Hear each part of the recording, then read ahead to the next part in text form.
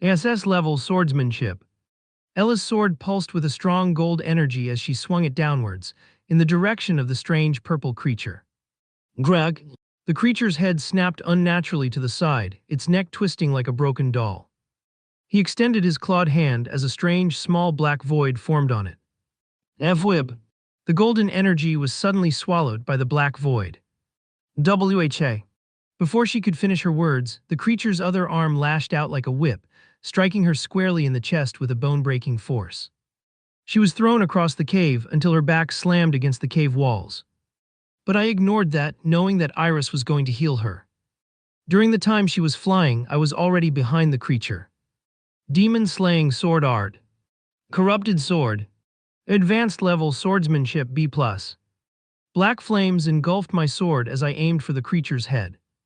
Just like before, it formed a black void in its hand, but this time my flames weren't so easily extinguished. Ngurog. The creature let out a strange noise as the black flames devoured the void and started crawling across its body. Die, you fucking bastard. Glang. My blade struck its flesh, or what I thought was flesh, but the sound was like metal clashing against metal. And what the hell? I muttered, pulling back slightly. The creature's body was unnaturally tough. However, at that point, my black flames had already crawled to its body and were slowly burning him. Is it dead? Maya asked cautiously, tapping my shoulder. I kept my eyes on the creature. And moments later, its body crumbled to ash, leaving only scorched remains on the ground. Finally, Maya sighed in relief. That thing was tougher than it looked. And then we both turned to the rest of the group. Maya hesitated, pointing toward the chaos. I thought that thing was a mini-boss, she muttered. I nodded in agreement, but our attention snapped to Rose's urgent shout. Guys, what are you doing starting? Fucking helps us. Rose yelled, launching 2 fire spells at a horde of similar creatures swarming toward her. There were at least 20 of them. Lucas, your flames are the only thing that works on them. Ella shouted, blocking an attack with her sword but visibly struggling. Quickly do something. Got it. I tightened my grip on my blade, black flames reigniting along its edge. Then I dashed towards the small horde of those strange creatures. Except that this time I was going to use a wide-range attack. Demon-slaying sword art. Devastation sword. Advanced level swordsmanship A. The black flames surged, condensing into a massive crescent-shaped wave as I swung my blade in a wide arc. The fiery slash tore through the air, heading straight for the horde. Immediately, Ella grabbed Iris and jumped away while Rose did the same thing as her. The creatures let out a bunch of growls, their last cries echoing through the cave before they were engulfed by the black flames. Within moments, the entire horde crumbled to ashes, leaving nothing but silence and charred remains behind. Thank God your weird black flames actually work on these things, Ella sighed, brushing dirt off her battle suit as she caught her breath. Then she approached one of the bodies and took a sample of the ashes before coming to me and placing it in the device. Beep.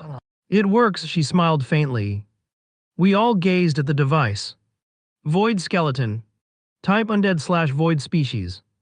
Description: a creature made out of void, usually found in extremely rare A+ ranked dungeons. Typically serves as a subordinate to a higher ranked boss creature known as the Void Lick. So this kind of creature already exists, huh? Ella muttered, scrolling through the entry. Yeah, but void species are extremely rare. If we can just acquire the body of this skeleton, it should be valued highly, Rose said as she began to look around. Strangely, they don't have a core, she muttered in disappointment. Or did your flames reduce the core to ashes? Rose asked, raising an eyebrow as she looked at me. No, that's not the case, I replied. I had tested that theory and nothing happened to the cores. Then these things just don't have any. Rose looked more frustrated than surprised. Then as Iris looked at the device, she opened her mouth with a thoughtful expression. If this dungeon really is void type, then the boss has to be the Void Lick, like the description, just like the device indicates. A Void Lick. Maya's eyes immediately lit up. That means a Lick Heart. And not just any Lick Heart, a Void Lick Heart. Her excitement was palpable, but I quickly brought her back to reality with a light smack on the head. Ouch, she pouted, rubbing the spot before glaring at me. Iris chuckled at my actions before explaining. Maya, the chances of a lick heart dropping are less than 0.001%. For a void lick, it's probably even lower. Way to kill the mood, Maya pouted once again, crossing her arms with an annoyed face. Guys, Ella called out to us, covering her face as though she were looking at a group of clueless people. How are we supposed to deal with void magic? No. All of us emitted a surprised sound in unison. We had completely forgotten about that detail. Glang. Zeva's smirk deepened as she slowly lowered her sword to her side, the tip barely grazing the ground. Her green eyes sparkled with a strange delight as she studied me like a cat playing with its mouse. Don't use mana, she declared, pointing her sword at me. Your aura. Just swords. Pure skill. Let's see how you measure up. I didn't respond. What was the point? If I refused, she'd only find some way to force me into it. Zeva wasn't the type to take no for an answer. My grip tightened around the hilt of my sword. This was going to be hell. Her grin widened as if she could read my thoughts. Good. Let's begin. Before I could even take a stance, she was on me. Jing. Her blade whistled through the air, moving faster than I had anticipated. I barely managed to sidestep, and her sword sliced clean through a strand of hair that had fallen into my face. Damn it. I cursed it under my breath and quickly countered with a swift strike of my own. Glang. Our blades collided, the force of her block sending a jolt throughout both of my arms. She was strong, way stronger than me. Perhaps a S++ level strength or more. Not bad, she mused, her voice almost teasing. But you're holding back. Come on, Istria, entertain me. I gritted my teeth. Entertain her. She was crazy, absolutely insane. She lunged towards me again and I parried barely, but she shifted her weight mid-strike, twisting her body like a dancer and driving her knee into my gut. Thud. I stumbled back, gasping for air. The metallic taste of blood filled my mouth, but I refused to give her the satisfaction of seeing me falter in pain. No, you're still standing. Zeva tilted her head, her grin never fading. If anything, it seemed to have widened even more. Impressive. Most people would be on the ground crying by now. You're fucking insane, I spat, wiping the blood from my lip. And you're slow, she retorted, charging again. Glang, glang, glang. Her strikes came in rapid succession, each one heavier than the last. I was forced to retreat, with every step a desperate attempt to find an opening to attack her. But then I saw it. A tiny misstep. Her left foot was just slightly off balance. It was barely noticeable, but it was enough.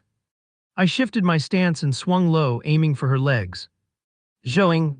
To my shock, she jumped, flipping over my blade like it was child's play. She landed gracefully a few feet away, laughing.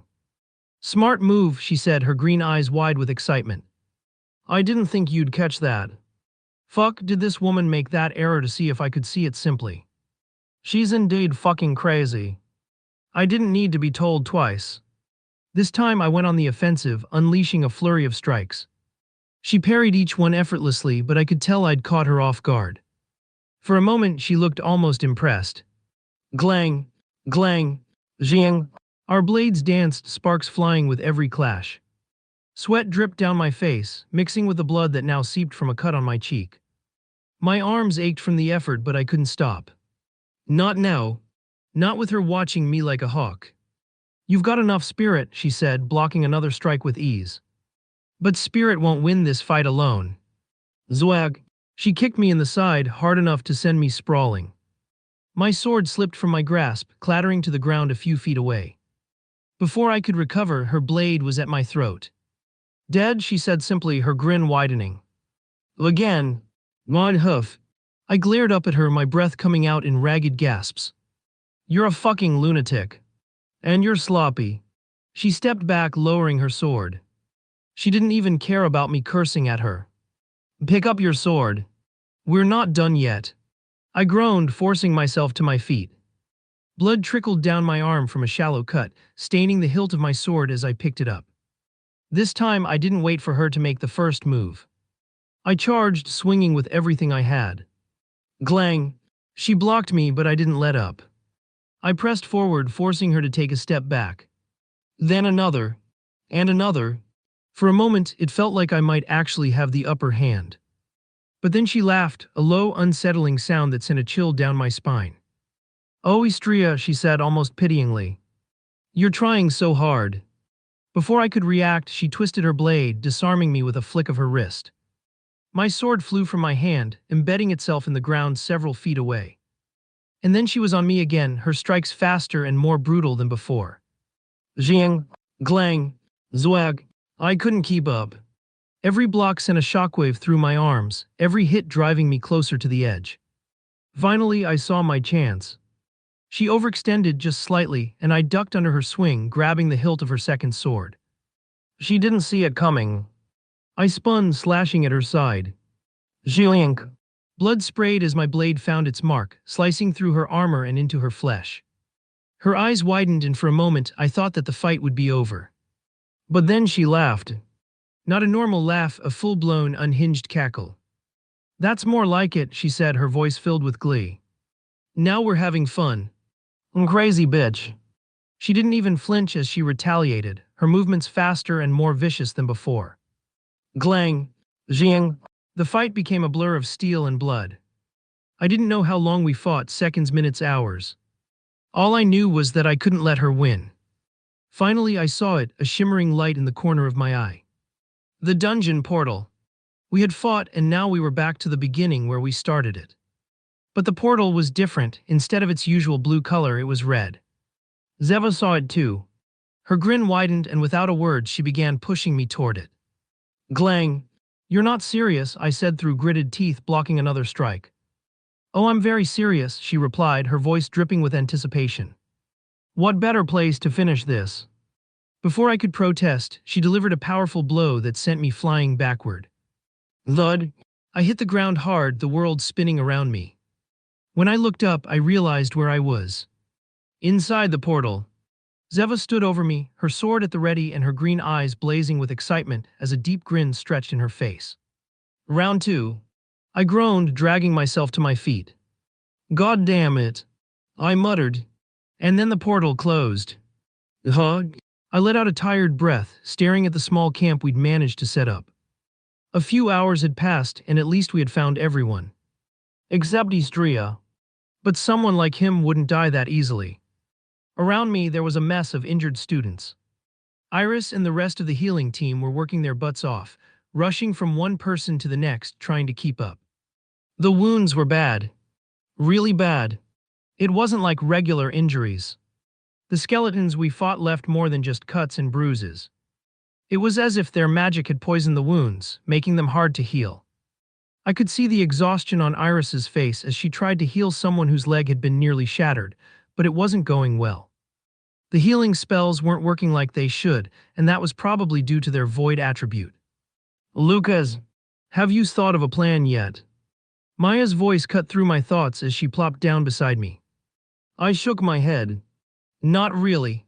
Void magic is tricky. It messes with everything." My voice came out a little more tense than I wanted it to. "Then hurry up. Everyone's starving, and you know how slow the professors are to get here." Maya sounded frustrated, but I could tell she was trying to hide it. She always did that when she was worried. I know.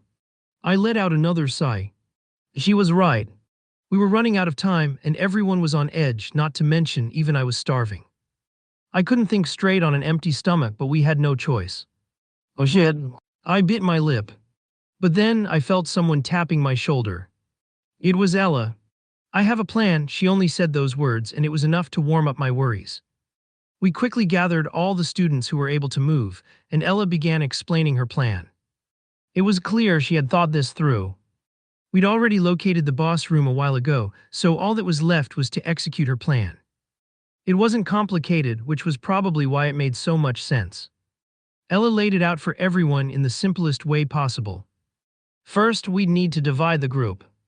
The students who were healed and still able to fight would be split into smaller teams. Each team would have a specific role. Some would be in charge of distracting the Void Lick, while others would target its weaker spots. The goal wasn't to take it down completely just yet, more like wearing it down, keeping it busy while we figured out a way to finish it off. Then we had the healing team, our healing squad as I'd come to call them. They'd stay behind the fighters, ready to jump in when needed. Their job was to keep everyone patched up and ready for the next round, especially those on the front lines. If someone got injured or too tired, the healers would be there to back them up. It was a simple plan, but it gave us something to work with. We just had to move fast. We all set off towards the boss room, the sound of our footsteps echoing through the dark cave. The air was cold, unnaturally cold, as though something was watching us from the shadows. As we neared the entrance, I could feel the hairs on the back of my neck stand on end. The void lick was waiting for us. Ella motioned for everyone to spread out, and we formed up in our groups. Then we pushed the door open. The void lick. It was as terrifying as it sounded. It stood tall, its bony body giving off an ominous energy that made the air feel strange. Its eyes were empty black holes that glowed eerily. Its robes were torn and its sharp claw-like hands oozed a dark mist. The air around it was cold and heavy, as if the life in the room was being sucked away by its very presence. "Stay focused, we have to stick to the plan," Ella warned us. Everyone nodded and we all got into position. Maya was already itching for a fight, her fists clenched, ready to charge. Rose stepped back, her hands shining with fire magic, and Iris positioned herself near the back, keeping an eye on us, ready to heal if anything went wrong. However, one thing that we didn't count was how terrifying the lick's pressure was. The other students that were injured couldn't move their bodies at all. Ella's plan had just been wasted. Seeing this, Ella bit her lips, but she quickly made up a small plan just for us five. "On my count, we move," Ella said, and we all tensed, waiting for her signal. "Go," Ella shouted, and we charged. I was the first to move. Demon-slaying sword art. Corrupted sword. Advanced level swordsmanship B+. My sword ignited with black flames as I rushed forward, aiming straight for the void lick. As I closed the distance, the lick finally moved.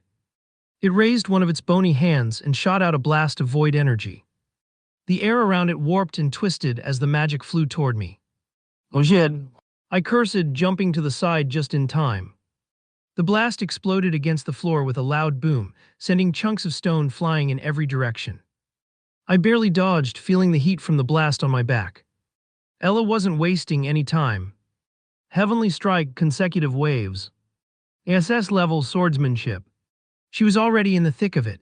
Her sword, enveloped with a bright golden glow, moved in graceful arcs as she slashed at the lick's limbs. Her strikes were fast, too fast for the lick to block, but it didn't seem to feel anything. Glang! Each strike rang out against its dark armor, leaving no visible mark. Maya charged next, her body a blur of motion as she darted in and out of range, aiming for Lick's chest. Her fists glinted in the dim light, swinging at its armor with lightning speed. Glang! Glang! The sound of metal hitting bone echoed through the room as Maya's iron fists bounced off the Lick's form. "Damn it!"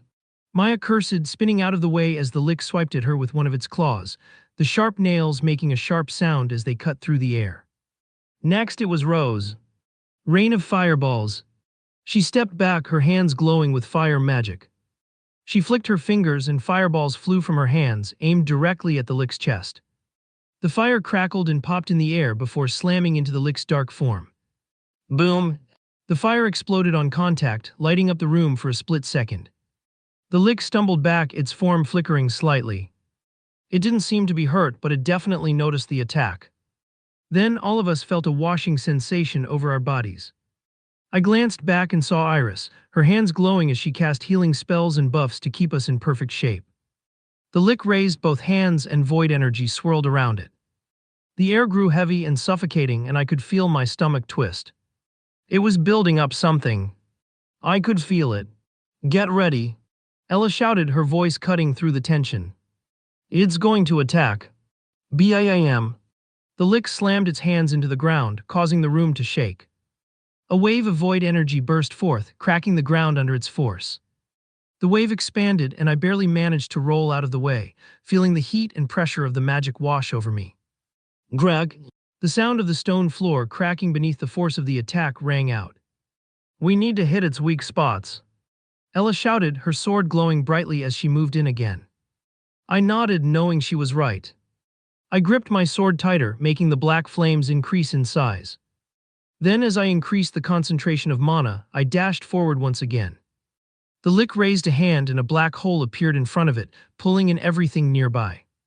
The air around it warped and I felt the pull like a vacuum sucking at my body. Get back! Ella shouted, pushing me out of the way just as I almost got sucked into the hole. The others were scattered, doing their best to avoid the gravitational pull of the lick's magic. Whoosh! The air seemed to twist as everything was sucked toward the void. I saw Maya trying to hold her ground, her body tensing as the pull tried to drag her in. Vited! Rose yelled, flinging another fireball toward the lick's chest. Boom! The fireball exploded on impact, but the lick barely flinched. It's too strong. Maya shouted, her voice strained as she dug her feet into the ground. Iris was doing everything she could to heal us, but even her magic seemed to be struggling against the void. I can't keep up with this, she said, her face starting to pale from the effort. Hold on. Ella shouted, her voice carrying over the chaos.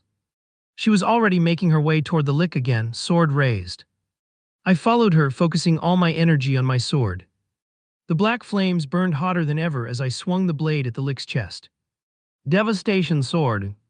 Advanced level swordsmanship A. Slash. The sword connected with a sickening clang, but this time something was different. The lick staggered back and I saw a crack appear in its chest. It was weak there, I could feel it. No! Ella shouted and we all attacked at once. Iris sent a healing spell to Maya, who charged in once more, her fists flashing with an intense blue aura as she struck at the crack in Lick's chest. Glang! Glang! Her irons hit, but they didn't penetrate. The Lick was too tough. But we couldn't stop now. Boom! The room shook again as the Lick roared, the force of its anger shaking the floor. A massive wave of void energy shot out from its body, expanding rapidly. No! Ella shouted loudly, hanging on her sword. Before we could react, the Lick's black hole grew bigger, pulling everything into it. Oh shit! I yelled, trying to resist the pull, but it was too much. I could feel my feet leaving the ground, my body being dragged toward the void. The others were in the same situation. I saw Maya struggling, her fists clenched as she tried to resist the pull, but she couldn't. I snapped my attention toward the other students, my heart racing. There, standing in the middle of them, was Iris, surrounded by a brilliant golden barrier. Her face was twisted in concentration, teeth gritted, as she poured every ounce of mana she could muster into the barrier. It was a desperate move. She looked like she was barely holding on, her knees shaking, sweat streaming down her face. But even with all her strength, the barrier felt like it might crumble any second. It wasn't looking good at all. Vug, I'll need to reveal my identity. There was no more time to waste. I gripped my sword tightly, my knuckles turning white as the ominous aura began to swirl around me, coating the blade in black flame. BOOM! Everything around me shook violently. Debris flew in all directions, rocks and rubble crashing down from the ceiling, and the ground beneath us trembled as if it was going to split apart. A blinding flash of light filled my vision, making me shield my eyes instinctively. When the dust cleared and my vision returned, I froze. There, standing in the middle of the wreckage, was a figure I knew all too well. Oistria. But something was wrong. Stop it, you crazy bitch. Glang. Istria cursed loudly as he reflected the sword from your instructor Zeva. Come on, Istria. You're still hiding your power, I can feel it. Glang. Glang. Glang. The two of them moved like shadows, their swords clashing in a blur motion. It was almost as if they were teleporting, vanishing, and reappearing in a split second, their weapons flashing in the air, creating sparks with every hit. They were so focused on their fight that they didn't even notice us, not for a second. But then it hit me. The explosion had caught the Void Lick's attention, causing him to release his spell. And somehow, both of them had managed to save our lives. Oh yes, Diariete. In the middle of his furious battle against Zeva, Istria froze. A voice rang out, pulling his attention away from the clash. He immediately leaped back before looking around and seeing everyone looking at them with confused expression. Then he turned to Lucas and saw a strange creature right in front of him. A void lick, so it's a void-type dungeon, huh? Istria muttered, darting his eyes towards Zeva. Now she too had noticed the situation. But instead of jumping into the fight, Zeva merely raised her voice, loud enough for everyone to hear.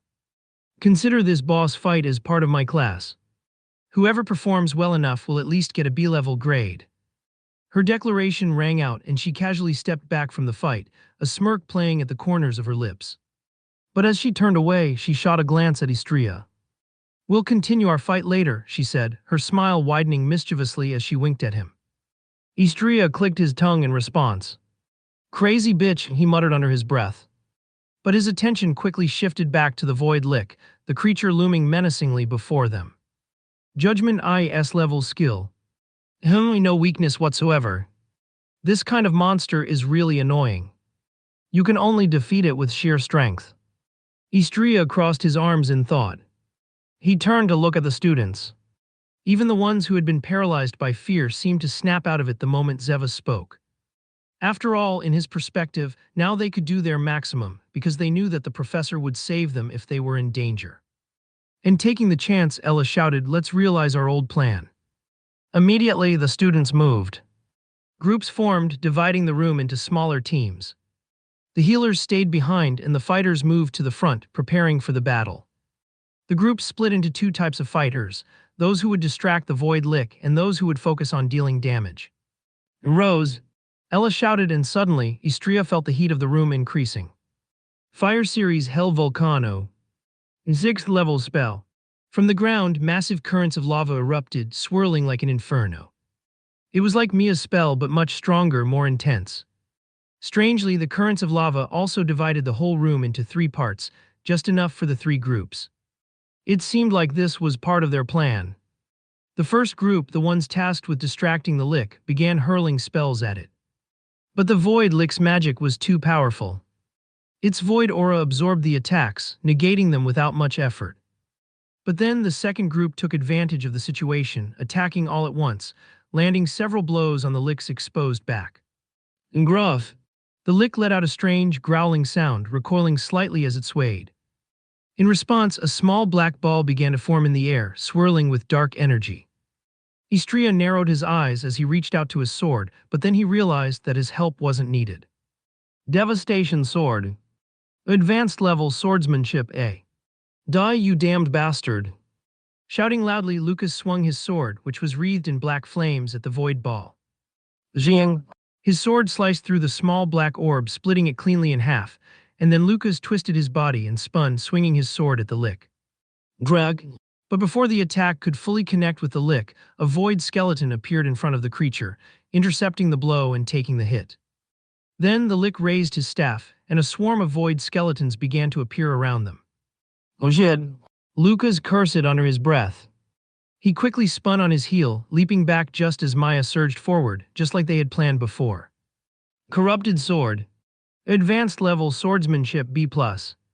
Lucas twisted his body, dealing with the skeletons that were now swarming around him.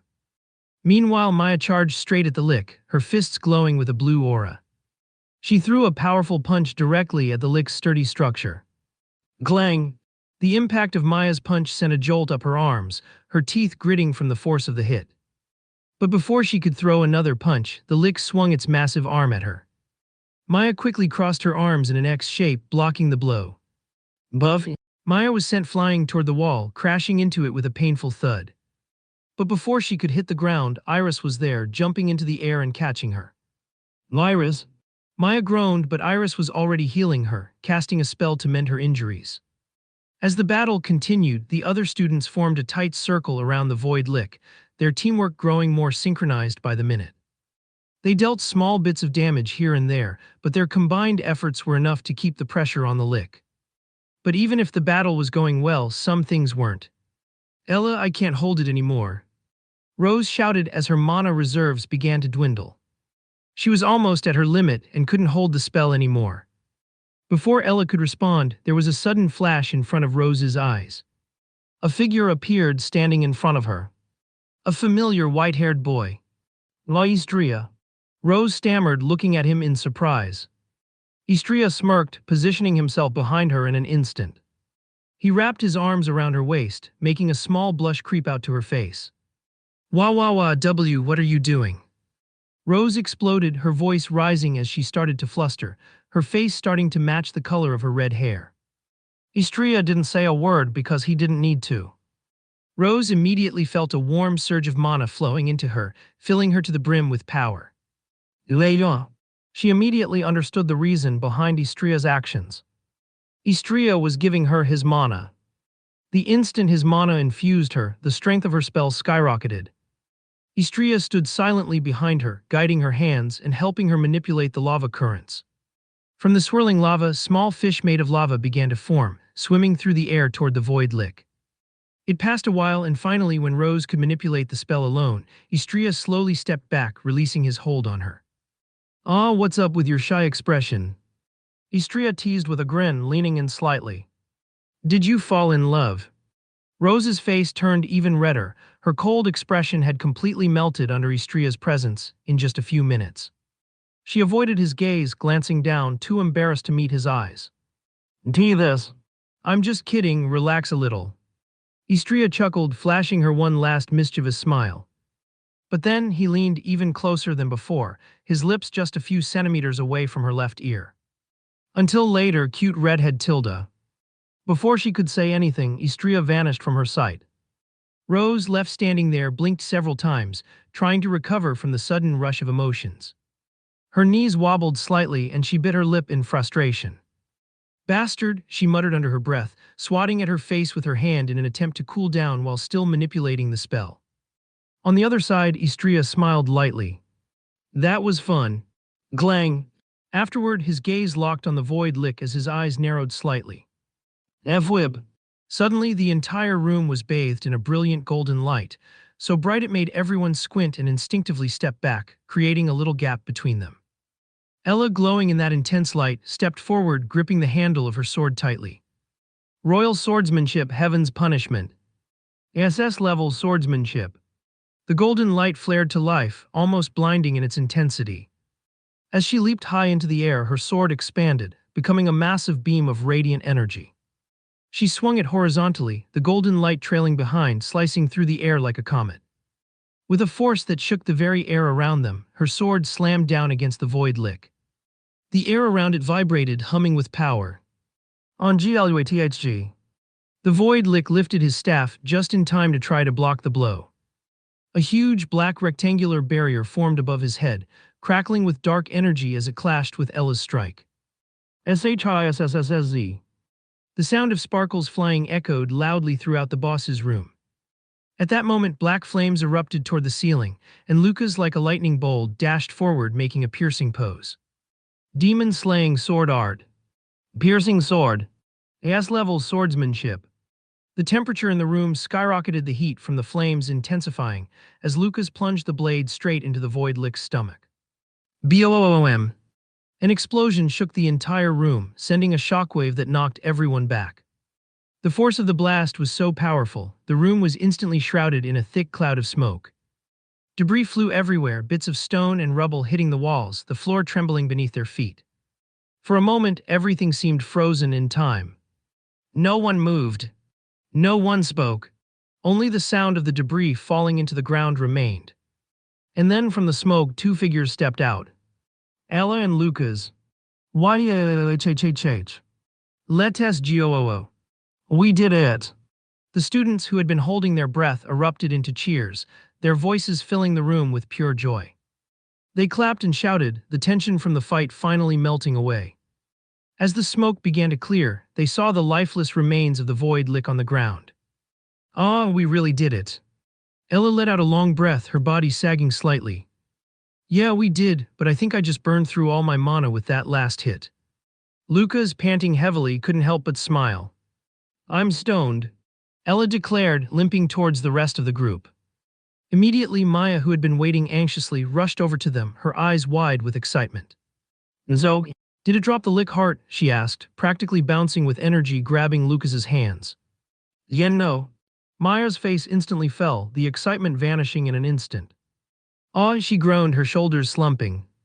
Behind her, Iris chuckled as she added, "Don't worry, Maya," she said with a playful grin. "I'll take you to that restaurant as a reward for your hard work." "Oh, yay." Maya jumped very high, making some kind of winning position with her fist in the air. The group only chuckled at her actions. With the battle over, the students started heading toward the newly appeared exit gate. They'd earned their victory, and now it was time to leave. But as the last of the students stepped through the gate, Istria, under Zeva's approached the dead body of the Void Lick. Hey, wake up, you bastard. I know that you're still alive, he kicked its bones. Seeing this, Zeva's smile only seemed to have widened, as another good aspect of Istria had been noted in her head. Grieg. As soon as Istria spoke those words, the bones of the Void Lick began to tremble. The skeleton shifted, and then it reformed into a smaller, incomplete figure, its skull missing entirely. The Void Lick had a very hidden ability. Resurrection from the dead, or in other words, it had 2 lives. And apparently the other students seemed to have forgotten that, but Istria didn't. However, after being revived, the Void Lick were much weaker than before, and it would take years before they could truly regain their true strength. Istria's hand pressed against the Lick's brittle ribcage, the bones cold and fragile under his touch. So tell me. His eyes began to glow in a deep, unsettling red. The Lick shuddered violently, its form quivering as if trying to escape her grip. What kind of curse did you put on the students? The Lick's skeletal body trembled, its empty eye sockets shaking in terror. The air around them grew thick, heavy with an unnatural chill, as if the very room itself feared Istria's cold voice. The bones creaked, the Lick's spirit trapped and trembling under his gaze. Greg. Istria let out a soft grunt as he glanced down at the trembling remains of the Void Lick. A curse that consumes mana, huh? Istria muttered, looking down on the quivering remnants of the Void Lick. He brushed his fingers against its ribcage as if teasing the skeleton, and then a cold whisper flew from his mouth. Perish. SWOOP. Mana began to gather in Istria's palm, swirling in a concentrated ball as he gently pressed it against the skeleton's ribs. Greg. The moment his hand made contact, the bones cracked again, shattering into thousands of tiny pieces. And just as the last fragments shattered, a faint trickle of void energy slipped from the wreckage. Istria wasted no time. He summoned a small ball of high-density mana, trapping the tiny stream of void energy inside it. This should be enough, he spoke calmly as he nodded to himself before turning away. Zeva appeared at his side, eyes wide with curiosity. She didn't waste a second. What do you need void energy for? She asked with an excited tone.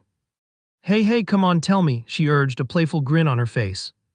Come on, don't be shy.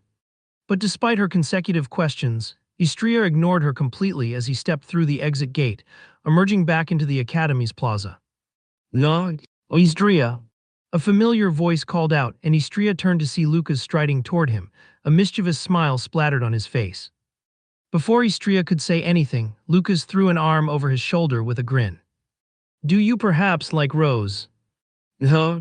Istria blinked as his eyebrows furrowed slightly. What do you mean? He asked straight away. Hee, Lucas grinned slightly before leaning closer and then whispering to Istria, Don't think I didn't see you wrapping your hands over her waist. Oh, that. Since Lucas had seen his actions, Istria sighed softly, then gave a faint, almost teasing smile to him. Mayhaps. Lucas just grinned at his words. He withdrew his arm and extended his hand. All right, I didn't really get a chance to introduce myself properly. I'm Lucas Heartstone. I hope we get along well. Looking at his stretched hand, Istria smiled lightly before shooking it. The name's Istria Moon. Shaking his hands, Lucas couldn't help but frown as Istria mentioned his name. It wasn't a noble name or even a known name for commoners. However, looking at the small panel in front of him, Lucas kept a small smile on his lips. Main Quest 7. Make Istria #S favorability reach 50 points. Current favorability 23 up arrow up. Kill more than 200 middle-ranking demon beasts. Completed. Kill more than 50 high-ranking demon beasts. Completed. Kill a single named demon beast. Completed. Stop the awakening of one of the 7 demon generals. Time remaining 16 days, 22 hours, 17 minutes and 32 seconds. Rewards. Lucas had no idea why the system insisted on increasing Istria's favorability, but it was clear he had to do it nonetheless. However, the last part of the quest, stopping one of the 7 demon generals, was probably the real reason Istria's favorability needed to rise. With his strength, Istria would be a huge help for him. Vlig. At that moment, the headmistress, Eleonora, snapped her fingers, catching everyone's attention. She smiled warmly as she addressed the students in the plaza. All right. Great job, everyone.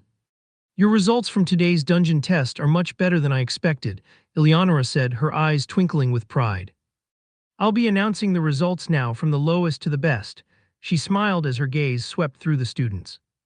A small sheet of paper appeared in her hand, and she scanned it briefly before continuing.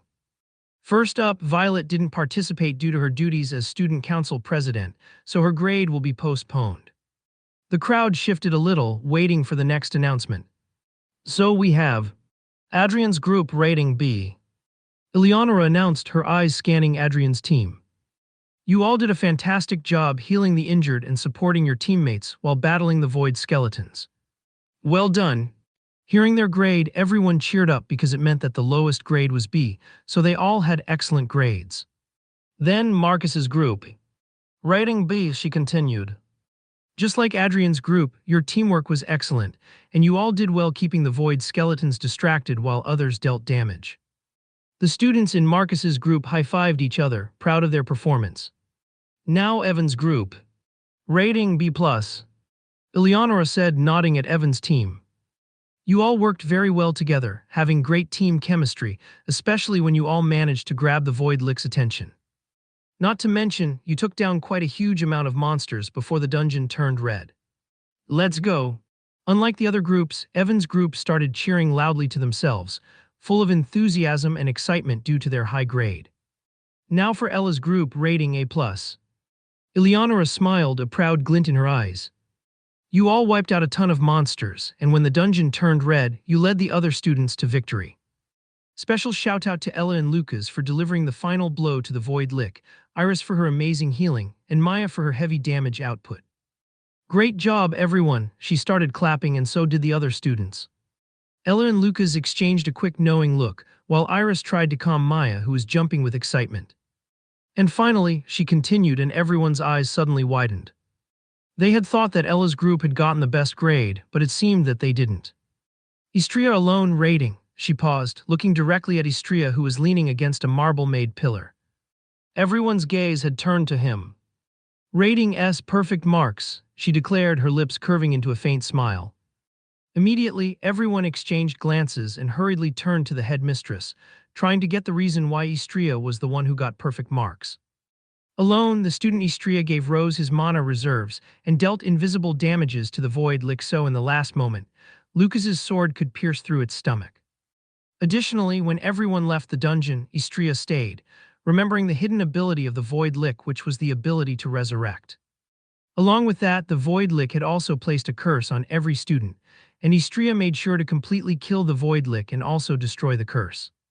Therefore, he's the only student that deserves perfect marks. As soon as she finished speaking, everyone turned their gazes toward Istria, and the looks on their faces completely changed to admiration. They were arrogant, yeah, but they knew that the only way to break a curse was to either use extremely expensive materials or kill its conjurer. But Istria had done it without asking for any credit, and instead acted alone, looking out for everyone.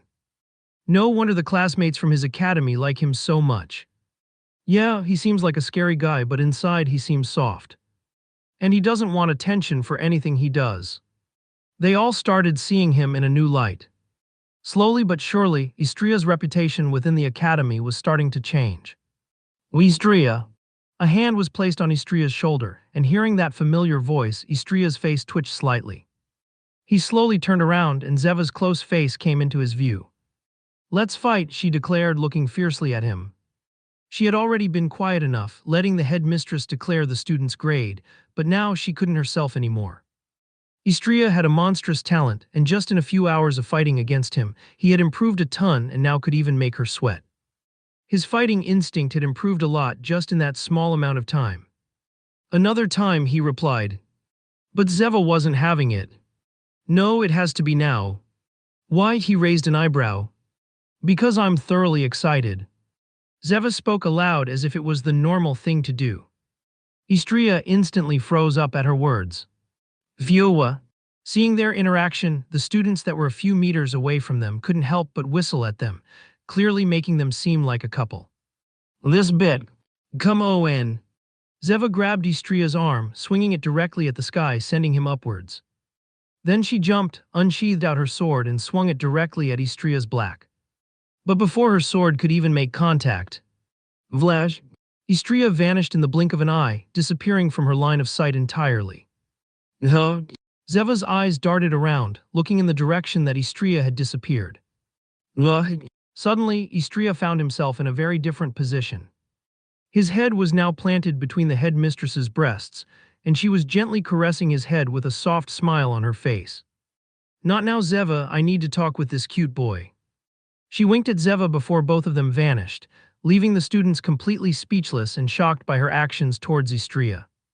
They knew that Eleonora was a battle junkie and easily gets interested in someone with a huge potential. But this was different.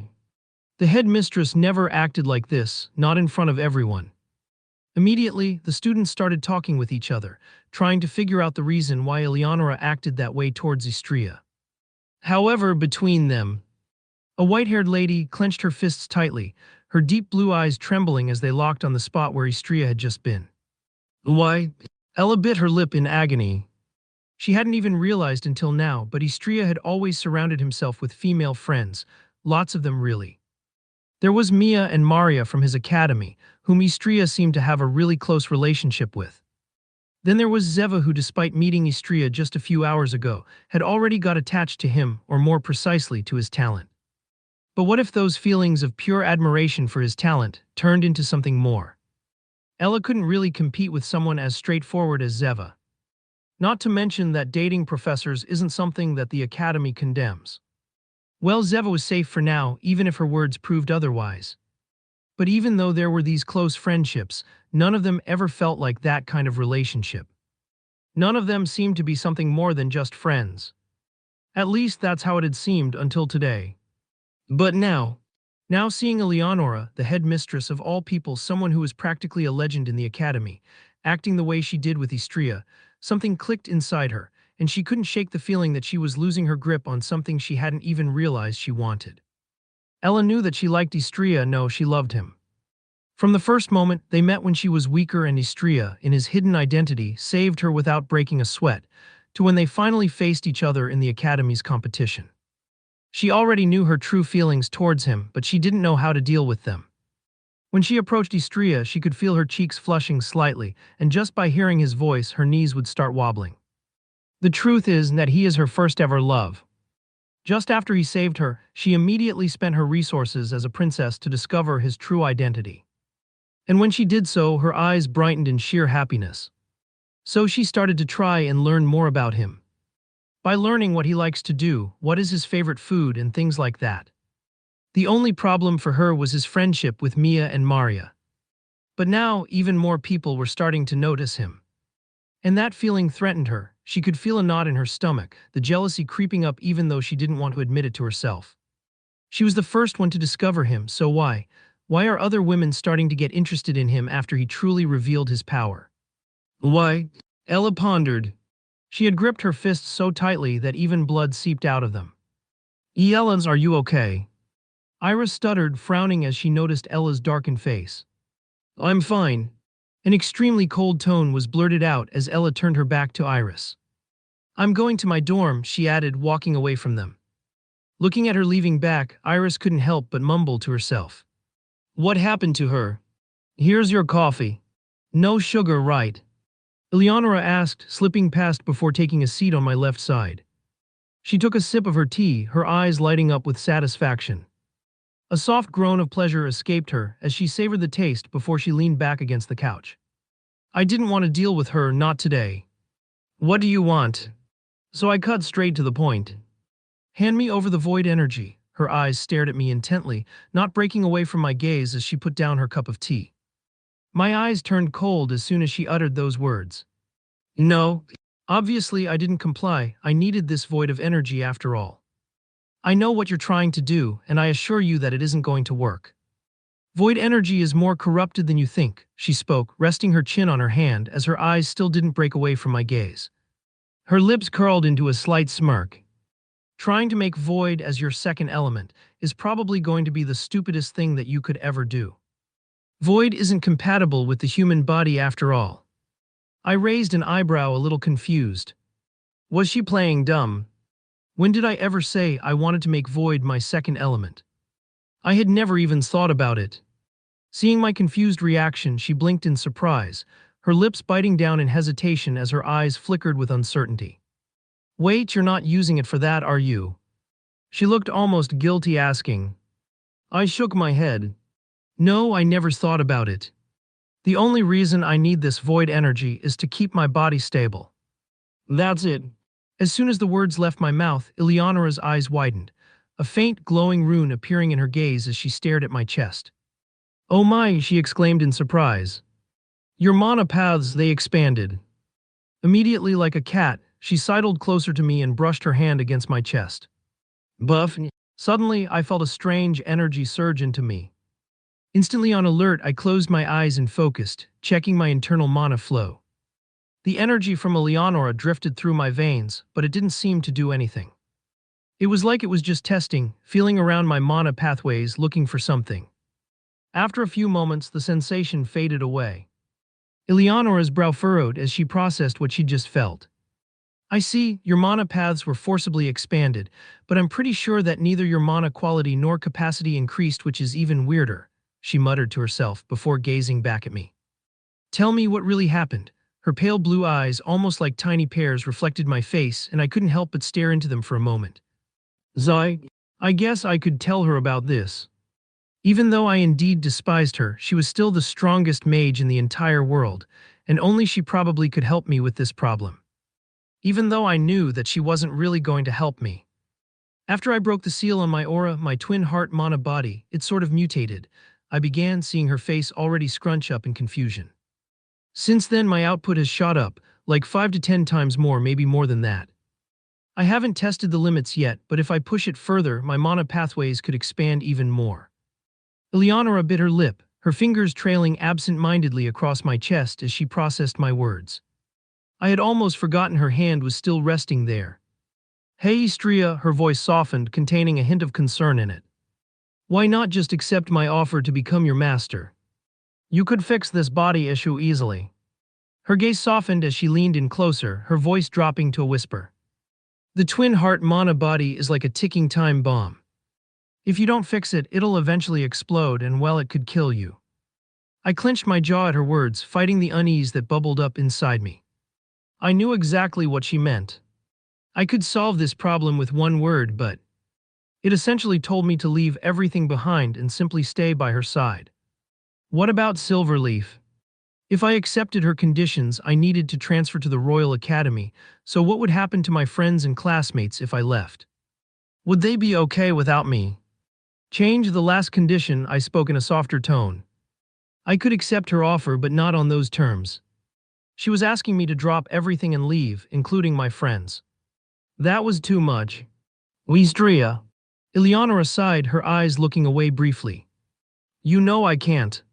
How would it look if my only disciple came from another academy? I felt a familiar frustration bubble up. I'd been there before with her. Her words hit me harder than I expected. If that's the case, why didn't you accept my application to Eternum Royal Academy? That would have solved everything, wouldn't it? I couldn't help the bitterness that slipped into my voice.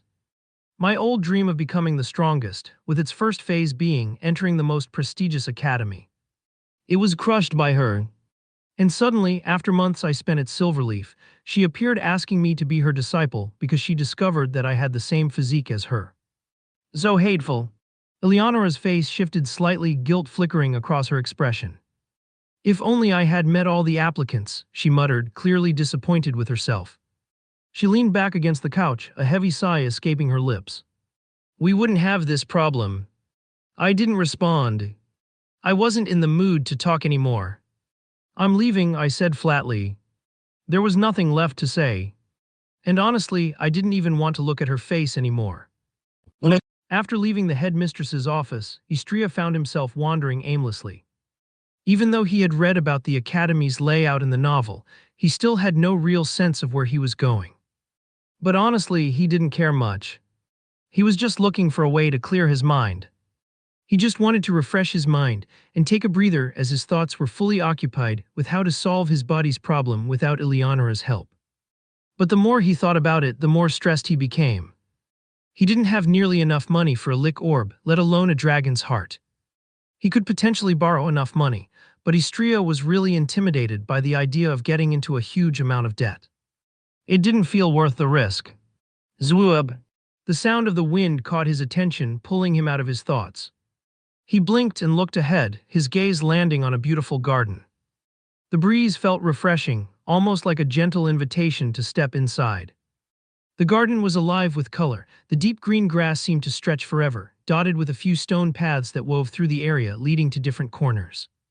There were flowers of every shape and size, their petals soft and vibrant. Tall, elegant structures stood in the garden too, statues of the headmistress, intricately designed buildings, and little fountains that added to the peaceful atmosphere. It all fit together so perfectly. No. Istria paused for a moment, just taking it all in. He inhaled deeply, letting the sweet fragrance of the flowers fill his lungs, the calmness of the garden wrapping around him like a comforting blanket. He couldn't help it, he sank down onto the soft grass, adjusting himself into a comfortable position. Lying there, he stared up at the clear, bright blue sky above, letting the cool breeze wash over him, slowly calming his mind. Istria. Suddenly, Istria's peaceful moment was abruptly interrupted by a familiar voice calling his name. But this time, he didn't even bother to look up. He was too lost in his own thoughts, as the calming atmosphere of the garden still lingered around him. But the voice didn't stop. Instead, the person seemed to smile faintly, as if they were expecting this reaction. A moment later, they sat down in the grass beside him, the quiet rustling of the blades filling the air. Istria, do you ever wonder if gods really exist? The voice asked softly. There was a long pause and then a quiet sigh. I suppose you won't answer, huh? It wasn't a question that truly demanded an answer, but then the voice continued. I used to think gods were just stories. Things people clung to when they needed something to believe in. You know, something to make sense of the chaos.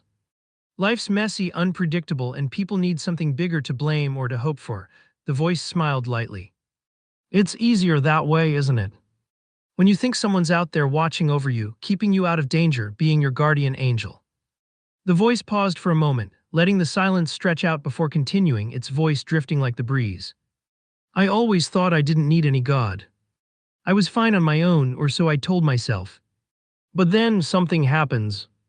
Maybe you lose someone or something goes terribly wrong, and suddenly you're standing there, feeling like the world's caving in. And in that moment, when you're at your lowest point, feeling like there's no way out, you find yourself whispering a prayer. Asking for something, anything. A miracle, even if you don't believe in miracles. The voice softened, a slight sadness creeping in. It's funny how we don't think we need a god until we really do, right? We push it all aside, dismiss it as nonsense, until the day comes when we're desperate and we're praying for something you never even thought existed. But you still pray, don't you? He looked over to Istria. Maybe that's when you realize gods do exist. Not in the way we imagined, but they're there in the places we never looked for them, until we had to. That's when you know they're real. You just have to believe. If you truly believe, our goddess will reach out to us in our weakest moment, and make you revive just like a soaring phoenix. Even I didn't believe in our goddess at first, but now. There was a few seconds of silence, as the voice then uttered in the most sincere tone possible. I do believe in our goddess. She saved me at my weakest moments and made me the person that I am today, he whispered softly enough for Istria to hear. That's why sometimes you just need to make a sacrifice. Istria listened quietly, still looking at the bright blue sky, his thoughts swirling around the last word that the voice had spoken to him. Finally, after a long pause, he turned his head slightly to look at the person next to him. I do not believe in gods, Lucas. His eyes were terrifyingly calm as he said those words. Then he added in a tone that was as calm as his eyes. Gods don't show up when you need them. They don't fix things or make life easier. People have to fight for themselves, no one's coming to do it for you. I've learned that the hard way. Relying on gods is just waiting for something that may never come. He paused slightly, his eyes locked with Lucas's. You can believe in gods if it helps you, but I'll never put my faith in something that's never been there when I needed it, even though I prayed for years straight. Because in the end, the only thing that I truly need is none other than in myself. As soon as he uttered those words, his red eyes seemed to have turned into a strange shade of blue, reminiscent of the glow of moonlight just before dawn. And in those beautiful blue pearls, the faint symbol of a crescent moon stood quietly, shining dimly. Astra, wait for me. A young girl with long, vibrant purple hair called out, her voice filled with excitement. She stood with her small hands stretched out, watching a small boy with short silver hair and deep, light blue eyes darting away from her, giggling uncontrollably. Nuo! The boy's laughter rang through the air as he sped up, his silver hair bouncing with every step. His light blue eyes twinkled with pure happiness, his small feet kicking up the soft green grass beneath him. The girl couldn't help but smile at his playful antics, but then a mischievous glint flickered in her eyes. Snap! She raised a hand and snapped her fingers. Laya! The boy suddenly stopped mid-run, his expression shifting from gleeful to confused. His feet hovered slightly above the ground, and he looked down, his eyes widening as he realized he wasn't touching the grass anymore. Leg? Big sis, that's not fair. He pouted as he crossed his arms, turning his face away from her. The girl approached him, a soft sigh escaping her lips. She reached out and gently tapped his pouted cheeks, puffing them up slightly. Nayahi, she giggled, her voice playful as she cupped him in her arms. No, Zmag. The boy's eyes widened in surprise as he felt her soft lips pressed gently against his cheek. His body squirmed and he wiggled away, trying to break free from her grip. And then, Zmag. She kissed his cheek again. Nuo, stop. He, she laughed mischievously, if you stop moving, I'll stop kissing you. His movements instantly stopped, making the young girl's smile twitch slightly. Oh, you don't like your big sister anymore, she teased, pouting as she gently wiped an imaginary tear from her eye with her finger. The boy stared at her, his tiny brows knitting together. Then, without saying a word, he turned his head stubbornly to the side. Humph. You can't trick me again, he declared firmly. But as soon as her fake sniffles began, his small face softened in worry. His lips trembled as he nervously bit down on them. His gaze shifted back toward her, and he caught the slight smirk playing on her lips. No, you tricked me again, he huffed, pouting once more as he started squirming in her grip. Yet no matter how hard he tried, he couldn't break free. The girl's smile grew wider as she gently rubbed her cheek against his. I love you, my little brother, she murmured softly, tightening her hold on him. I hate you too, the boy retorted, clearly trying to sound tough. Really? She chuckled gently, ruffling his silver hair. Well, I'll still keep loving you though. With a playful sigh, she finally set him back on the ground. Happy now, she asked with a teasing smile. MPF. He swung his head stubbornly to the side, closing his eyes and crossing his arms. A short silence fell between them. The girl stood quietly, waiting expectantly for some response. But the boy refused to meet her gaze. Instead, he kept his arms crossed, a pout firmly planted on his face. Just when it seemed like he wouldn't say anything, he opened one eye slightly, peeking at her through his lashes. I love you too, he muttered in a non-audible voice. The girl's eyes lit up instantly. Oh, I knew it, she giggled, swooping him into the air once again, this time with a charming, playful smile. But this time the boy didn't say anything. Carefully shifting him into a more comfortable position, the girl lowered herself to the grass. She gently used a bit of magic to create a soft cushion beneath them, ensuring they didn't hit the ground too roughly.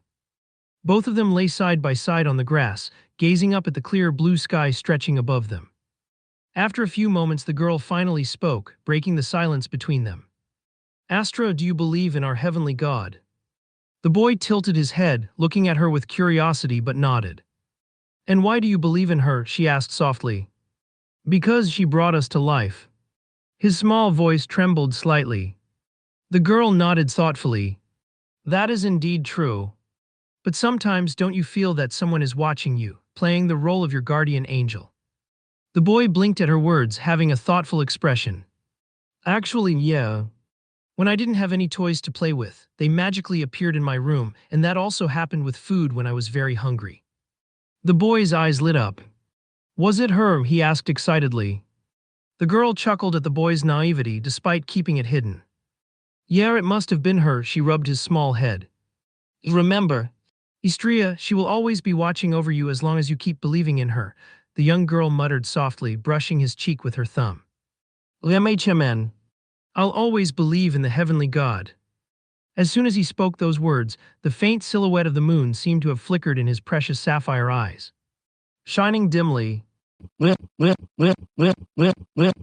Mating his gaze, Lucas couldn't help but freeze.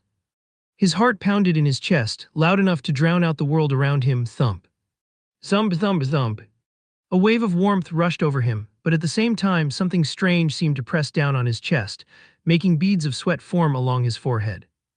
The air around him felt thick, heavy, like something unseen was pressing down on him. Time seemed to have been frozen. His eyes were locked with Istria's, unable to look away. Faintly, he noticed the subtle symbol of the moon glowing ever so slightly, casting a strange light between them. The feeling was terrifying, almost dangerous. Lucas, wake up. No. Lucas shook his head instinctively as he heard a sudden shout in his mind, breaking out of the strange trance. At the same moment, Istria finally stood, turning away from the grass and stepping upright with his back to Lucas. Let me ask you one thing, Lucas. Istria parted his lips and his voice came calm, almost indifferent. Would you rather destroy a whole country to save your loved ones, or let your loved one die? His question was truly bizarre. It didn't fit the actual situation, but Lucas felt that Istra was really serious about the question he had just asked. Lucas frowned deeply, and yet without hesitation he answered. Neither. If I believe enough in our goddess, the heavenly god, I will be able to make sure that none of the situations occur, he declared in a swift and decisive manner. She will give me a sign when something like that is going to happen. Istria remained silent for a few seconds, but then a small, subtle smile appeared at the corners of his lips. He chuckled softly, a sound that didn't feel mocking but rather amused by Lucas's words. How naive, Istria murmured, shaking his head lightly before he walked away. But as he did so, his voice reached out to Lucas once again. Don't trust your eyes, Lucas. Trust your heart. F-whoop. He vanished from his sight, leaving Lucas standing there alone. What a strange guy, Lucas muttered to himself, scratching his head, trying to make sense of it all. He glanced down at the soft green grass, feeling the lingering presence of Istria's presence. Slowly, he pushed himself up, brushing the dirt off his pants. System check his favorability. Istria moon favorability 49. What? It's already that high. Lucas's eyes widened in surprise. He hadn't expected that at all. A small smirk crept onto his face as he realized something. So it's easier to build favor with him than I thought, his brow furrowed slightly, deep in thought. Then all I need is just a little nudge, right? A faint smile tugged at his lips. All he had to do was be a little more friendly, a little more genuine, and it would be enough. Right. Arg, indeed did I pass out. Istria's voice was groggy, his eyes slowly fluttering open. His body felt heavy, really heavy, as if he had run an entire marathon unstopped with a normal human body. He could feel sweat sticking to his forehead as he slowly walked to the new dormitory given to him by the academy. Somehow, though, he knew exactly where it was. When he finally reached the dorm, he fumbled for the student keycard he had been given earlier. Beep. With a soft beep, the door unlocked and he pushed it open. He stepped inside, feeling the cool air against his damp skin, and made his way to the bathroom. The sound of the shower coming to life echoed softly as warm water poured over him. The heat was soothing, a gentle cascade that melted away the sweat and eased the ache in his muscles. Why did I pass out, and why am I so tired? Istria pondered to himself, feeling the fresh warm water trickle down his body. He just remembered talking to Lucas, and when he uttered the word myself, and then everything had gone blank. The next thing he knew, he was waking up here by the dorm building. Damn it, is this part of the side effects of having this mana physique? He frowned, shutting his eyes and focusing inward, feeling the subtle currents of his mana. But everything seemed normal, at least for now. Where's I? With a small sigh, Istria reached for the soap, scrubbing his body. He washed off the sweat, drying himself off quickly before pulling on a simple outfit. Lumi, he called out softly. And immediately, a small green light filled the room as Lumi appeared out of thin air. Master Tilda. She walked to him in small steps before pressing her tiny body against his waist and rubbing her cheek against his chest. Istria smiled faintly, his weariness easing slightly as he reached down, gently patting Lumi's head. He lifted her up with both hands and settled into the soft new bed, cradling her in his arms. It's time, Lumi. He clutched his fist and then opened it, revealing a small ball made of high-density mana, containing a very small purple energy inside of it. Lumi tilted her head, her big green eyes watching him curiously, but she opened her mouth willingly as he extended his fingers toward her. Without hesitation, she swallowed the tiny ball and then licked her lips. Now it's time to wait for a few minutes. Istria muttered, collapsing down on his bed as his gaze was locked with Lumi's figure. Leaning against his legs, she closed her eyes as a faint symbol appeared on her forehead. It had a ruby-shaped form and it started to glow slightly. Slowly, the mana in the surroundings started being absorbed by Lumi, as the glow of the ruby started increasing slightly. Her body started floating into the air as the glow of the ruby enveloped her whole body and took the purple color. Grag. Tiny fissures seemed to open in the space around her, and the light surged brighter. A faint pentagram formed briefly on Lumi's back, glowing brightly before quickly fading away. Thud. Lumi's body fell gently back onto the bed, the light fading alongside the ruby-shaped emblem on her forehead. Log. At the same time, Istria felt a strange energy coursing throughout his whole body, making him clench his teeth tight. The pain lasted for a few minutes before it disappeared. You now have a chance of awakening Void as your second element. The system, who rarely appeared, decided to appear, revealing quite the important information to Istria. That's possible. Istria's eyes widened significantly. Gosh, you're my lucky star. He scooped her up by the waist and lifted her into the air like she was the most precious thing in the world. Master. Lumi blinked, tilting her head in confusion, her big green eyes staring at him. But seeing the joy on her master's face, she couldn't help but giggle softly.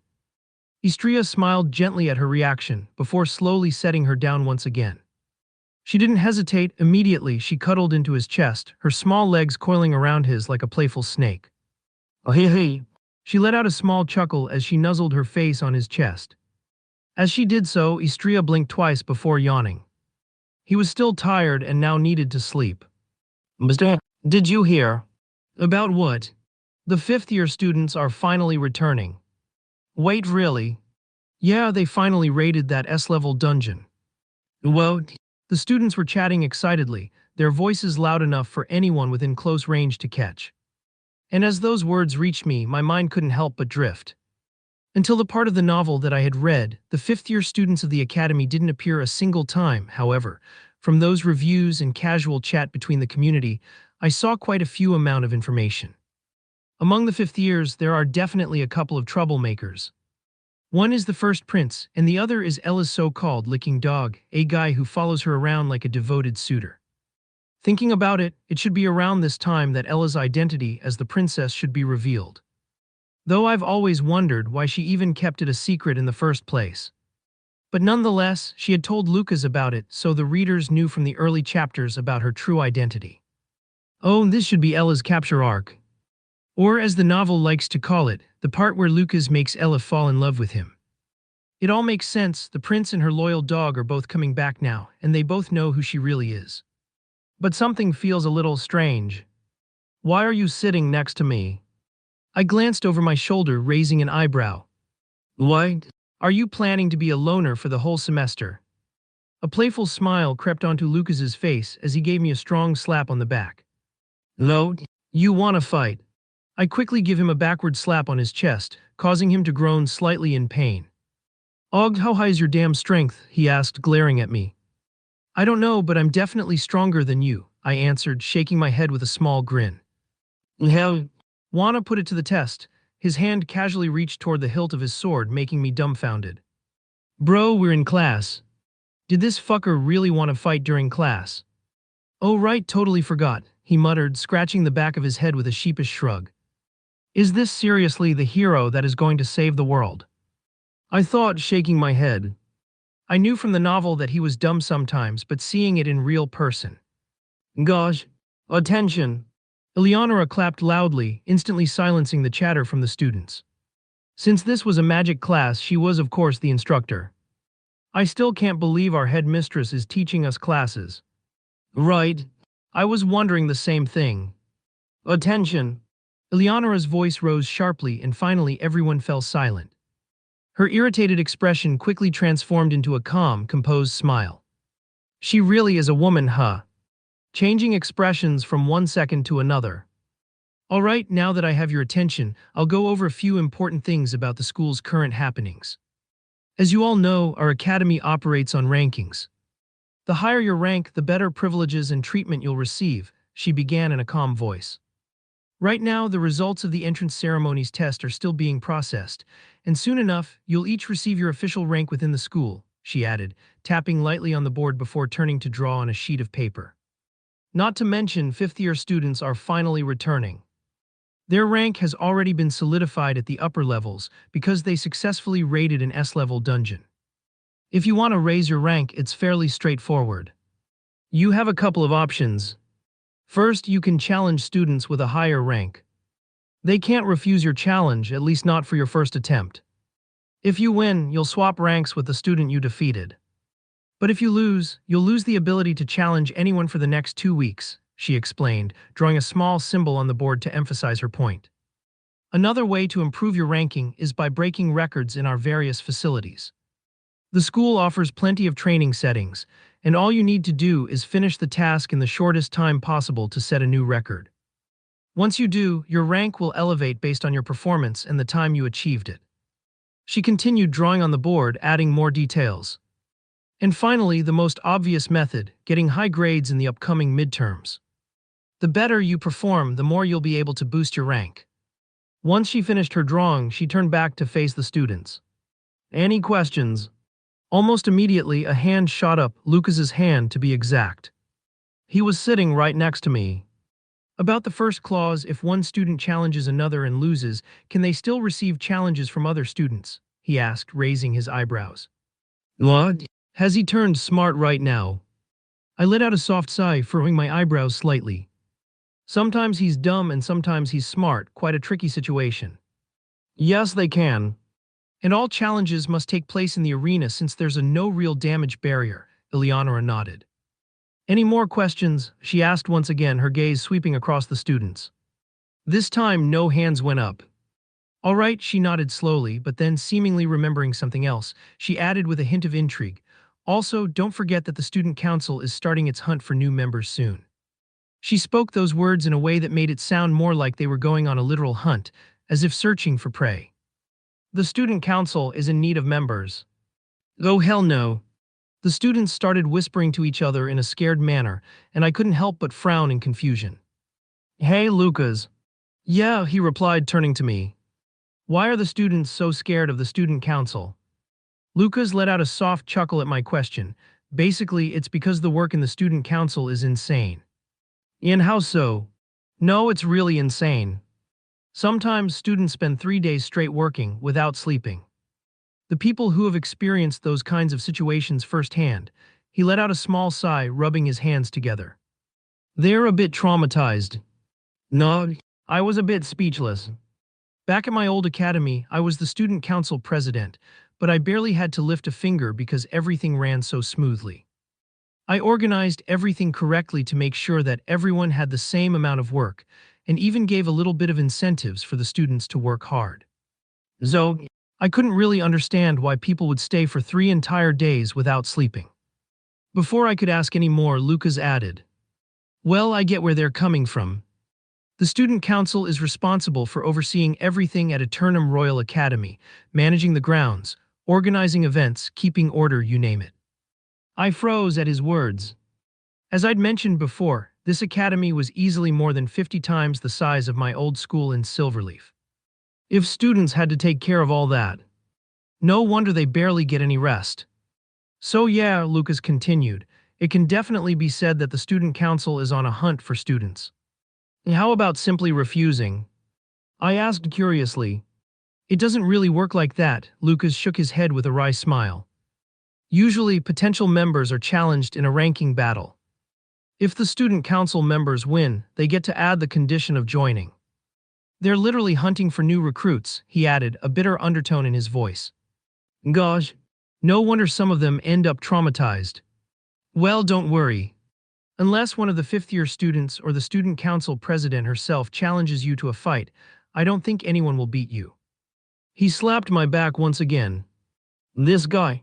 I immediately raised my hand, about to retaliate, but then. My dear Ella Tilda. A smooth, sunny male voice echoed from the classroom doorway as a handsome, brown-haired student entered, his eyes immediately scanning the room. Is this her suitor? Damn, he's worse than I thought. That bastard. Lucas frowned and muttered darkly under his breath as soon as he heard his voice. So I immediately took the chance and slapped his back. Bam! Noobs!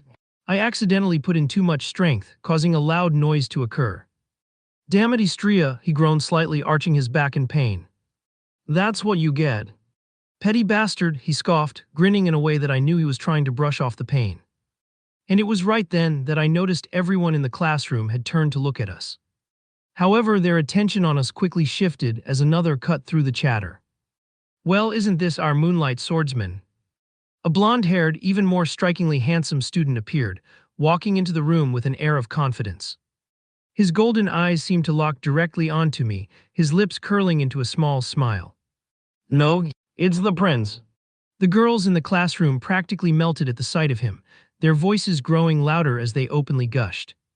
Ah, he's so dreamy. Look at those eyes. Such elegance, and he's a prince. No wonder he's so charming. It didn't take long for me to figure out why he was so popular. Naturally, one of the future heirs to the empire.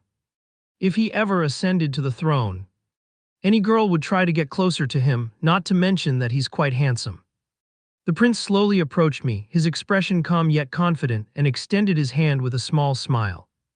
Hello, Moonlight Swordsman, he said smoothly. I'm Leon von Arthur Charles. It's a pleasure to finally meet you. I stared at his outstretched hand for a moment before my lips parted into a faint scoff. Without a second thought, I shook his hand. The name's Istria. I didn't bother adding my surname. His smile twitched ever so slightly upon noticing my blatant disregard for formalities. By the way, I spoke in a faint, almost playful tone. Yes. His voice remained steady, though his patience seemed to thin. You really seem to be as stupid as your father. I guess it runs in the bloodline, huh? I added with a faint, almost mocking smile. The prince's eyes quickly turned cold. His grip tightened as his knuckles whitened slightly, but I didn't flinch. Zinghe. He was surprised. After all, I didn't stumble back or groan in pain despite his intense strength. Even though my strength rank was only C+, when combined with mana, it was easily on par with an A rank. His grip was strong but not strong enough. My mana flowed smoothly through my veins, instinctively enhancing my body with every passing second. It was a method that I came to learn after getting my mana quality in such a high level. Hey, aren't you quite weak? I sneered lightly, matching his increasing strength. Inga. The prince winced, his eyes narrowing as he struggled to free his hand from mine. He attempted to twist and pull free, but I refused to relent. The longer I held him, the more frustrated he became. Zwob. However, it was short-lived as I saw the blur motion of the brown-haired guy, rushing towards me at full speed. I quickly let go of the prince's hand as I noticed it. His eyes widened in surprise as he stumbled, trying to stop himself from colliding with me. I swiftly twisted my body, executing a tornado kick sent to his head. Thud. Surprisingly, he was quick enough to block the blow using his arm, but the force still pushed him back slightly. Og, he groaned, lowering his arm, his face slightly grim. Telmo, stop, the prince uttered in a neutral tone. But your highness. Enough, Leon interrupted firmly. We didn't come here to cause trouble. He shook his reddened hand, wincing slightly. Though, he added darkly, his gaze fixed on me, I'll keep notice of your little stunt, Istria. His glare was intense, his fists clenched at his sides. He turned away, walking back toward the door with a calm demeanor despite probably burning inside. I'll be awaiting your majesty, I said softly, lowering my voice into a mocking, almost playful tone just loud enough for him to hear. And right after, I noticed a vain pulse in his forehead. Serves him right. Gosh. I let out a sigh, shaking my head. I was already causing trouble on just the second day here.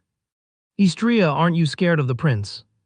Lucas couldn't help but ask in a surprised tone. Not really, I replied nonchalantly. I mean, I'm the one that's going to take his father's head. Along with that bitchy succubus. Beep tilde. Huh? Sounds like someone's calling you, Lucas said, raising an eyebrow as my phone buzzed loudly. Coming to think about it, I was still getting used to how things worked in this strange world, a blend of modern and medieval vibes. It wasn't like the high-tech world I came from. Sure, we had phones, cars, and motorbikes, but everything else. It was like stepping into a fantasy novel, complete with kings, nobles, and even the whole defeat the Demon King trope. Except that the Demon King isn't really the final boss. Yeah. Picking up the phone, I replied. Istria, I'll need your help. A familiar voice came through the phone. The Saintess. Lucas, standing beside me, blurted out in surprise as he recognized her voice. He wasn't exactly subtle. The Saintess is asking me for help, huh? That's a first. I sighed and gave a dry chuckle. Istria, I'm serious. I really need your help. The tone of her voice caught me off guard. It was unusually intense. My smile faded and my brows furrowed as I asked, what's going on? What do you need help with? There's a masked auction happening in the black market. I need you to go with me.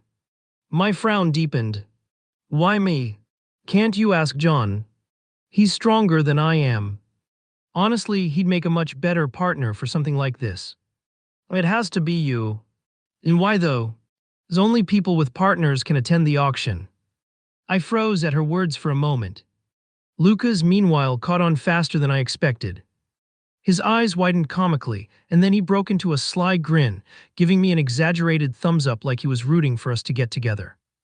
Before I could say anything, he turned and strolled off, shooting me a mischievous look over his shoulder. What the fuck?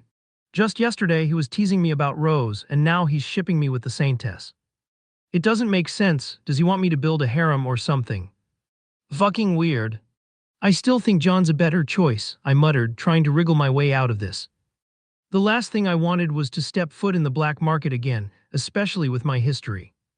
The lab's owners, those lunatics, were still out there, and I wasn't eager to cross paths with them anytime soon. No, you're the only one I can trust to play the role of my partner. If you help me with this, I'll... Like? She paused for a moment. I'll give you anything you want. Anything, the words briefly escaped my mouth. Yes, anything. Her response came quickly, leaving no room for doubt. A slow grin crept across my face, despite the little voice in my head warning me that this could only lead to trouble. In that case, I want. On the way to the masked auction, I met up with Saintess Christina. The moment her eyes landed on my outfit, her expression soured. She frowned so hard I thought her face might freeze that way.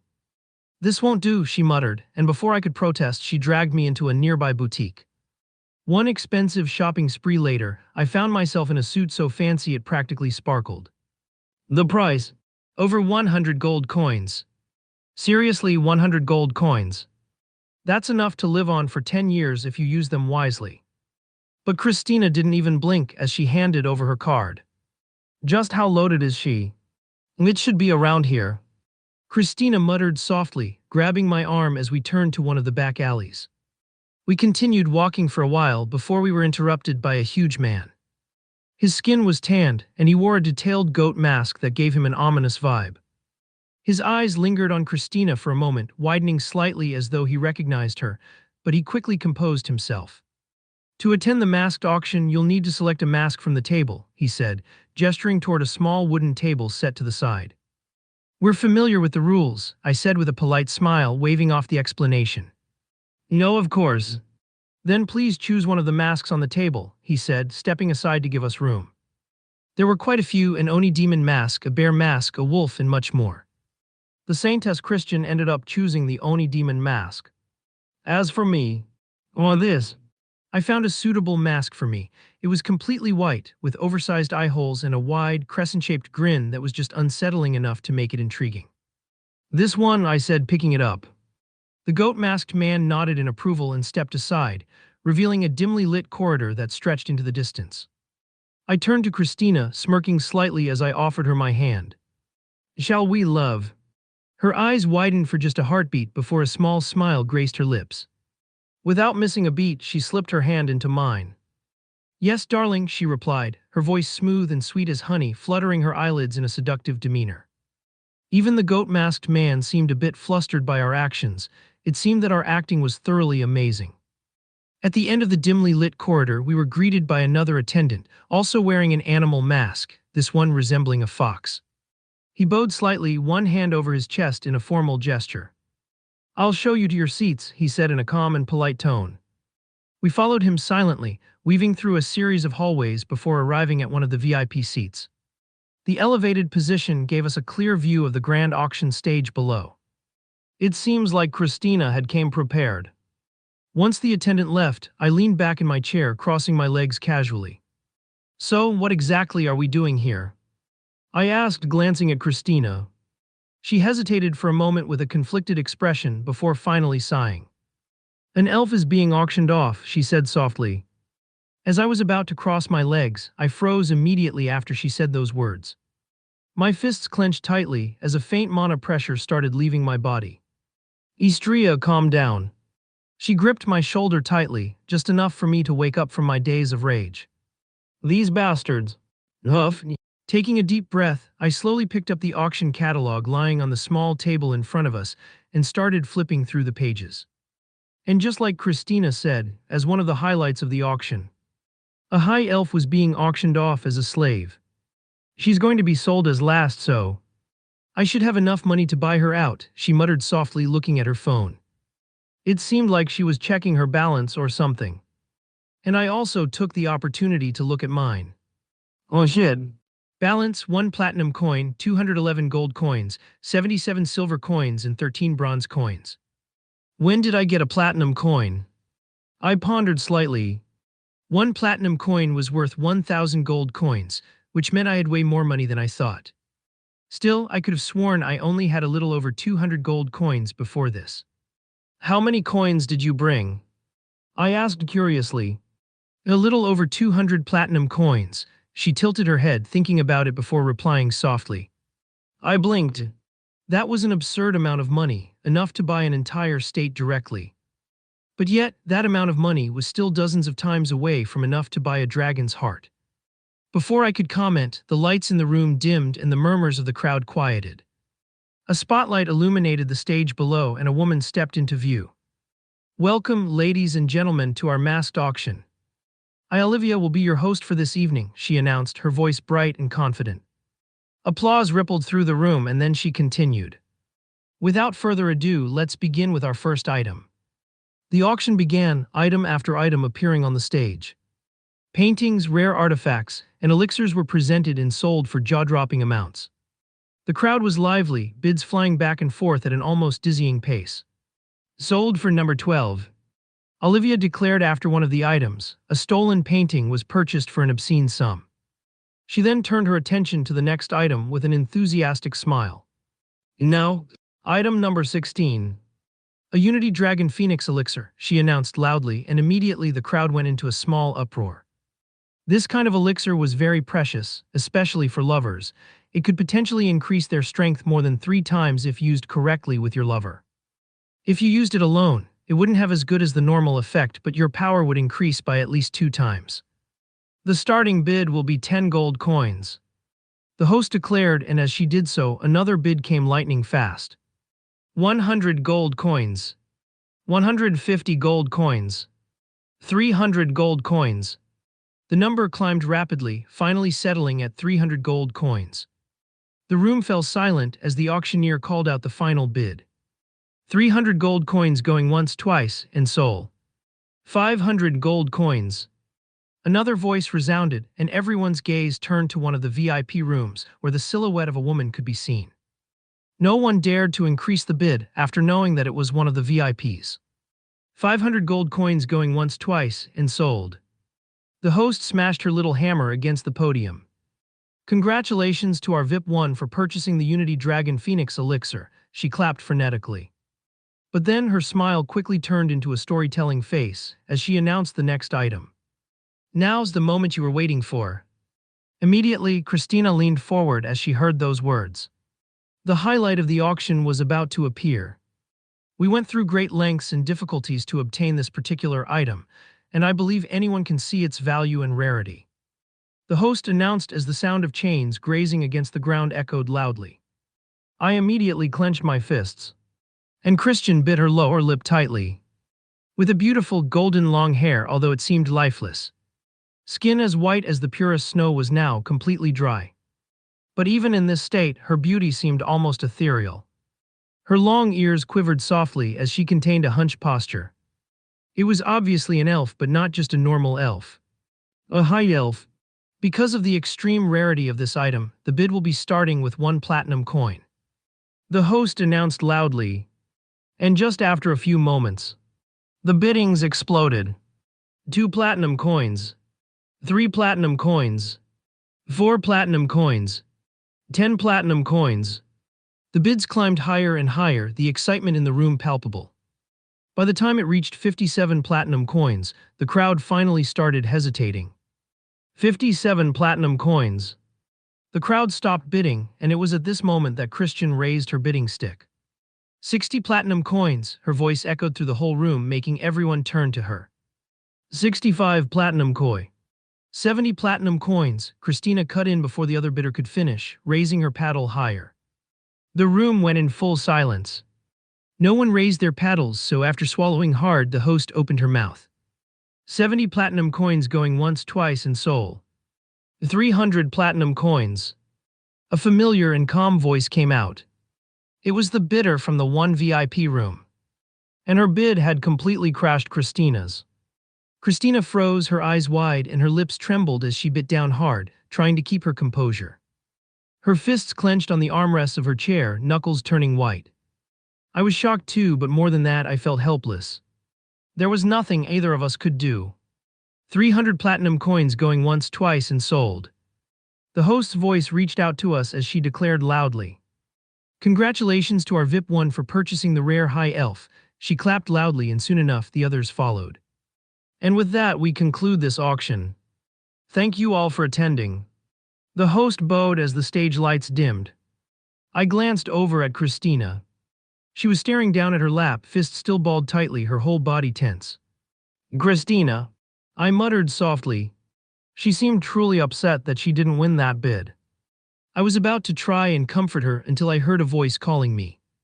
Istria Moon, Our Lady invites you. A lady wearing a rabbit's mask approached me. If you come with us, Our Lady intends to diminish the value of the high elf and sell her to you, the rabbit-masked woman continued smoothly. As soon as I heard those words, I frowned slightly. But seeing the saintess's face gives a bit of hope. Lead the way, I replied. The rabbit-masked woman bowed slightly. Please follow me. Christina slowly followed me behind as we reached the door of the VIP room. But before we could enter, the rabbit woman extended her arm, stopping Christina in her tracks. Only he can enter. I frowned even more, knowing that it was something fishy. So I took the opportunity and told the saintess to get out. No, I'll wait for why. And Christina, I interrupted her, brushing her cheek with my thumb while looking directly into her dim, yet beautiful pink eyes. I'll get you quickly, don't worry. She blinked, her pink eyes quivering before she bit her lip and gave a reluctant nod. She was very hesitant as she slowly backed away, but not before glancing over her shoulder one last time. Please, this way, the rabbit-masked woman said, gesturing toward the door. Gosh, why did this only happen to me? I complained inwardly as I opened the door. And immediately froze. Oh my Tilda, look who's here. Lounging on an ornate sofa, a glass of wine in her hand and a smug smile playing on her lips, was none other than Yara Deveru, the underground queen herself. A faint silence remained in the room. My eyes stayed locked on hers as she raised her glass of red wine and took a sip. The wine swirled gently in the glass as she set it down, the dim light catching the deep crimson hue. Her lips curved slightly before parting to speak, her black hair slipping down her shoulders and revealing a faint scar near the corner of her eyebrow. She didn't seem to care if I noticed it. With an almost lazy motion, she reached for a single sheet of paper on the table in front of her. Istria Moon. 20 years old, she began. Parents died the day he was born. He grew up in a small orphanage. She glanced at me briefly, then continued reading. Showed exceptional intelligence, so he was selected for advanced education. Excelled in every class, highest grades possible until 16. That's when the Royal Eternum Academy rejected him. Quite the tragedy, really. Her tone was quite playful as she seemed to have held back a laugh. She kept going. After that, he joined Silverleaf Academy instead. A late bloomer, but one whose talents fully blossomed. The strongest student, they said. raiding festivals for demon cores, selling them for who knows what, under the identity of the Moonlight Swordsman. Her dark eyes flicked up to meet mine, a sly smile tugging at her lips. But even with all that information, I couldn't find a single good reason for you to break into our lab. Unless, of course. Her voice dropped slightly as her gaze sharpened. You already knew about the weapon hidden there. Did you? I didn't answer. I was silent because I obviously knew how strong she was from the novel. She alone had defeated Zeva without breaking a sweat. It was mentioned in the first interlude of the novel, since it was basically to introduce her character to future causes. And of course, she's one of the very few SS-level awakeners. Before I could respond, she snapped her fingers. By the way, your little spell. It won't work here. The room's lighting shifted instantly, the white glow replaced by a light red hue. My stomach dropped. Fuck, I muttered under my breath. I shook both of my hands as I felt a little heat on them. Then, my gaze narrowed as I met her eyes and asked directly. What do you want from me? She tilted her head at my words. She twirled her wine glass again. The weapon. Hand it over and in return I'll give you the high elf slave. Her voice was almost too casual, like she was bargaining over a piece of fruit at a market. Simple no. Her smile widened, teasing. I didn't flinch. Then give me a blood contract suppressor, I said flatly. Her brows lifted ever so slightly. No, a blood contract. That is a bit of a hassle. She sighed but didn't look too bothered, then she snapped her fingers once again. Buff, a small glowing box appeared right in front of my eyes. At that moment, I already knew what kind of magic she was using, but I didn't expect her to use it too casually. One of the strongest magics. Space magic. I grabbed the small box and slowly summoned the sword, and at the same time I reached out to Lumi. Don't worry, Lumi. I wasn't about to give her up. Not now, not ever. Carefully, I slid the sword into the box. At the same time, Lumi, now in a miniature form, climbed up my arm and slipped into my pocket. I bit my thumb, letting a drop of blood bead up before flicking it into the pocket where Lumi had hidden. Then, with my bloodied finger, I pressed against the suppressor's surface. The box flared to life, glowing softly before a sharp snap broke the silence, the sound of chains shattering. We're done. I pulled the sword back out, its blade glowing faintly. Without a second thought, I tossed it to her. She caught it effortlessly, inspecting it for a moment before placing it neatly beside her. Now the high elf, I demanded. Her eyes lifted to meet mine, and for the first time she looked slightly amused. Adjusting herself on the sofa, she crossed her legs elegantly and studied me with renewed interest. You know, she said with a faint smile, you're the first person who's ever demanded something from me. Her tone was light, almost playful, but there was a strange excitement in it. Usually, she continued, people hand over what I want and slink away without so much as a word. But you. She leaned forward slightly, her eyes glowing dimly. Oh, you're different. Not only did you hand me the item, but you had the audacity to make a demand. There was a strange excitement in her voice now, her smile widening as she spoke. You're clever. You must know how vastly more powerful I am than you. And yet here you are, standing your ground. Her smile grew mischievous. So tell me, what is it? Confidence? Or pure stupidity? Her eyes sparkled, daring me to answer. Looking at her, I reached up and slowly removed the mask I had been wearing, letting her see the full weight of my glare. My voice was calm as I spoke. The elf. She stared at me for a moment, her lips parting in surprise. Then she threw her head back and laughed. Hello. Her laugh filled the room, getting increasingly loud with each passing second before she finally covered her face with her hands. Peeking at me through her fingers, she let out a breathless chuckle. You are the most interesting person I've met in years. Her hands fell away and she snapped her fingers. Greg. A small, hidden cubicle of ice shattered nearby. You even tried casting a spell in my presence, she said curiously. Now I really want to know, what makes you so confident? Her eyes began to widen and a faint blush rose to her cheeks. Damn it. Another crazy bitch. She leaned back into the sofa, her smile turning almost predatory. What gives you such confidence? She suddenly moved her arm. Oh shit. I immediately leaped back as a small fissure of space appeared before me without warning. A razor-thin distortion in the air that could have sliced me in two if I hadn't leaped back just in time. Nyah. Yara took a deep breath, inhaling loudly as the blush on her face seemed to increase. How did you dodge that? Not even SS-level awakeners can do that. Gosh, Istria. You're just so fascinating, amazing, capable. A faint cloud of lust seemed to hover over her as she kept adding more and more compliments to me. Damn it. This crazy bitch also got interested in me. I only dodged that move of hers because of Lumi, which warned me. Void and space are complementary, so she immediately senses something.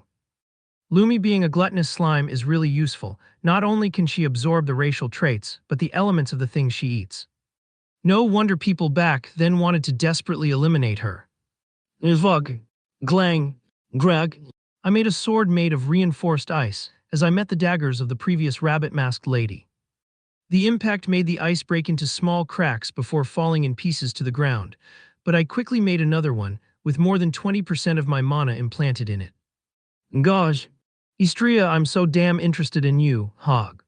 She let out a seemingly lustful breath as she opened the palm of her hand towards me and continued. Let's make a deal, she said sweetly, one I won't break. Her hand extended toward me as if offering a gift. If you defeat her, I'll let you leave with the elf. Her voice lowered, her smile turning wicked. But if you lose... She closed the palm of her hands that probably had my figure on it. You're going to be mine. Her blush deepened with a voice that was soft but dangerously enticing. What the fuck is she thinking about? Also, you can only accept the deal if not. I'll take you mine directly. Her black eyes glowed, a faint black smoke seeped out of them. This bitch. She knows that I am a swordsman and don't have a suitable sword. I bit my lips looking at the rabbit-masked lady holding 2 daggers in her hand. Oh, and one more thing, she added, her smile growing sharper. Neither of you can use mana or aura.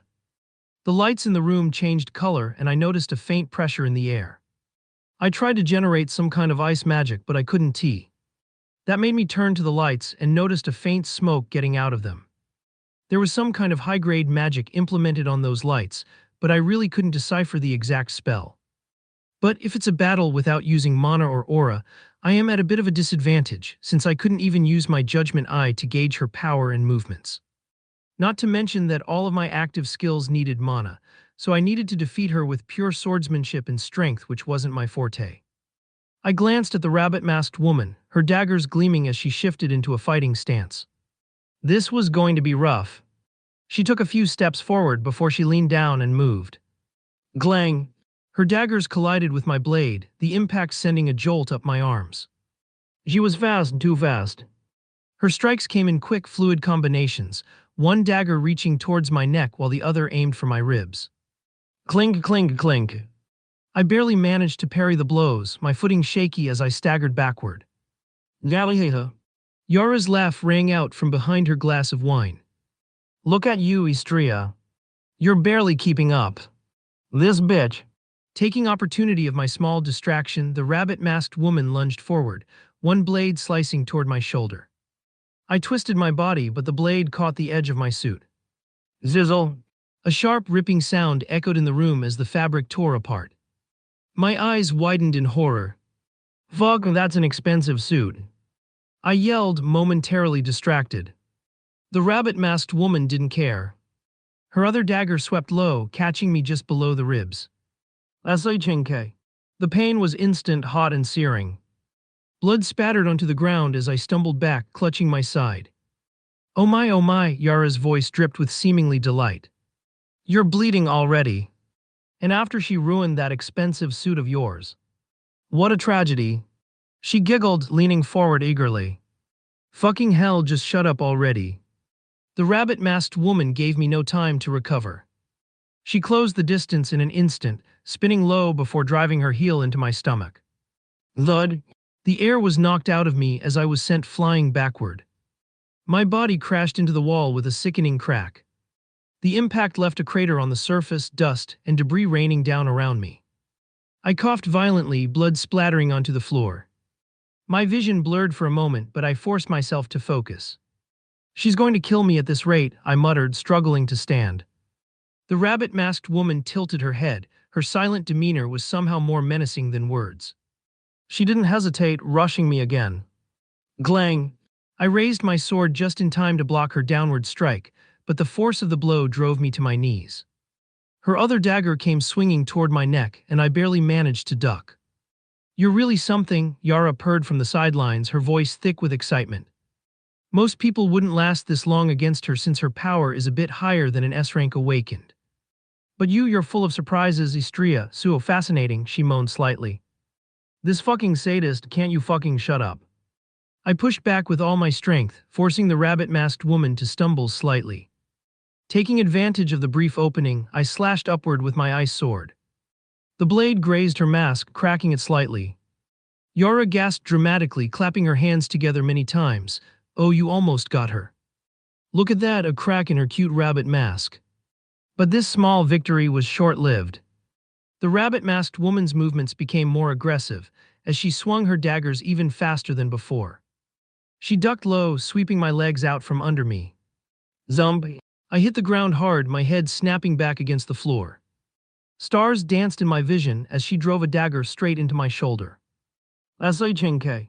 I turned to bite my arm to make sure that I wouldn't scream. The pain was white-hot as blood gushed from the wound. Yara let out a shuddering breath, her cheeks flushed even more than before. "Mo, look at you bleed, so beautiful, Istria.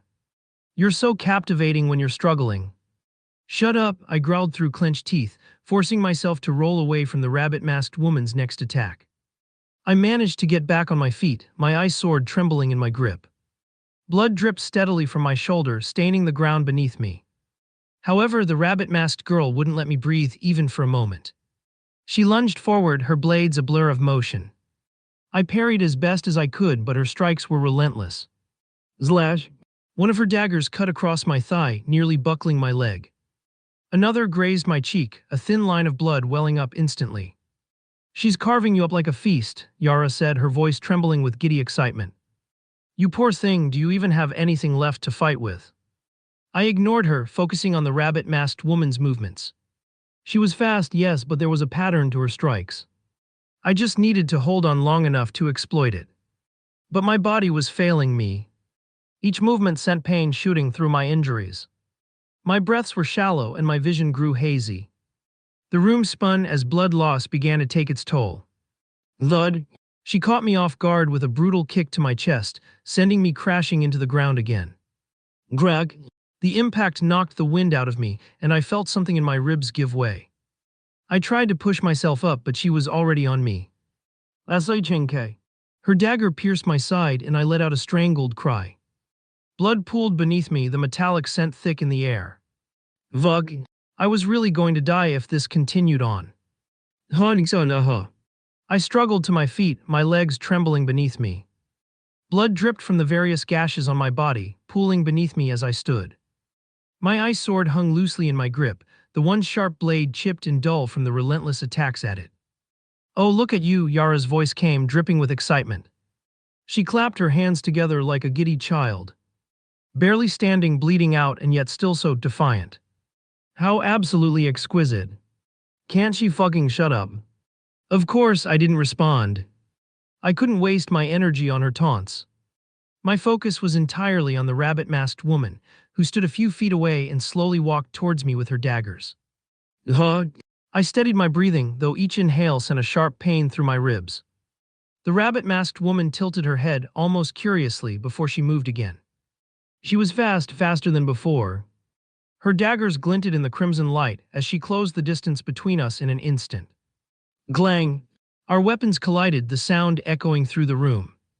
The impact sent another jolt of pain through my arms, even worse than before.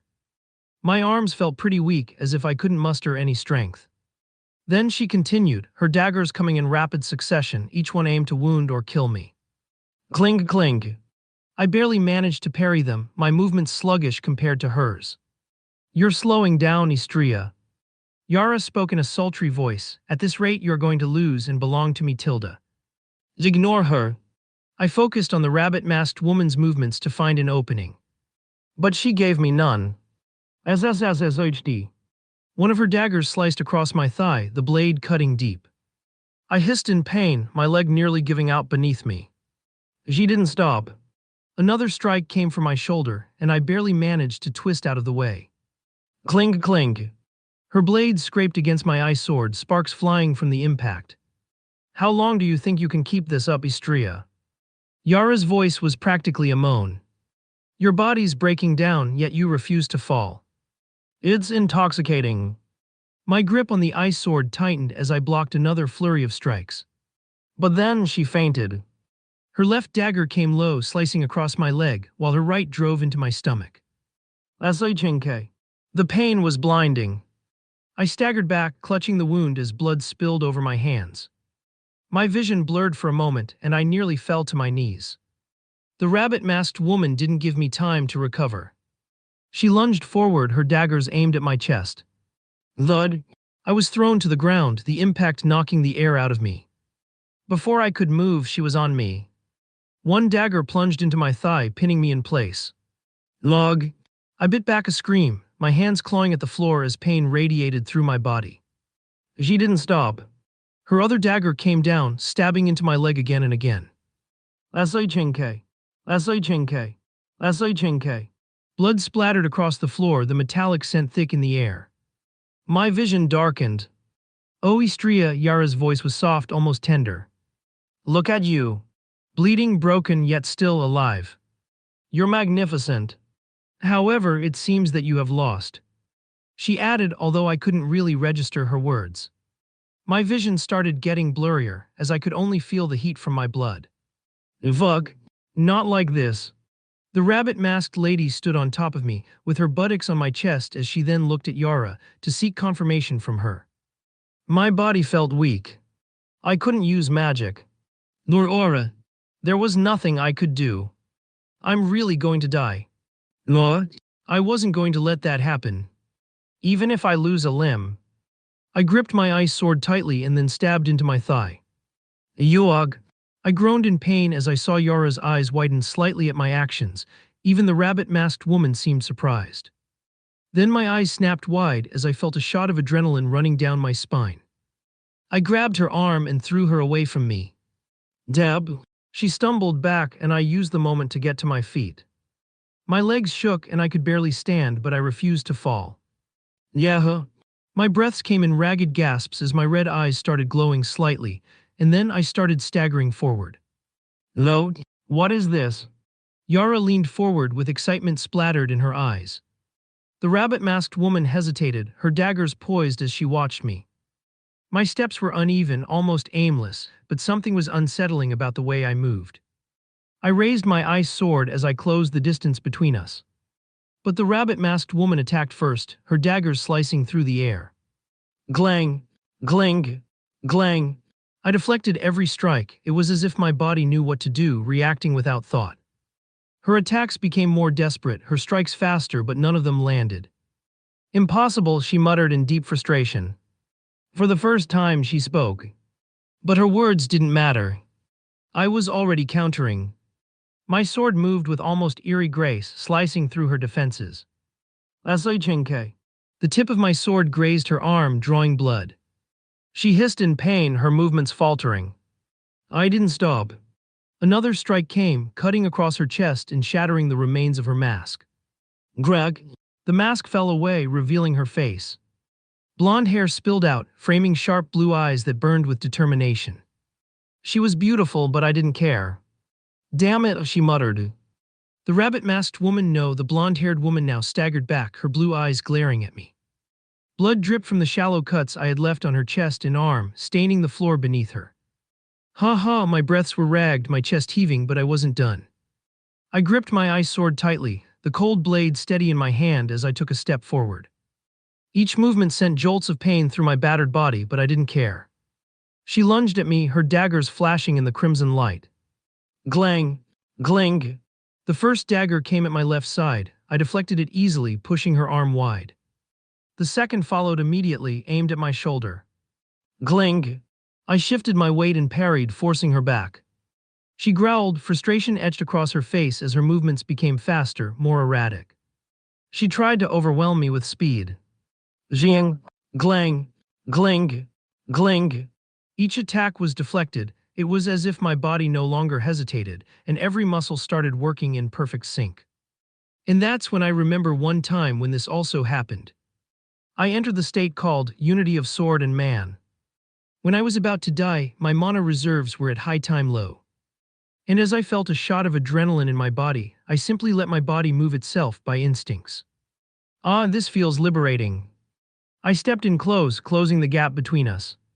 She slashed wildly, her daggers aiming for my throat. Zwej! I ducked under the strike and drove the hilt of my sword into her stomach. Thud! She gasped, her body doubling over as the air was knocked from her lungs. I didn't let up, feeling the wind caused by my fast movements hit my face. Raising my sword, I brought it down in a heavy arc. Asai. She barely managed to block with one dagger, the force of the blow sending her stumbling back. Her other dagger darted forward, aiming for my chest. Glang! I twisted my wrist, redirecting the blade away from my body. My counterattack was swift, a horizontal slash aimed at her midsection. Asai. She jumped back, but not fast enough. The edge of my sword caught her side, cutting through her clothes and drawing blood. She hissed, clutching at the wound. I advanced again, and immediately she tried to create distance, but I didn't let her. Her dagger came up in a desperate thrust aimed at my heart. Zwej! I sidestepped, letting the blade pass harmlessly by me, and brought my knee up into her ribs. Thud! She cried out, stumbling back. Her footing faltered, and I took the opening. My ice sword came down in a diagonal slash. Ashk. The blade bit into her shoulder, blood spraying from the wound. Her dagger clattered to the floor as her arm went limp. Leg! She staggered, her blue eyes wide with pain and shock. I didn't stop. Raising my sword, I struck again. Ashk. 2 quick slashes opened up more cuts on her arms and legs. She fell to one knee, her breathing ragged. Her remaining dagger trembled in her grip as she tried to raise it, but I kicked it from her hand. Clatter! The weapon skidded across the floor, leaving her defenseless. I could kill her directly, but somehow I didn't want to. I wanted her to feel pain, so I paused and spoke coldly. Get up! The blonde-haired woman knelt on the blood-stained floor, her chest heaving as she struggled to catch her breath. Her body trembled, fresh cuts lining her arms and legs, blood pooling beneath her. Get up! The voice was cold, cutting through the air like a sword. Istria stood over her, his blood-red eyes glowing with an unnatural intensity. His chipped ice sword rested at his side, blood dripping from its edge. Then the woman's head snapped up, her blue eyes locking with his. And then it hit her, a crushing, suffocating fear. Her heart pounded wildly in her chest, her breath quickening as if the air itself was too heavy to inhale. Every nerve in her body screamed for her to run, but her legs wouldn't move. Every muscle locked as his glowing eyes pierced her, cold and merciless. There was no anger in them, just a chilling hunger, the look of a predator. Her hands shook uncontrollably as she reached for the daggers she had dropped. Her fingers fumbled over the hilts, slick with blood and sweat. Move, she whispered to herself, forcing her body to obey. She gripped her daggers tightly and pushed herself to her feet, swaying as her knees threatened to give out. Her fear bubbled over into desperation, and she lunged forward with a scream, her blades flashing in the dim light. Glang! Istria's ice sword met her attack effortlessly, deflecting both of her daggers with a single movement. The woman spun, slashing low toward his legs. Zwej! He stepped back, letting her blade slice through empty air. Too slow, Istria said mockingly in boredom. Just a few moments ago, he was the one suffering, but now. The tables had turned. Hearing his words, the blonde-haired woman clenched her teeth tightly, throwing herself at him again. Glang! Ashk. Each strike was blocked or parried as her movements grew more frantic. Her left dagger aimed for his side. Gling! Istria caught her arm mid-swing and twisted it. "Oh!" she cried out as the dagger fell from her hand. She tried to retaliate with her right blade, aiming for his neck. Zwej! He ducked, closing the distance between them in an instant. Thud! His knee drove into her stomach for the second time, forcing the air from her lungs. She staggered back, clutching her abdomen, but Istria didn't let up. Ashk. His sword slashed across her thigh, making her stumble. Ashk. Another strike landed on her shoulder, cutting deep. It looked like he was giving her the injuries that he had received, attacking the same position that she did earlier. And it was working. The woman's movements became sluggish, her attacks grew weaker with each passing second. She swung her remaining dagger in a wide arc, desperate to keep him at bay. Glang! Istria's sword shattered her last defense, the dagger flying from her hand. Enough! He raised his ice sword high, bringing it down. Asai. The blade stopped just short of her neck, the cold edge hovering against her skin. She froze, her entire body trembling as tears welled in her wide blue eyes. Pathetic, Istria muttered, his eyes glowing more intensely than ever. A faint drip of blood escaped the blonde woman's neck as her body quivered in deep fear. She couldn't even meet his gaze. The room fell silent, save for the woman's ragged breathing. But then behind them, Yara clapped slowly with a faint smile on her lips. Bravo, she purred. What a show, you were divine, fascinating. Her grin widened as she stepped forward, her eyes glowing with delight. She didn't seem to care that her subordinate was injured. The blonde-haired woman collapsed to her knees, her strength finally giving out.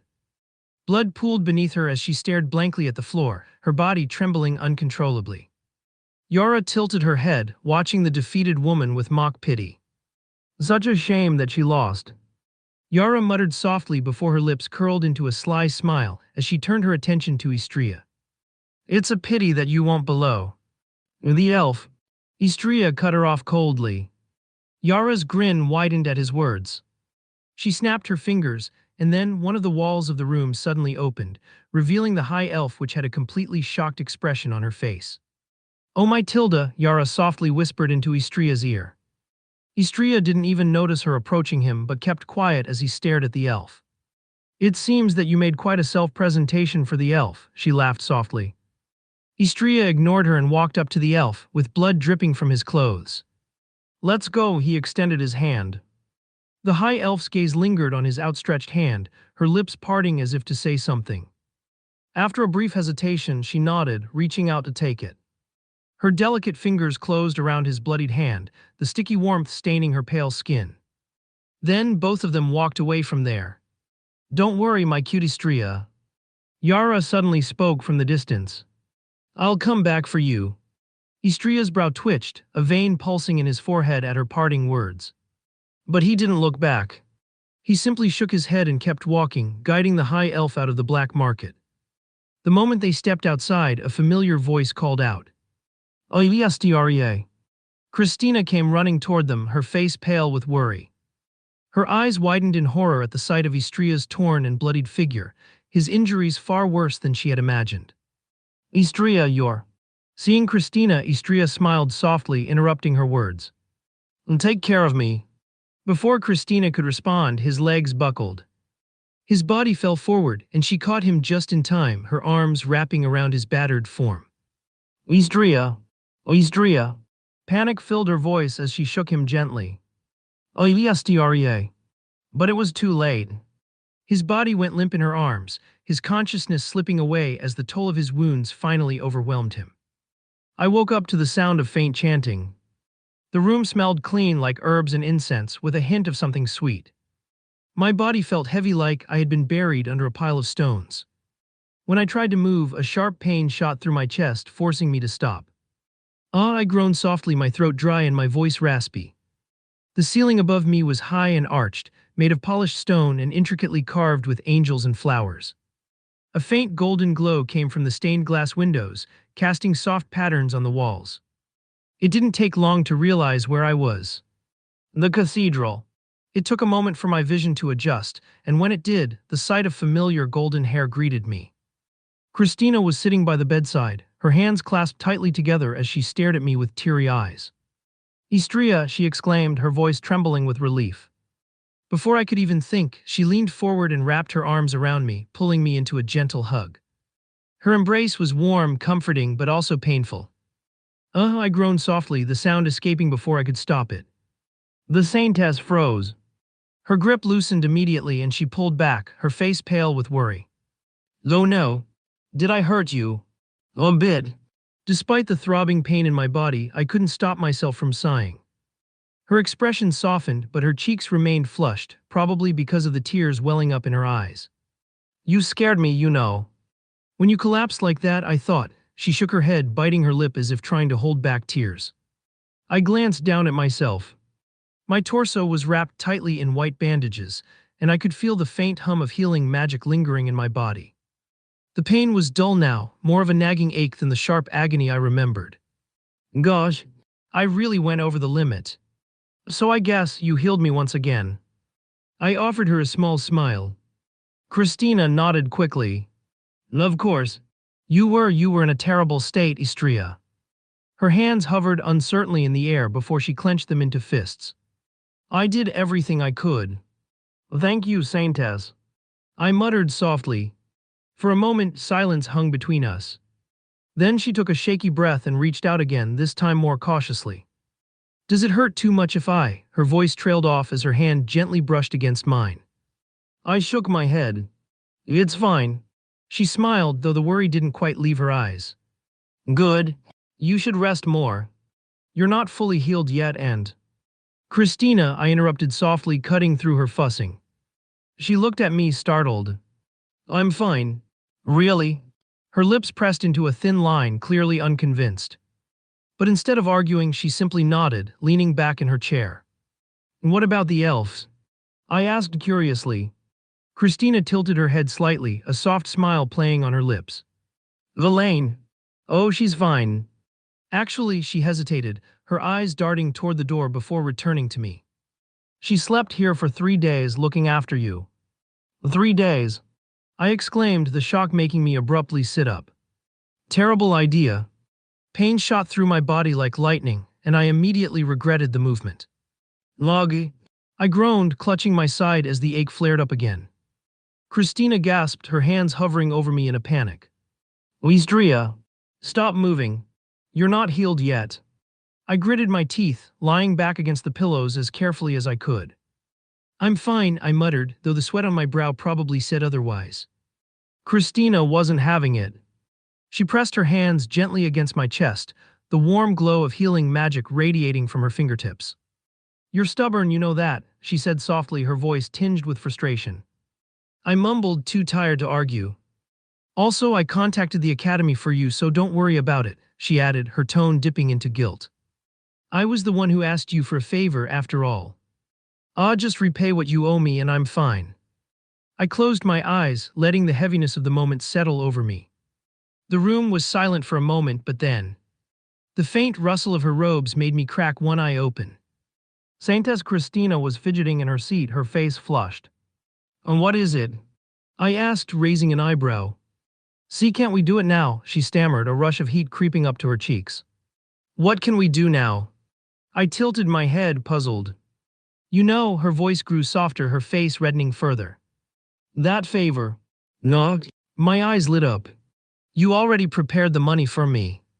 Why wait money? She spluttered, her expression switching to confusion. Yeah, although I didn't say it outright, I think it was pretty obvious it was money I wanted, no. I tilted my head innocently.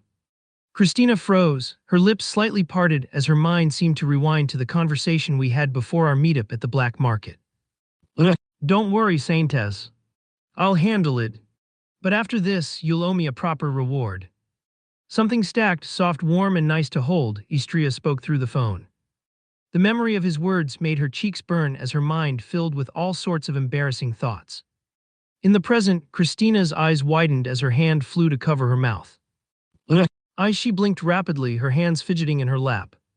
You meant a check of money. Of course, I replied matter-of-factly. What else would I have meant? Christina let out a small squeak, her hands flying to her face to cover her deepening blush. Why, you're impossible, she muttered, half embarrassed and half exasperated. What was she thinking about? But then, as soon as I recalled my words, my lips curled into a faint smile. Did you perhaps think that I wanted to touch your brias? Stop. Don't say it. Grabbing one of my pillows, she covered her reddened face. If this was an anime, there was probably smoke coming out of her head. I couldn't help but chuckle softly, though the slight pain in my chest reminded me to keep it low. Her flustered state, though, was almost worth the trouble. The mature Saintess now seemed like a cute cat. Knock knock. Taking the chance, the Saintess abruptly stood up and went to get the door. She opened it and immediately left the room, leaving me dumbfounded. Was she that embarrassed? As soon as Christina left, I let out a tired sigh and closed my eyes, hoping for some peace and quiet. But just as I was starting to relax, I heard the faint sound of the door closing. I opened my eyes. Zwip! A figure stepped into the room, her golden hair swaying gently with each step as her emerald green eyes met mine. It was the high elf I had saved 3 days ago. She was no longer the disheveled, malnourished woman I had saved. She now wore a simple white one-piece dress that fit her form gracefully.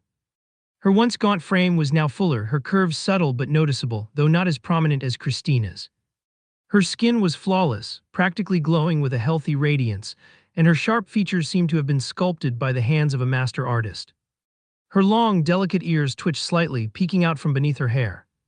But despite her beauty, I wasn't surprised at all. It's you," I muttered softly. She hesitated for a moment, standing there awkwardly. Her hands fidgeted with the hem of her dress, as if she didn't know what to do. Then, to my surprise, she walked closer, stopping just a few steps from the bed. Before I could say anything, she dropped to her knees. Thank you for saving me," she said, her voice trembling. Her head lowered until her forehead touched the ground, her golden hair spilling over her shoulders and pooling on the floor. Her long ears stuck out, quivering slightly. "No." I blinked, completely caught off guard. Then she spoke again, her words coming in a rushed manner. "The least I can do is become your servant. So please accept me."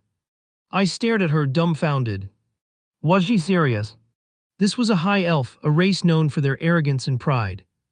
They were always looking down on humans, seeing themselves as superior beings. And yet here she was, bowing so low her forehead might as well be glued to the floor. "Are you being serious?" I asked, raising an eyebrow. "Yes. I swear to serve you with my life." Her reply came quickly, and she didn't even move as well, keeping the same kneeling posture. I sighed, leaning back against the pillows. My body was still aching, and dealing with this kind of drama was the last thing I wanted right now. "Look," I started, rubbing the bridge of my nose, "I don't need a servant. I just did what anyone would do. Besides, Christina was the one that wanted to save you, and even invited me to the auction where you were held. Why don't you be her servant instead?" I wanted to say, but seeing her desperate expression made me swallow those words. "That's not true," she said, lifting her head slightly to look at me.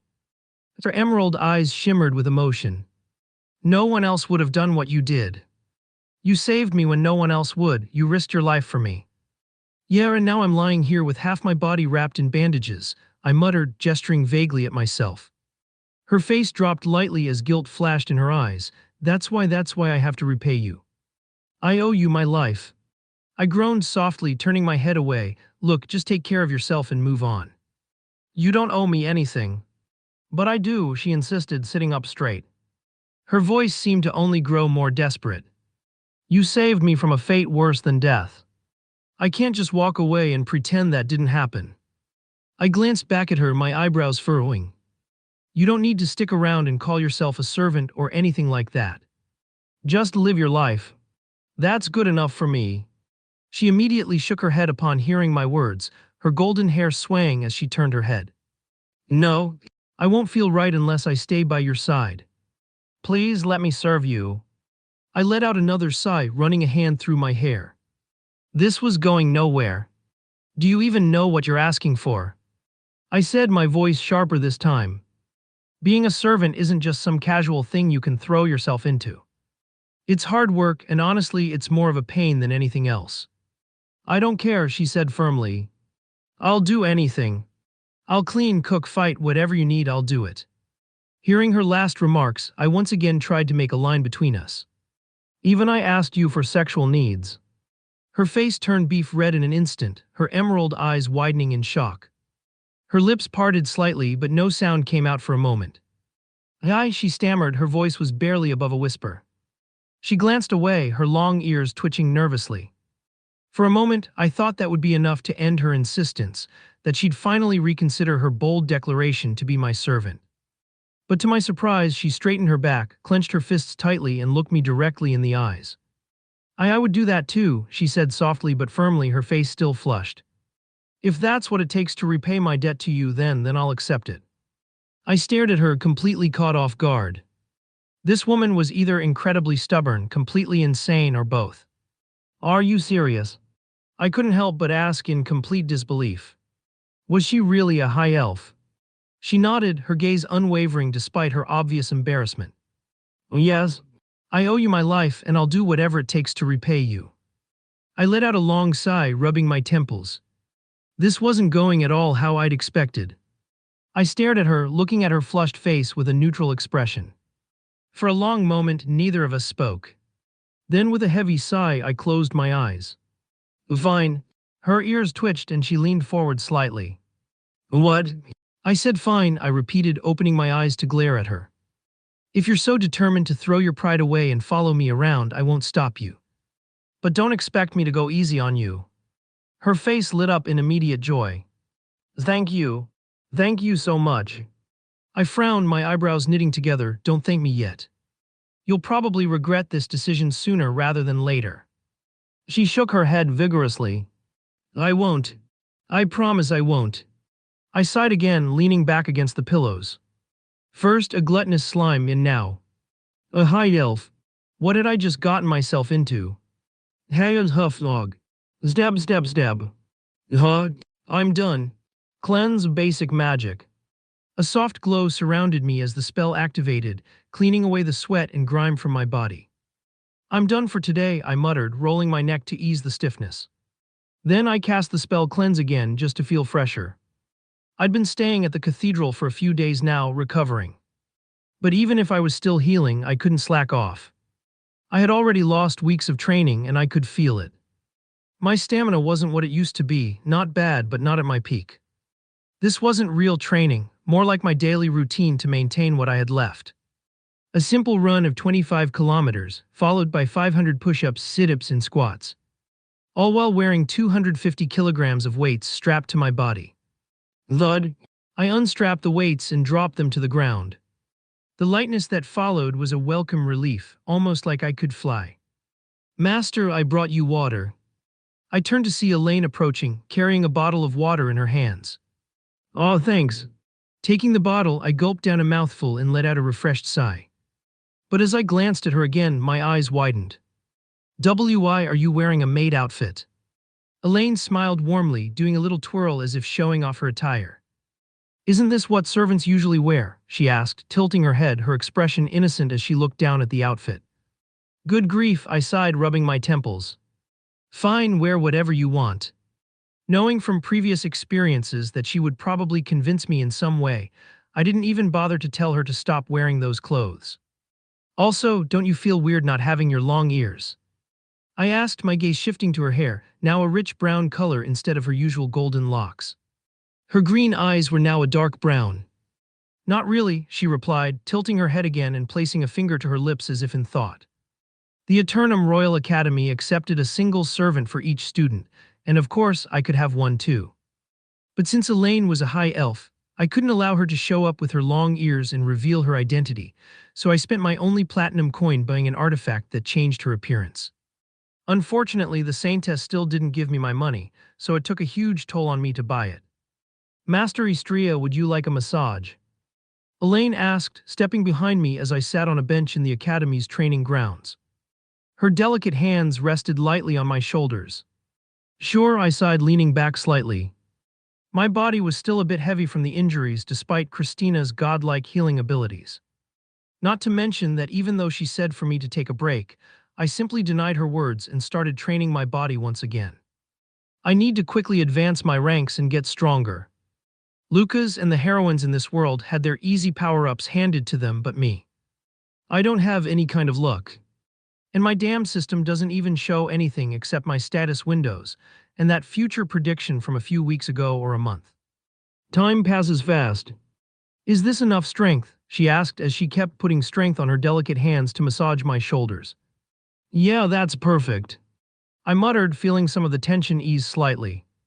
In just a week or so, the first event of the Eternum Royal Academy is going to happen. The teacher reminded us earlier today. The Snow Festival. Yeah, I'm not really ready for that, especially since we're obligated to participate. At the festival, we're going to do plenty of activities, such as playing mana football, mana rugby, and even a love minigame. Students were required to participate in at least 5 activities, and while there were plenty of options, I wasn't exactly thrilled about any of them. About them, I'll probably choose Mana volleyball, football, and the other 3. I wasn't entirely sure. Thanks, that felt great, I said, tapping her hand lightly as I rolled my shoulders. The stiffness had eased significantly. Anything for you, master. Elaine grabbed the hem of her maid outfit and bowed slightly, her movements graceful and elegant as always. Damn it. Her words and actions could easily lead to misunderstandings, the kind I didn't have the patience to deal with. But then again, it was her choice to act this way, so who was I to stop her? Now I began stretching out my arms. How about a sparring match? Elaine blinked in surprise. After I removed the slave mark from her body, her sealed powers had been lifted. And now she was nothing less than a high S rank. As expected of a high elf. Ahem. She didn't hesitate, giving me a prompt nod. With that, I moved a few meters away, ensuring there was enough distance between us for a proper spar. The training grounds at the academy were spacious and designed for combat practice and magical exercises. There were also protective barriers around the area, ensuring that even intense battles wouldn't cause damage outside. Don't hold back, Elaine. I want to see what you're really capable of now. Understood, master, she replied calmly. Her hands moved to her sides, summoning twin daggers with an elegant flourish. The faint glow of mana coated the blades, shimmering like moonlight. All right, let's see how rusty I am. Ready. Always. Zwob. In the next breath, we launched ourselves at each other, the sound of clashing steel echoing across the training ground. Elaine was faster than I anticipated, her movements a blur as she struck with her twin daggers. I barely managed to parry her first blow, the impact sending a slight tremor through my arm. Damn, she's fast. Sliding back a step, I channeled mana into my sword, the blade glowing faintly with an icy blue hue. With a sharp inhale, I slashed forward, sending a thin crescent of frost shooting toward her. Ice Wave, first level spell. The wave of frost carved through the air, leaving a trail of cold mist. Elaine didn't falter. With a graceful spin, she used her daggers to deflect the magic, the wind swirling around her in a protective barrier. Zwish! The frost scattered harmlessly as she leaped back, landing softly on her feet. Her calm eyes narrowed slightly, the only indication she took me seriously. Then Elaine raised her hand, and with a faint hum her daggers disappeared, replaced by a sleek longbow that materialized out of thin air. Let's see how you handle this, she said, pulling back the string of her bow. An arrow formed, shimmering with green energy. She let it loose. Whoosh! The wind-imbued arrow sliced through the air, heading straight for me. I sidestepped quickly, but she was already firing another, her hands moving with impossible speed. Whoosh! Whoosh! The second arrow grazed my shoulder, a sting of pain searing through me as it cut through my shirt. Ice Barricade, second level spell. I raised my hand, and a thick wall of ice erupted in front of me, blocking her next volley of arrows. The sound of impact echoed as the projectiles shattered against the frozen barrier. This time, I was focusing on actually using magic, since I had been too focused on my own sword art. I still needed to train magic after all. But Elaine wasn't done. She dashed forward, her speed impressive, and vaulted over the ice wall with ease. As she descended, she knocked another arrow and fired it at point-blank range. Whoosh! I barely managed to duck, the arrow flying past my head. Taking advantage of her close range, I swung my sword upward in a wide arc. Second move. Moonlit Frost Barrage. Multiple crescent-shaped waves of ice shot from my blade, glowing faintly like the moonlight. Upon seeing it, Elaine's eyes widened slightly, and she twisted her body midair, narrowly avoiding the attack. The icy wave hit the ground behind her, freezing a small section of the training ground in an instant. Whoa, she looked surprised at my attack. That technique is quite powerful, she raised an eyebrow. I didn't exactly reply to her words as I finally decided to use one of my trump cards. Judgment IS level skill. The world around me sharpened, every movement of hers becoming crystal clear. Her breathing, the shift in her weight, even the faint hesitation before her next attack, I saw it all. I dashed toward her, my sword trailing frost as I aimed a slash at her side. She blocked with her bow, the clash sending a shockwave through the air. Glang! Sliding my sword along her bow, I forced her to retreat a step. Using the opening, I thrust forward, aiming for her shoulder. But she wasn't going to make it easy. With a quick burst of wind magic, she propelled herself backward, gaining distance. Wind Series Wind Step second level spell. She murmured, and immediately the spell amplified her speed. I clicked my tongue in frustration, watching as she knocked another arrow. This time the energy swirling around it was more concentrated, crackling faintly with power. Try dodging this, master.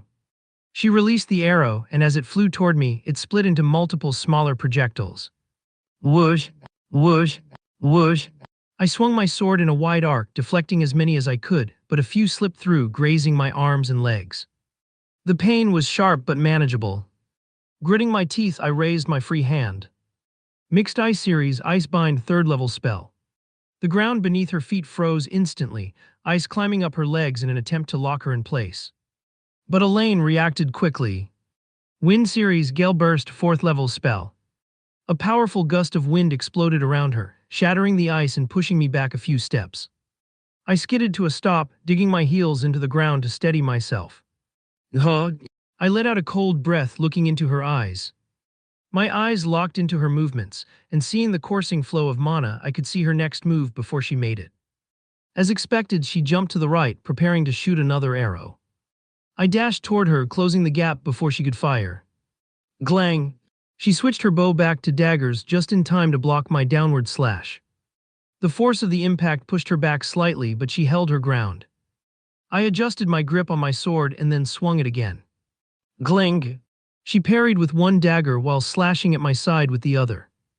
I barely managed to twist my body and block her attack, but the force of it sent me sliding back a few steps. Fuck, daggers are so damned annoying.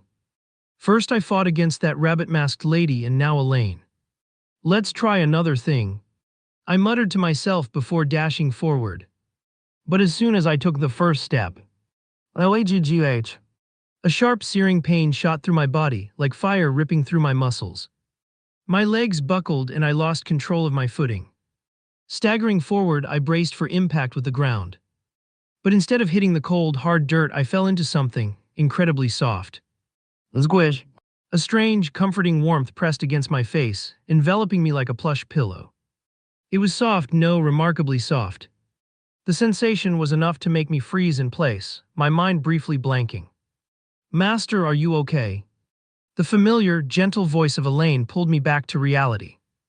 I looked up to see her worried dark brown eyes staring down at me, her cheeks tinged with a faint pink.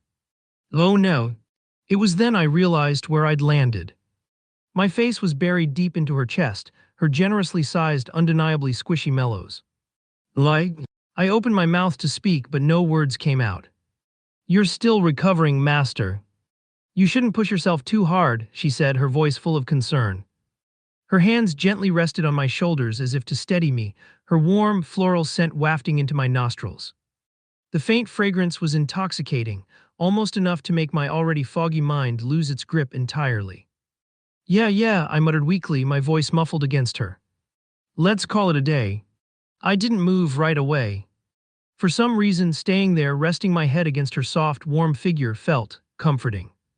Even though every instinct screamed at me to pull away and act composed, my body betrayed me. Her chest rose and fell slightly with each breath she took, the motion noticeable against my cheek. I tried to focus on the distant sounds of the wind or the faint hum of mana in the air, but the softness and warmth against me were impossible to ignore. It was almost too much. No. Her surprised gasp snapped me out of my trance. Kaya. I'd instinctively grabbed her waist to push myself off her, but the sudden movement made her squeak in surprise. Her face instantly turned beet red, the color spreading all the way to her ears. Sorry, I muttered awkwardly, brushing the dust off my clothes as I stood. I averted my gaze, trying to ignore the growing heat in my own face. It's fine, master, she replied softly, though her voice wavered. She adjusted her maid outfit with trembling hands, her eyes darting away from mine. I cleared my throat, trying to shake off the awkwardness. Let's go get something to eat. I started walking towards the dining area. Elaine quickly nodded before following me. I could feel her gaze lingering on me, but I didn't turn around. Master, her voice broke the silence behind me. Yeah, I replied without looking back. Then nothing. I was confused by her actions, but I thought that she simply might be embarrassed, so I shrugged it off. How? I suddenly felt a shiver running down my spine. Strange. I didn't feel cold at all. But unbeknownst to me in the distance, there was a peculiar shadow watching our interaction. The next day, I was attending Eleonora's magic class. There was nothing special about it, except the part where she explained flawlessly everything that she needed to explain. Her words were brief but consistent. And maybe because of the huge amount of questions that she would ask throughout the class, the students seemed to pay more attention to class. Turning back to the board, Eleonora parted her lips. Next is mana pathway stability. This requires you to understand the flow of mana within your body. If your pathways are obstructed or irregular, your incantations will reflect that. Does anyone know how to stabilize their mana pathways? A girl sitting near the middle hesitated before raising her hand. Through consistent spellcasting and mana circulation exercises. Correct, Eleonora said. But there's more to it. Mana stabilization also involves understanding your limits. Overloading your pathways can cause long-term damage, so don't push yourself recklessly. Her gaze flickered over the class, pausing briefly on me as if to emphasize her point.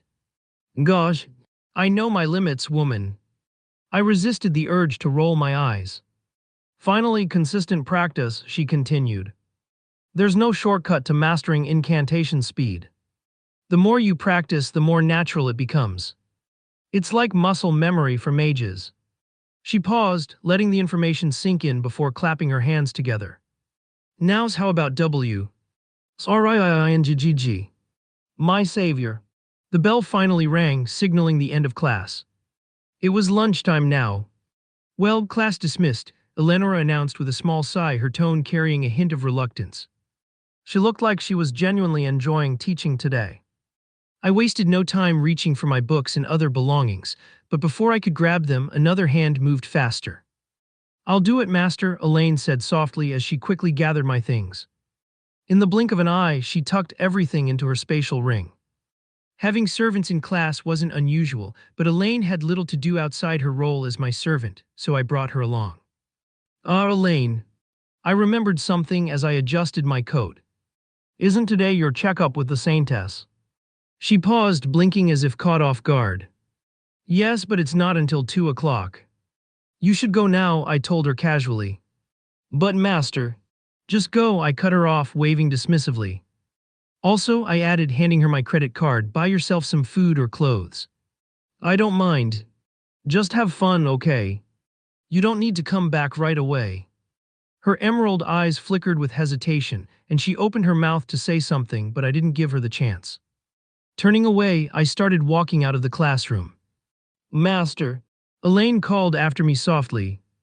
Yeah, ignoring her was the best way to get her to follow an order she didn't like. I made my way toward the academy's cafeteria. But the moment I stepped inside, my eyes widened in disbelief. It was surprisingly full. Damn it, I muttered under my breath, scratching my head in frustration. Might as well get lunch outside.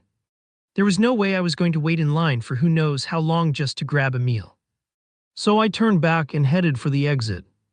But as I made my way out, I wasn't exactly paying attention to where I was going. Thud. So I bumped into someone. Could this day get any worse? I grumbled, glancing down at the person I'd accidentally bumped into. Vug. A voice from the ground hissed angrily. I froze. Of all people. It had to be fucking him. Who the fuck bumped into me? He spat coldly. He pushed himself off the floor, his dark brown eyes narrowing into sharp slits filled with hatred as soon as he saw me. The moment his gaze met mine, I could almost feel the air around us heat up. His jaw clenched, his fists tightening at his sides as if he was holding himself back barely. It was Telmo, Ella's loyal little lapdog. It's you, he snarled. Fucking bastard. Without warning, he spun around, aiming a surprise kick at my legs. I barely had time to react, leaping a few meters back to avoid the strike. The fuck is your problem? I shouted, glaring at him. You're the damned problem, he growled, his voice cold as ice but carrying the heat of his rage. And just like that, he charged at me. F-loob. His fist shot forward, aiming for my face. I sidestepped, narrowly avoiding the blow, and countered with a quick jab toward his ribs. He twisted his torso, deflecting my punch with his forearm, and swung a heavy right hook toward my jaw. Thud! I ducked under it, feeling the wind of his punch graze my hair. This guy packed a lot of pure strength, but his movements were too obvious, too straightforward. Are you this weak? I taunted, stepping back to create some distance. I'll wipe that smug look off your face. Telmo growled as his face turned red in anger. He lunged at me again, this time leading with a high kick aimed at my shoulder. I blocked it with my forearm, but the sheer force of it sent a dull ache through my arm. Zumb! Using the momentum, he followed up with a spinning back fist aimed at my temple. I ducked low, letting the attack whiff over my head, and quickly retaliated with a sweeping kick to his legs. Whack! It connected and Telmo stumbled, but he didn't fall. Instead, he planted his foot firmly on the ground and countered with a powerful straight punch aimed at my chest. I twisted my body, letting the punch glance off my side, and used the opportunity to grab his wrist. With a quick pull, I used his own momentum to throw him off balance, sending him staggering forward. Bastard! Telmo recovered quickly as he rushed at me again, this time faking a left punch before throwing a right uppercut aimed at my stomach. Bam! I managed to block it with both arms, but the sheer force sent me sliding back a few feet. My arms tingled from the impact. Then he aimed a heavy kick at my side. Zwoob! I sidestepped and retaliated with a quick jab to his solar plexus. Thud! The hit connected and Telmo grunted, doubling over slightly. I followed up with a spinning kick aimed at his shoulder, sending him staggering back. Gaw, you damned fucker! His eyes went mad in rage as a faint layer of mana enveloped his body. Oh, he really wanted to get serious with me. I shook my right hand slightly as I was enveloped with my silver-colored mana. Then we both threw a punch at each other. But just before our fists could collide, bam! A blur of motion appeared between us. A delicate hand caught my fist effortlessly, while the other stopped Telmo's punch mid-swing. It was our instructor, Zeva. That's enough, she said, her voice firm but not loud. Her green eyes pierced through both of us, making it clear that she wasn't here to negotiate.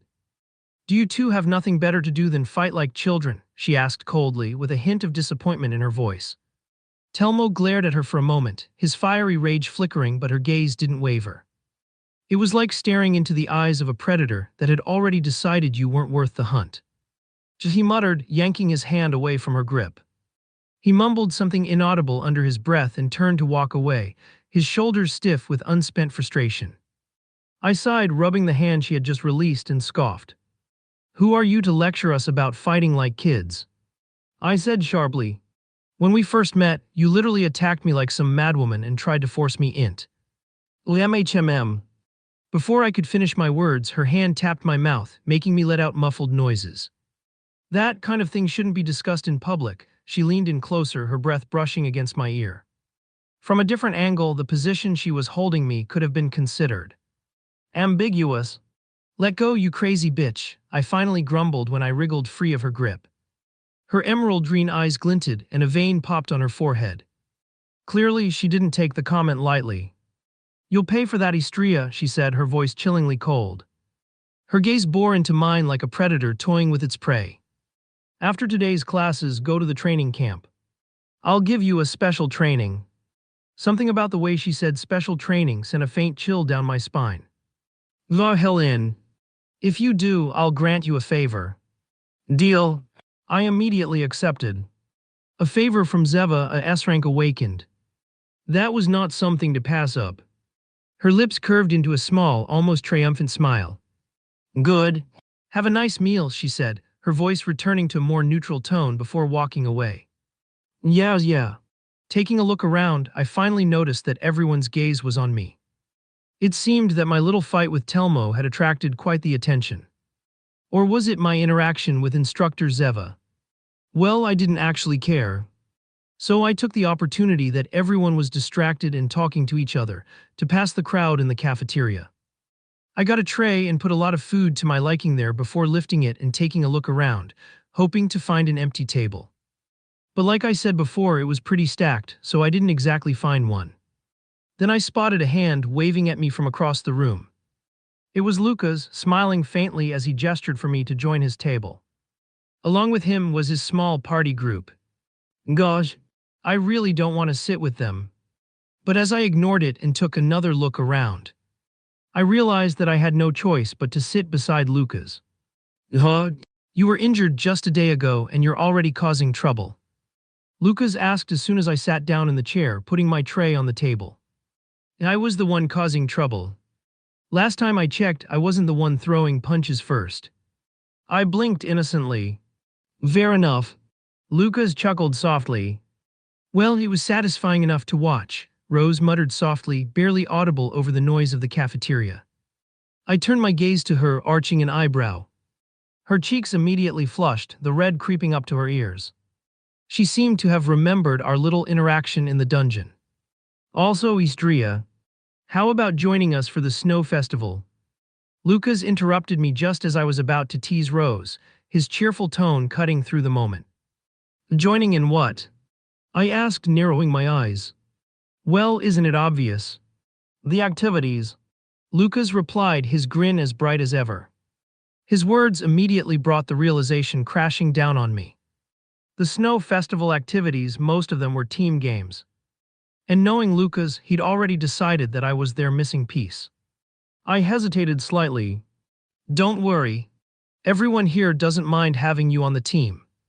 Of course not. Maya chimed in, puffing out her chest like a proud rooster as Iris nodded gently with a small smile. Rose simply let out a low yes, and then there was Ella. She just stared at me. Not for a moment, not for a few seconds, but for what felt like an eternity. Her eyes bore into me as if she were trying to uncover some mystery. Until she finally spoke. Sure. Just at that moment, Lucas turned to me. So what do you think? He asked eagerly. Isn't your team strong enough? I raised an eyebrow. Not really, Lucas admitted, scratching the back of his head sheepishly. The fifth-year students are participating too, and let's be honest, it's going to be tough beating them. He leaned in slightly, his voice dropping just a bit. But with someone like you, strong, experienced, it's the perfect addition to our team. He looked at me, awaiting my response. And of course, my reply was, no. The word left my mouth before I could even think twice. Honestly, why would I want to join the same group as Lucas, the novel's protagonist who's practically a walking trouble magnet? My refusal seemed to catch them off guard. After all, their eyes widened slightly. Lucas's cheerful face also faltered, and the others exchanged glances. And why? Yet surprisingly, it was Ella who asked me why I refused them. Well, I'm better off alone. I took a bite of my food before replying. I wouldn't tell them that the real reason I rejected Lucas's offer was because he was a magnet for trouble. Ella wasn't satisfied by my response, though. Her brow furrowed slightly as she pressed on. You do know there are limits to being alone, right? To her words, I shrugged my shoulders.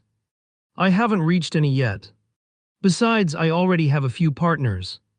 I was, of course, referring to Lumi and Elaine. They were more than enough. At my words, Ella's eyes narrowed slightly before her lips parted.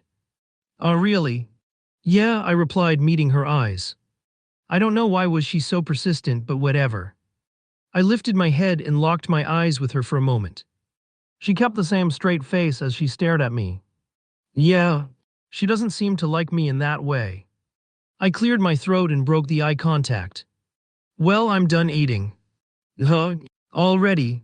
Lucas blurted, glancing at my plate. It was spotless, completely cleared of food. It was so clean that I could see my own face reflected in it, which made me frown a little. But I wasn't frowning because of the plate, no, it was because of my eyes. Usually my eyes had a deep blood-red color, with a faint glow that grew brighter when my emotions got stronger. But now, my left eye had changed. A soft blue glow mixed into the red, making it look more bluish, with hints of purple at certain angles. This had never happened before.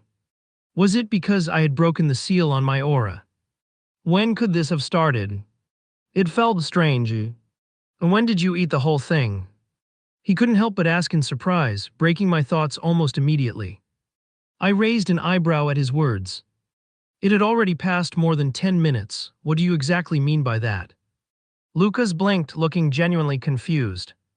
I was also confused as I looked at his puzzled expression. Was he so lost in his thoughts that he didn't notice the time flying away? Yeah. Lucas, are you okay?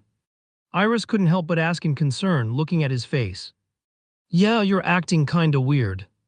Maya also leaned in, waving a hand in front of his face.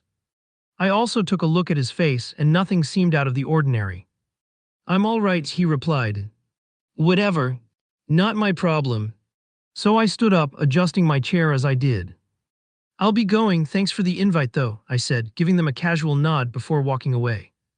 Around this time, I should have mana theory classes. I thought to myself. I glanced at a clock on the wall. There were still about 15 minutes left before class started. That gave me just enough time to kill some time in the library. For now, I had nothing to do except continue to read a book I had found earlier.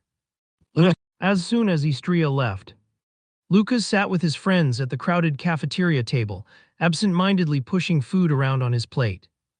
Maya was excitedly debating with Iris about which dessert stall they should visit during the snow festival, while Ella quietly interjected with her own sarcastic remarks. Rose, as usual, remained quiet, her focus on her own meal. Seriously, Iris, you don't understand. The chocolate lava cake at the main square is divine. Maya declared, dramatically pressing a hand to her chest. You said the same thing about the raspberry tart last year, Iris replied with a smirk. Are you sure you're not just obsessed with sugar? Hey, it's not my fault. The best part of any festival is the food. Maya shot back. Hearing their conversation, Ella sighed deeply, rolling her eyes. You'd probably survive a dungeon raid if the treasure at the end was cake. The others laughed, but Lucas found himself distracted. Something fell off. His thoughts drifted away from the conversation as a soft voice echoed in his head. I'm here. Please come get me. His fork froze midair, his eyes narrowing slightly. He scanned the room, half expecting to see someone standing behind him, whispering in his ear. Lucas, are you okay? Iris asked, noticing his sudden stillness. Yeah, you've been zoning out a lot, Maya added, leaning closer to him before saying in a teasing manner. Don't tell me you're still thinking about Istria refusing your offer. No, just tired, I guess. Lucas shook his head quickly, forcing a smile. You don't look tired. What's going on? Ella asked with a slight frown. Before he could answer, the voice returned, clearer this time. Come closer, find me. Lucas blinked, a bead of sweat forming on his forehead.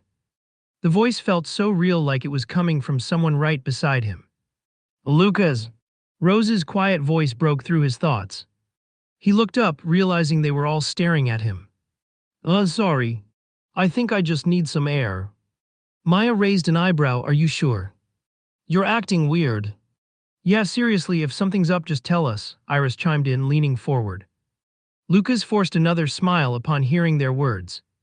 It's nothing, really. I just need to clear my head. Ella's frown deepened as her eyes narrowed slightly. You're hiding something. Blub. Lucas stood up abruptly, grabbing his tray. I'll be fine. Don't worry about it. I'll see you all later. Before they could press him further, he turned and walked away, his steps quick and purposeful. Geez, what's his deal? Maya muttered, watching him leave. He's probably stressed. Iris sighed. Outside, the crisp air hit Lucas's face as he stepped into the quiet courtyard. He took a deep breath, trying to calm the strange sensation building inside him. To the right, in the garden. The voice returned, soft and melodic like an angel's whisper. Lucas hesitated, glancing back at the cafeteria. Should he tell the others? No, they'd think he was crazy.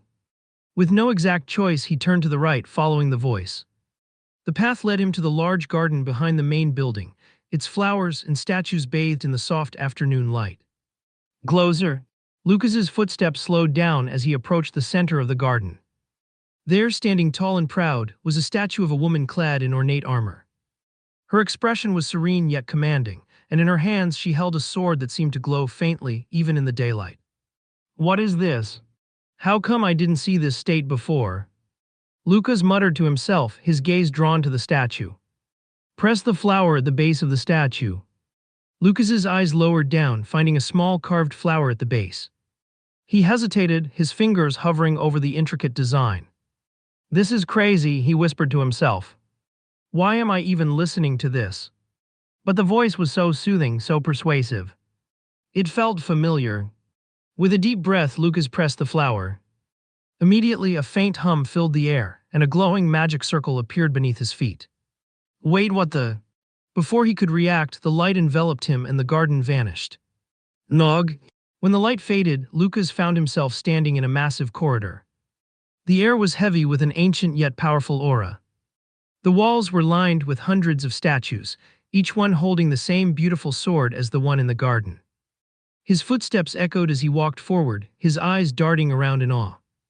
These are your ancestors, they can be called such. Lucas stopped as his breath hitched. The voice was much clearer now. Ancestors, he murmured. The statues seemed to watch him as he continued walking, making him feel strange. And then up ahead, something caught his eye. A rock stood in the center of the corridor, its surface smooth and unyielding. Piercing through it was a beautiful sword, exactly the same as the statue's sword. Lucas's heart raced as he approached the rock. Come get me, let's be partners once again. The voice was filled with longing, almost pleading. Lucas hesitated, staring at the sword. Partners. Yes, take me and we will achieve greatness together. Swallowing his doubt, Lucas reached out. His hand wrapped around the hilt, and an overwhelming warmth spread through his body. With a deep breath, he pulled. SWSSH. The sword slid out effortlessly, as though it had been waiting just for him. Golden light burst from the blade, filling the entire corridor. Power surged through Lucas, brimming and vibrant, as if the sword was pouring its essence into him. He staggered slightly, overwhelmed by the sheer energy coursing through his veins. Welcome back, my forever partner. The voice was stronger now, filled with joy. Let us be great again. Upon hearing the sword's voice, Lucas tightened his grip on it. Excalibur, he whispered softly. The name came to him naturally, as if he had always known it. At that moment, in many different locations, a handful amount of people seemed to feel something that made their hearts shudder. Amongst all of them, one particular stood quietly, already looking at Lucas's figure. She was breathtaking. Her long, sparkling purple hair cascaded down her back like a shimmering waterfall, glowing faintly in the light. Her eyes, a piercing light blue, seemed to hold the secrets of the stars. On her head she wore a tall, elegant witch hat in deep purple, decorated with silver embroidery and a single gemstone at its center, gleaming like a tiny star. Her outfit was just as striking as her appearance. She wore a fitted, sleeveless black dress that hugged her curvaceous figure, the neckline plunging just enough to reveal a teasing glimpse of her flawless skin. Her slender arms were adorned with elegant black gloves that reached her elbows, and she wore high-heeled boots that would click softly against the floor with every step she took.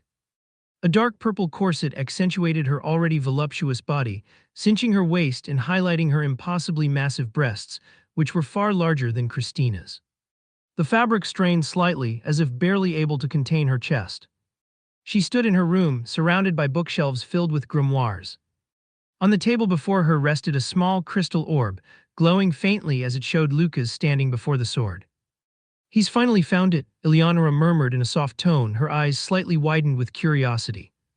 Her full lips curved into a faint smile as she tapped the table lightly with her gloved fingers.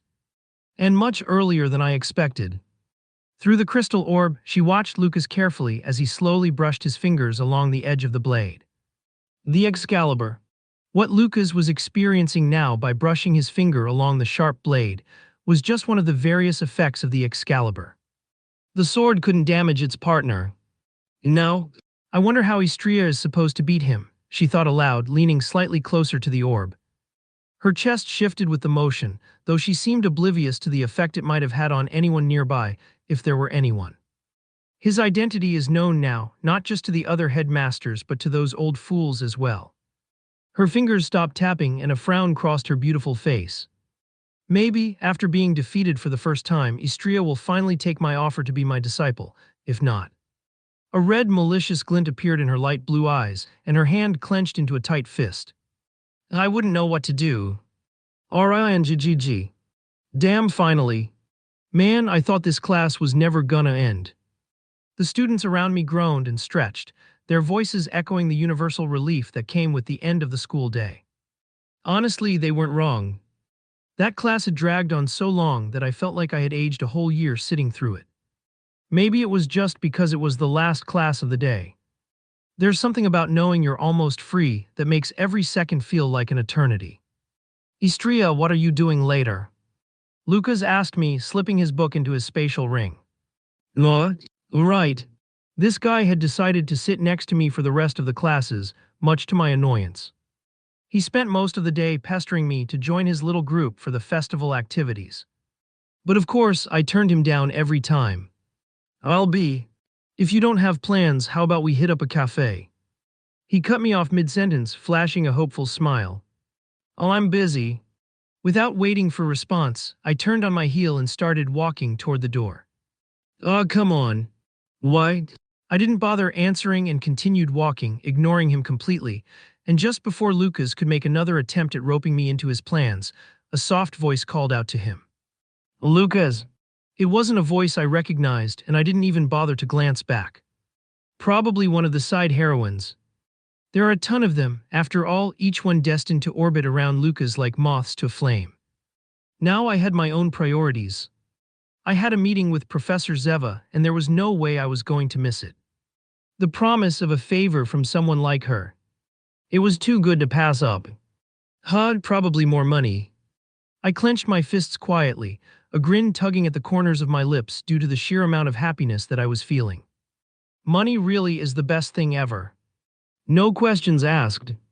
Sure, people always talk about how it corrupts or whatever, but they're probably just broke. It took me a while to reach out to the training camp, but as I did so, I noticed a single figure on the camp, standing alone with 2 swords on her waist. Professor Zeva. She had long, dark hair tied back loosely, though a few strands framed her sharp, striking face. Her piercing green eyes stood out vividly against her tanned skin, their intensity giving her an air of authority and seriousness that made it hard to meet her gaze for too long. She wore a crisp white blouse with a high collar and neatly buttoned front. The fabric clung slightly to her figure, accentuating her full, well-endowed chest, so large it made you wonder how she didn't hear buttons screaming for mercy every time she moved. Gosh, why did every heroine have a specially large chest? Well, probably the author's fault. A slim black ribbon was tied elegantly around her neck, adding a touch of sophistication to her look. Over her blouse, she wore a corset-style outfit that cinched her thin waist, emphasizing her hourglass figure. The insignia of Eternum Royal Academy adorned her sleeve, a subtle reminder of her status. Her long legs were clad in tailored black pants, and her boots, polished to a shine, clicked against the ground with every step she took. As I approached, her sharp eyes turned toward me, locking onto mine with an intensity that made me feel like a mouse under a hawk's gaze. You're late. I held up my hands in mock surrender. Only by a minute. Cut me some slack. She didn't reply, but the slight arch of her brow told me she wasn't impressed. So what do you want? I got straight to the point. Instead of answering, she stepped closer, her boots clicking softly against the floor until she was standing right in front of me. Then she rested her delicate hand on my shoulder. Be my disciple. Another crazy bitch. Well, I already knew that she was like this. But unfortunately, the position is already reserved for Lucas. It's not that I care about the plot or fate or whatever. But Lucas still needs to get strong enough to kill the Demon King. Only his damned holy sword can cause damage to it apparently. Learn that from books. Now, her hand left my shoulder as she crossed her arms and stared at me, her piercing green eyes narrowing slightly. Give me a valid reason then. I don't want to, I replied with a shrug. I'll let you touch my breasts. And fuck, what did you just say?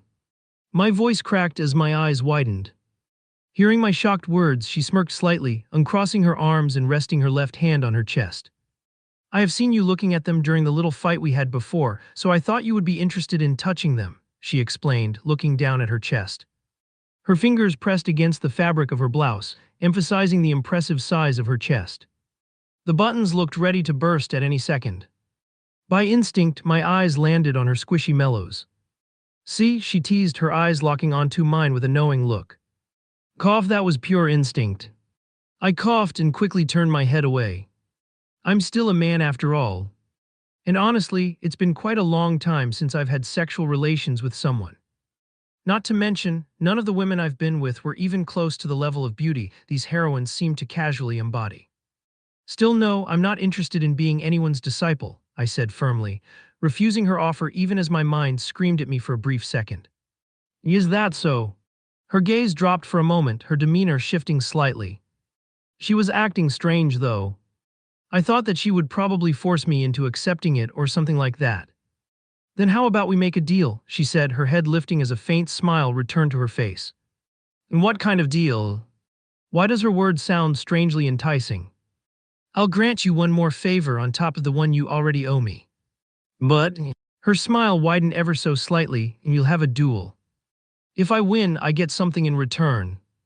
And what exactly do you want in return? I narrowed my eyes slightly. I'm only going to tell you if you do accept the duel, she smiled faintly as her eyes widened faintly. Yup. She was back to normal. And considering her offer, it sounds strangely enticing, and I'm pretty sure that the thing that she gets in return for beating me is making me her disciple. But that extra favor was really tempting. So if I want it, I need to make the battle work in my favor. Can I set conditions for the fight? I asked. Sure, she replied with a nod. So with that already done, I could finally accept her deal. All right. I'll accept the deal. Good. Her smile grew wider as she stepped closer to me, her voice dropping slightly. And as promised, I'll tell you what I want if I win. I was a bit reluctant to let her approach me, but I stood still. And strangely, she got really close to me. She leaned in, her breath brushing against my ear as she whispered softly. If I win. Her soft words made me shiver. I want you to be my lover for a week. What did she say? Did I just hear it wrongly or something? I know you are crazy. But I didn't think you were this fucking crazy. What kind of crap are you fucking talking about? Why would I be your lover for a week? What kind of winning reward is that? Multiple thoughts filled my head, but I nodded promptly. Of course, I wasn't thinking of taking advantage of being her lover to successfully squeeze those marshmallows. Or maybe even more. But of course, I wasn't going to lose though. I need that favor still. Then let's start, she said, stepping back to stretch her arms. By the way, what are your conditions? She asked, raising an eyebrow. I had already thought about it. I couldn't reveal my aura yet, and my mana wouldn't be sufficient to beat her. So the only thing I could actually beat her in. A pure swordsmanship duel, but you need to lower your skills to B rank. I said so. I was confident enough that I could deal with her in B rank, even though her swordsmanship was much better than mine. All right, she snapped her fingers, and suddenly the threatening feeling coming from her diminished by a lot. But just to check, I also used my judgment eye, and sure enough, she had her powers in the B rank level. Perfect. I pushed my sleeves back slightly, rolling them up to my elbows as I approached the weapons table. I picked up one and gave it a quick swing, light, balanced, but familiar. Still, something fell off. Without much thought, I grabbed another sword, holding one in each hand. Dual wielding wasn't my forte, but it wasn't entirely unfamiliar either. Zeva's green eyes locked onto me with sharp interest as I turned to face her. Oh, she murmured, one eyebrow arching. 2 swords. How bold.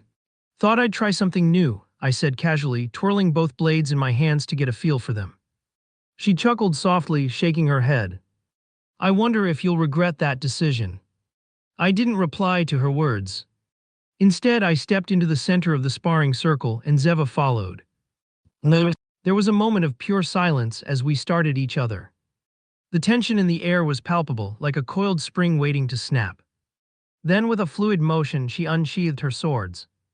The black steel of her dual blades shimmered faintly, their edges keen and polished. Her movements were precise, almost mechanical, as she took a ready stance. I mirrored her posture, crossing my swords in front of me. The camp fell silent. Then, without warning, clang! Zeva lunged forward with startling speed, both her blades slashing in a precise X formation aimed at my chest. I barely managed to intercept her strike, crossing my swords to block. The force of the impact reverberated through my arms, making them ache. Tusk, I hissed, stepping back to absorb the blow. But she didn't let up. Her next attack came immediately, a downward strike from her right blade, followed by a sweeping horizontal slash from her left. I parried the first blow with my right sword, sparks flying as the metal clashed, and twisted to dodge the second, feeling the wind from her blade brush against my cheek. She was fast. Too damned fast. Zwish. Glang! Her swords whirled like extensions of her body. Each strike was calculated, relentless, and perfectly timed to exploit openings in my defense. I deflected what I could and dodged where I had to, but her attacks were overwhelming. Then a sudden feint caught me off guard. Her left blade arced low, slicing toward my thigh. I reacted just in time, pivoting to the side, but her right blade came down in a sharp diagonal slash toward my shoulder. Zwag! Pain exploded through my arm as her blade nicked my shoulder, tearing through the fabric of my shirt and grazing the skin beneath. Blood seeped out almost immediately, warm and sticky, staining my sleeve. Damn it! I wiped the sweat off my brow with the back of my wrist. My grip tightened around the hilts of my swords. My eyes locked forward and then she came at me again. Gling! Zwej! I managed to hold my ground, blocking and dodging as best as I could. My swords clashed against hers repeatedly, the metallic ring echoing through the room. Glang! Another strike slipped through my guard. Her blade grazed my side, leaving a shallow cut that burned as the air touched it. Blood trickled down my ribs, soaking into the waistband of my pants. However, despite the mounting injuries, I couldn't stop the faint smile that tugged at my lips. Zeva's eyes narrowed slightly as she noticed. "Why are you smiling?" she asked with a slightly confused expression. "No reason at all," I replied, my tone light even as my body screamed in protest. I shifted my stance, preparing for her next attack. She hesitated for a fraction of a second, her gaze flickering to the cuts on my body. Then she shook her head and pressed forward. Her blades came down in a relentless flurry, each strike faster and more precise than the last. My movements became more desperate, my arms growing heavy from the repeated clashes. Sweat dripped down my face, stinging my eyes. Still, I refused to back down. Glang! Zwub! I managed to catch her off guard with a quick counterattack, one of my swords grazing her upper arm. Zblat! A thin line of blood appeared, staining the sleeve of her blouse. Her expression didn't falter, but I saw the briefest flicker of surprise in her eyes. "This is it." Licking her lips, her eyes widened slightly and so did her lips.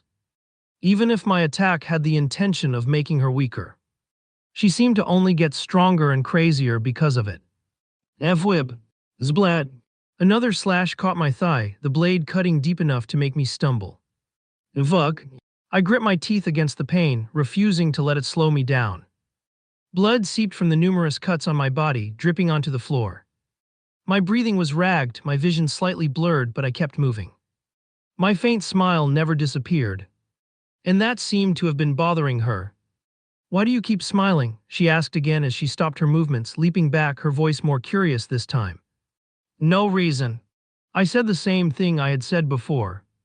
My eyes landed on the shallow cut that I had made in her upper arm. "No reason at all."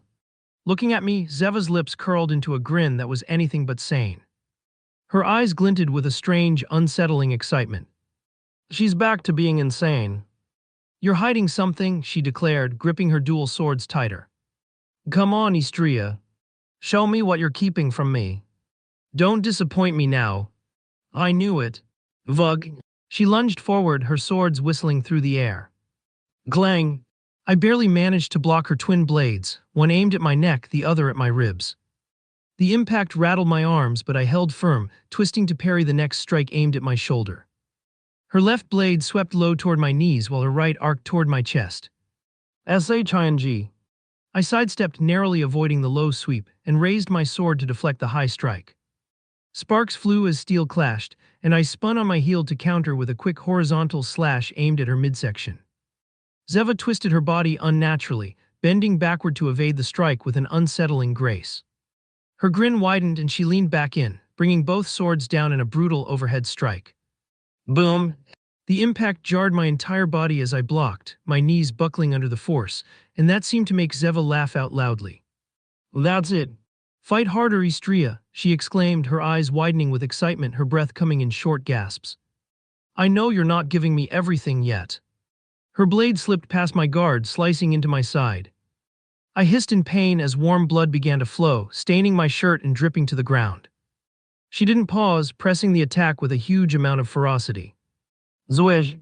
Her next move was a quick upward slash that grazed my chin, leaving a shallow cut. Blood trickled down, but I barely noticed it.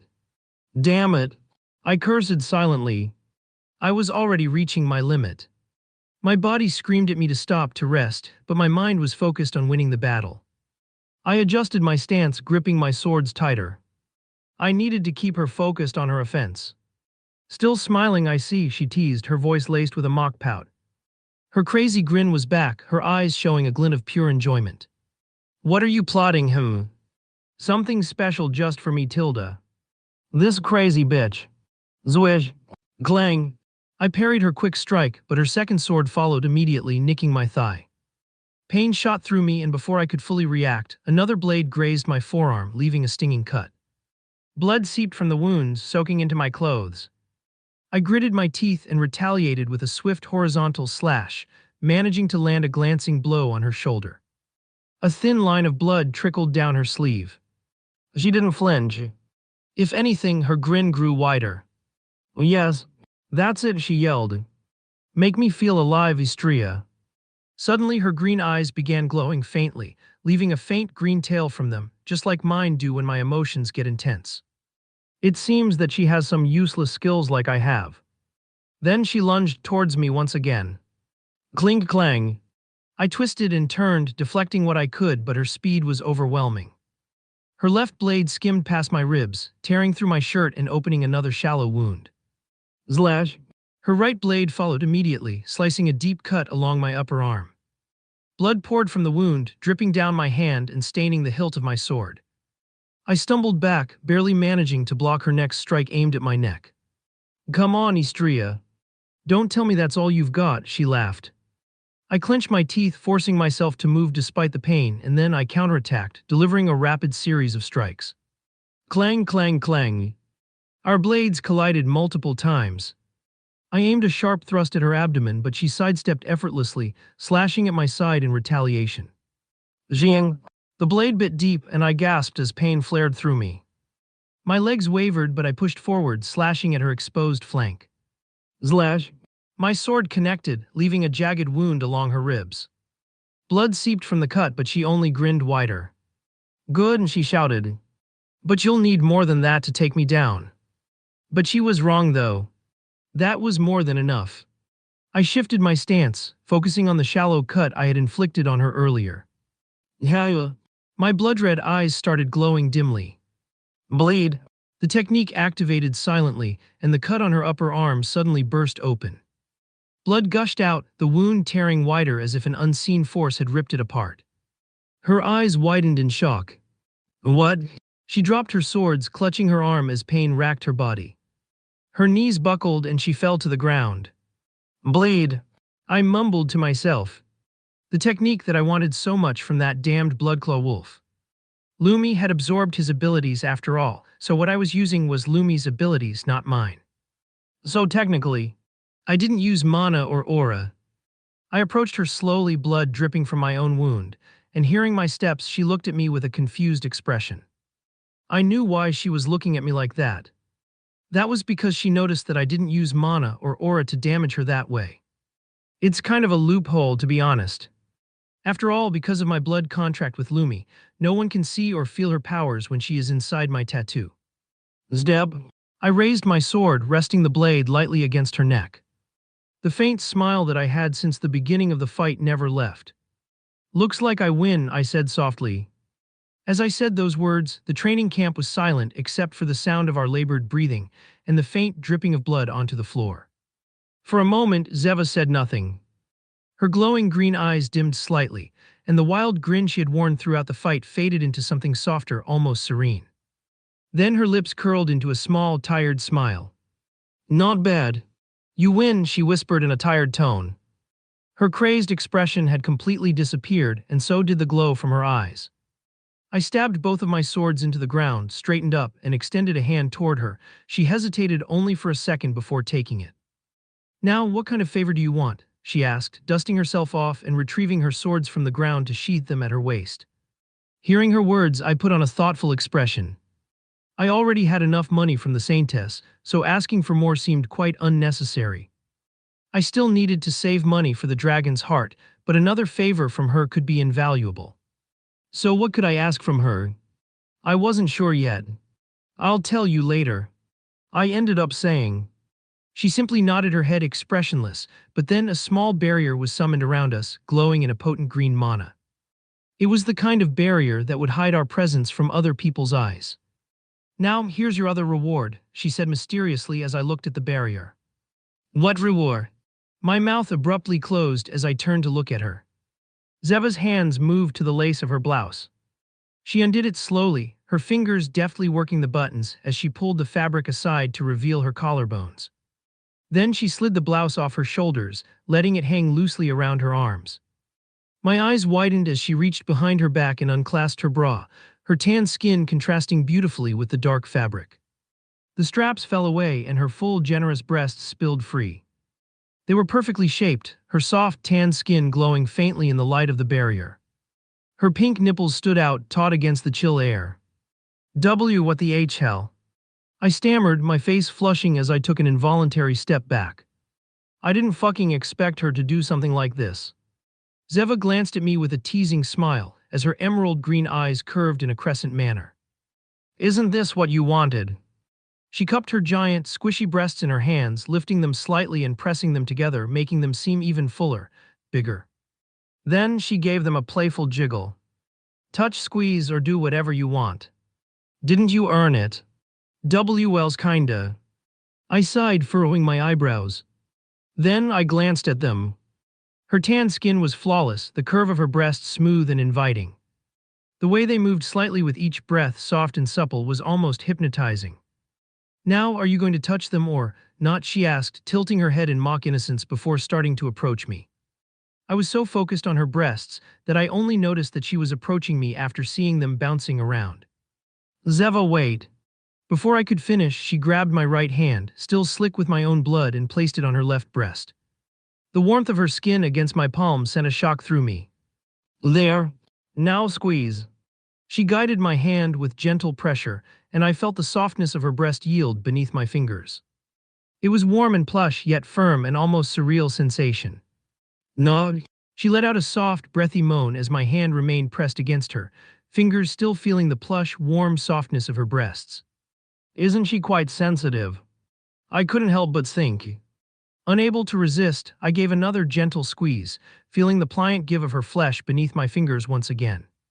Her body responded immediately, a small gasp slipping from her lips as she tilted her head back slightly, her breathing hitching. Ooh, she moaned softly, eyes half-lidded as she looked at me through heavy lashes.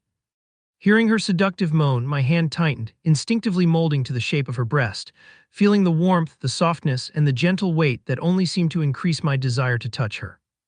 Her fingers, delicate and long, brushed lightly against my arm, trailing up to my wrist, guiding me.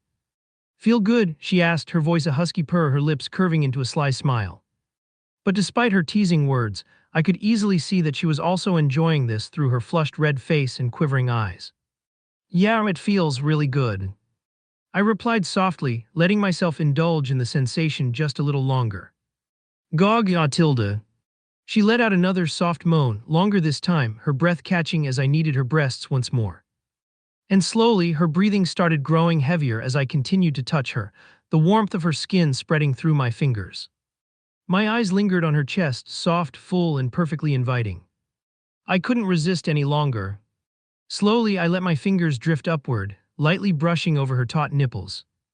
A shiver ran down her spine, and she let out a soft gasp. Yes, there, she murmured, eyes fluttering closed, leaning slightly into my touch. She really is sensitive in here.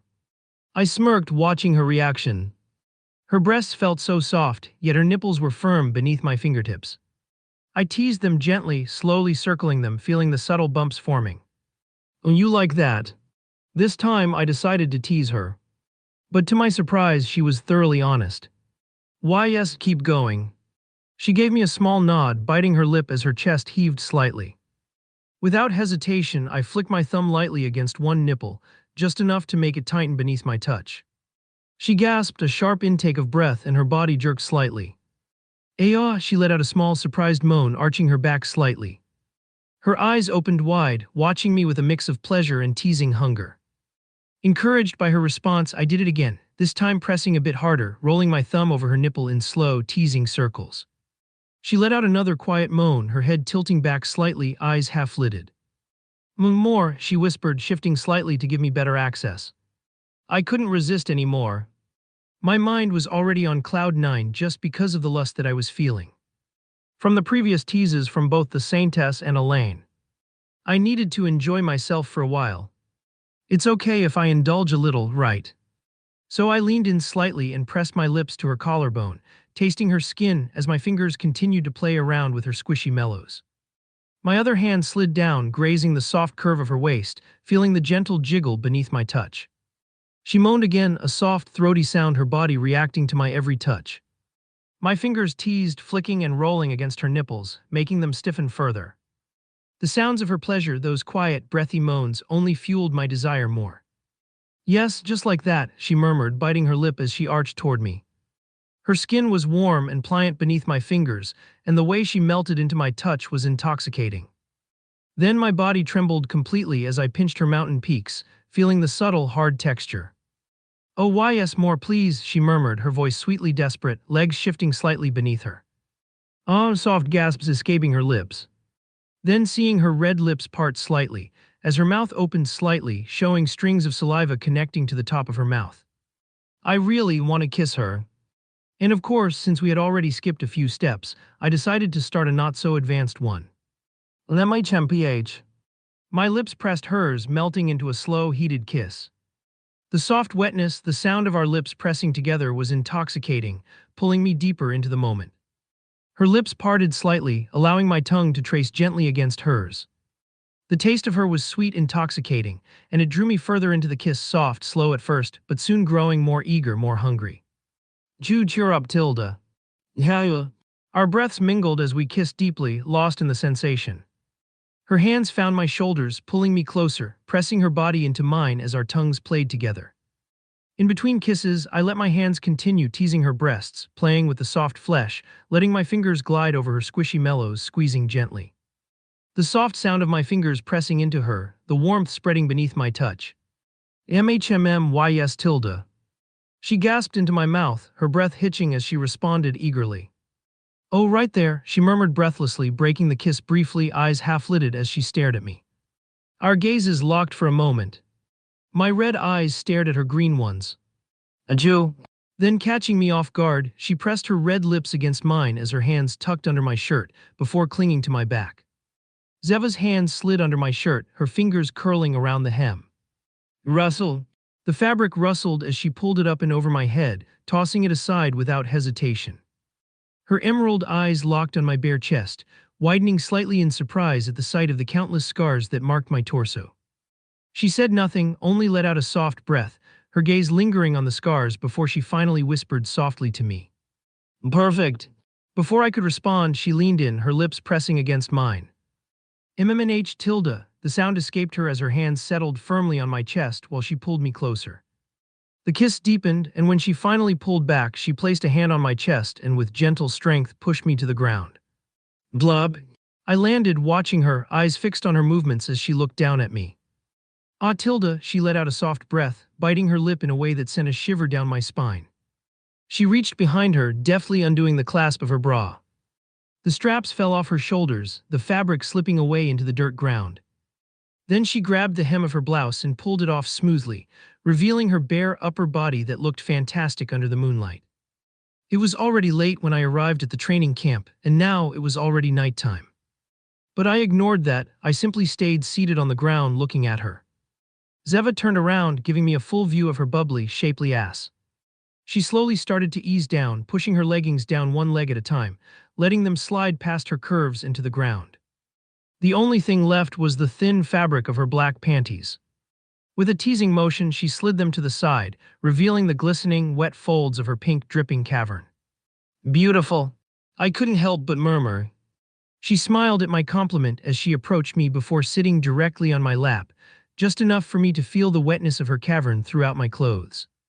Then leaned in once again, her lips meeting mine softly, her breasts pressing firmly against my chest. Jurub. Her tongue entwined with mine, twisting and curling as we kissed deeply.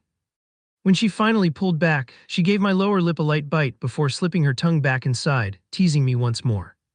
Her hips began to move, slow at first, swaying gently against me, brushing lightly in circles.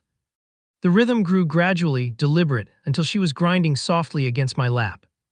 Ah, Tilda, she exhaled softly, a small, satisfied sound escaping her lips as she rolled her hips again. My hands reached out, one sliding firmly over her soft, round backside, holding her tightly. My other hand rested on her waist, steadying her as she continued to move against me. Her body responded, shifting subtly, rocking forward and backward, the gentle friction between us growing. She moved steadily, slowly bucking her hips against mine, the heat building between us. MMNH Tilda, she moaned softly, the sound muffled as she tilted her head slightly to the right, deepening the kiss further. When she finally pulled back, her emerald eyes locked with mine, and she gave me a sly smile. Her fingers moved to the waistband of my pants, tugging them loose with precise, eager motions. Glig! The sound of my belt buckle echoed faintly as she slid it open, her hands working to undo the button and zip her next. Her hands didn't stop, pulling the fabric down as she shifted off me slightly, making enough room to strip me of my pants. Oh, Tilda, she licked her lips, her eyes settling on my exposed crotch. A huge pole stood out, pressing firmly against her belly. Og, it's cold, I teased, a playful smirk on my face. She caught my words immediately. She wrapped her hand around my penis before starting to stroke it slowly, creating small skin sounds as she did so. At that moment, I grabbed her waist and lifted her slightly, catching her off guard. I pulled her closer to me, pressing my chest into hers. My growing length now rested snugly against her soft, rounded buttocks. Then I kissed her. Jew smacked Tilda Krupp. Our tongues mingled together as we swallowed each other's saliva, and at the same time I slowly started moving my hips. My penis brushed lightly against her wet, dripping pussy as I moved between her soft curves, creating friction without full penetration, but enough to deepen the pleasure. Og Tilda, she moaned softly, a quiet gasp escaping her lips. She wrapped her arms around my neck, pulling me closer as our lips met again in a heated, hungry kiss. The liquid in her cave seemed to increase as I started feeling them cover my penis, creating wet noises. My right hand moved to one of her breasts, squeezing softly as I pulled back slightly, saliva sticking between us. I trailed my lips down to her neck, planting soft kisses there. Ong Tilda, she moaned, arching her back, giving me more access to her neck. My left hand moved further lower, and I gave a firm squeeze to her round buttocks as she continued letting out small moans. Ngaha Tilda. I love thaw mhmm. She whispered into my ear before pressing my head firmly into her neck. Taking my chance, I moved slightly, just enough to brush the tip of my penis against her entrance. But I didn't push further. Instead, I rubbed it gently against her, letting the soft friction build as I felt her body quiver in response. She pushed me back slightly, her eyes dark with desire, biting her lips as she stared at me. But unfortunately, although I'm really enjoying this, we cannot do more from here, she said so, causing a frown to form on my face. So let's finish this quickly, she added. Really? I scoffed inwardly. Her words made me so fucking angry. You decide to seduce me, and now I can't even go all the way. Fucking hell. I pushed her off my lap gently but firmly, setting her down on the ground. Gosh. I stood up, letting out a sharp breath, trying to contain my frustration. She looked at me in surprise at first, her expression shifting as if she slowly began to understand what I was about to do. I see you want me to use my mouth, she said, opening her mouth slightly. Her tongue peeked out, glistening with saliva, sticking to her teeth and the roof of her mouth. It looked erotic as hell. But I was fucking mad. Ignoring her, I simply turned away. Glens. I used magic to clean myself and my clothes, a subtle light washing over me, leaving a refreshing sensation that eased some of the tension. The faint glow of energy dissipated, and as I finished, I noticed her eyes widen in pure surprise. Then I began to get dressed. Eistria W, why are you getting dressed? She asked, her brows furrowing, confusion etched on her face. And neither of us orgasmed even once, she added, her voice rising slightly, a hint of frustration in her tone. Her cheeks were flushed, embarrassment coloring her expression. As I finished pulling my shirt over my head, I turned toward her. Deal with it yourself. My voice came out in a bitter cold tone. Then I started walking away. W8 Eistria, she tried to call after me, even stumbling slightly as she tried to get up, only to fall back to her knees. But I ignored her. Her words had made me fucking terribly mad. A few minutes later, I reached my dorm room, and without a second thought, I stepped straight into the shower, turning the water to freezing cold. Drip. The freezing water bit at my skin as it ran down my back, making my muscles tense. I stood there staring at my reflection in the bathroom mirror, watching the steam rise. My blood-red eyes were glowing unnaturally, leaving a scarlet smoke trail as I moved my head slowly. The blue color from before had completely dissipated away. However, as I continued staring at me, the glow in my eyes started flicking slightly, which didn't surprise me at all. After all, the glow of my eyes is aligned with my emotions. Fucking bitch. I cursed bitterly under my breath. I raised my head to the ceiling, enough to make the water fall directly into my face before letting out a deep sigh. My partner had already softened up due to the sheer cold water, so I simply ended up finishing my bath before going to sleep. Elaine hadn't arrived yet, and Lumi seemed to already be asleep peacefully in the tattoo, so I didn't need to disturb either of them. Hag damn it. Maybe I shouldn't have left abruptly like that. I mean, if she didn't actually want to have sex, she could have at least told me no. I wouldn't indulge so much in that pleasure if she did so. Fuck. I don't care anymore. I closed my eyes, drifting off to sleep. It took an hour or so to fall asleep, but eventually I did. He's leaving. Zeva knelt there on the cold, hard dirt floor, her body trembling slightly as the last remnants of pleasure slowly seeped away. She had never been left like that. Abandoned. Not like this. Not like she was experienced in those things. But no one had ever dared to simply walk away. Especially not after what had almost happened. Zeva is a pure virgin, someone who didn't even lose her first kiss. But today, Istria almost took all of her first times. But then he left. Just like that. He actually dared to leave. That made her speechless, stupidly mad. Huh. Her breathing was erratic and uneven, and she clenched her fists on the ground, biting her lip to hold back the flood of emotions threatening to overwhelm her. Her emerald eyes darted up, following Istria's retreating figure. He hadn't even spared her a glance as he walked away, as if what they had shared meant nothing. She clenched her teeth and let out a ragged breath, frustration bubbling up again. How can he just walk away like that? She muttered, her voice trembling with disbelief. Her hands tightened into fists at her sides, her nails digging into her palms until they turned white. Her eyes widened in pure madness, her breathing hitched again, and for a moment she leaned back against the wall, slumping against it. He thinks he can just ignore me. Her voice trembled, rising slightly in disbelief and anger. I'm not just someone you can just fucking walk away from after almost having sex with her, Istria. I'm fucking more than those types of bitches. Once I'm interested in someone, I'll make sure that fucking bastard is interested in me too, no matter what method I use. Even if I need to give up my own virginity or body to achieve it. Zeva whispered to herself as her eyes burned with an undying flame before picking up her clothes and getting dressed. She hung the twin swords on her waist before undoing the barrier. He thinks he can leave me behind after what we did, she muttered again as she walked away from the training camp. I won't stop until I make him pay, until I make him realize what he truly desires, what we both want. If Istria was here, he would probably wonder what she was talking about. Her words didn't make sense after all. What he truly desires. He just wanted a quick fuck to lose his overwhelming lust, but she fucking refused him. Not to mention that from his perspective, she was the one that seduced him. So she should be the one suffering the consequences. Og tilde is this love, she pondered aloud to herself. Thump thump thump. She placed her hand on her breasts, feeling the quick beating of her heart. It's beating fast, really fast, she uttered to herself. A faint blush crept out of her face as her lips curved into a faint smile. But what if he refuses me, if he truly refuses? She would find a way, some way to make Istria realize that they were destined to be together, no matter what. No matter what it took.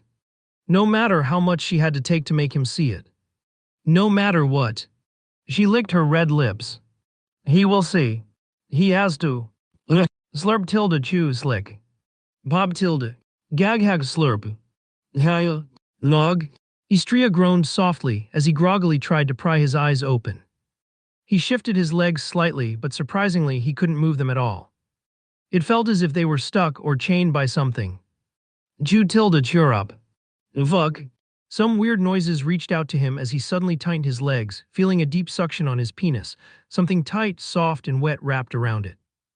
Immediately his eyes snapped open, and slowly the blurriness got clearer, and that's when he noticed a familiar figure with her head lowered, close to his penis with her lips wrapped around it, making a duck face. Bob tilde.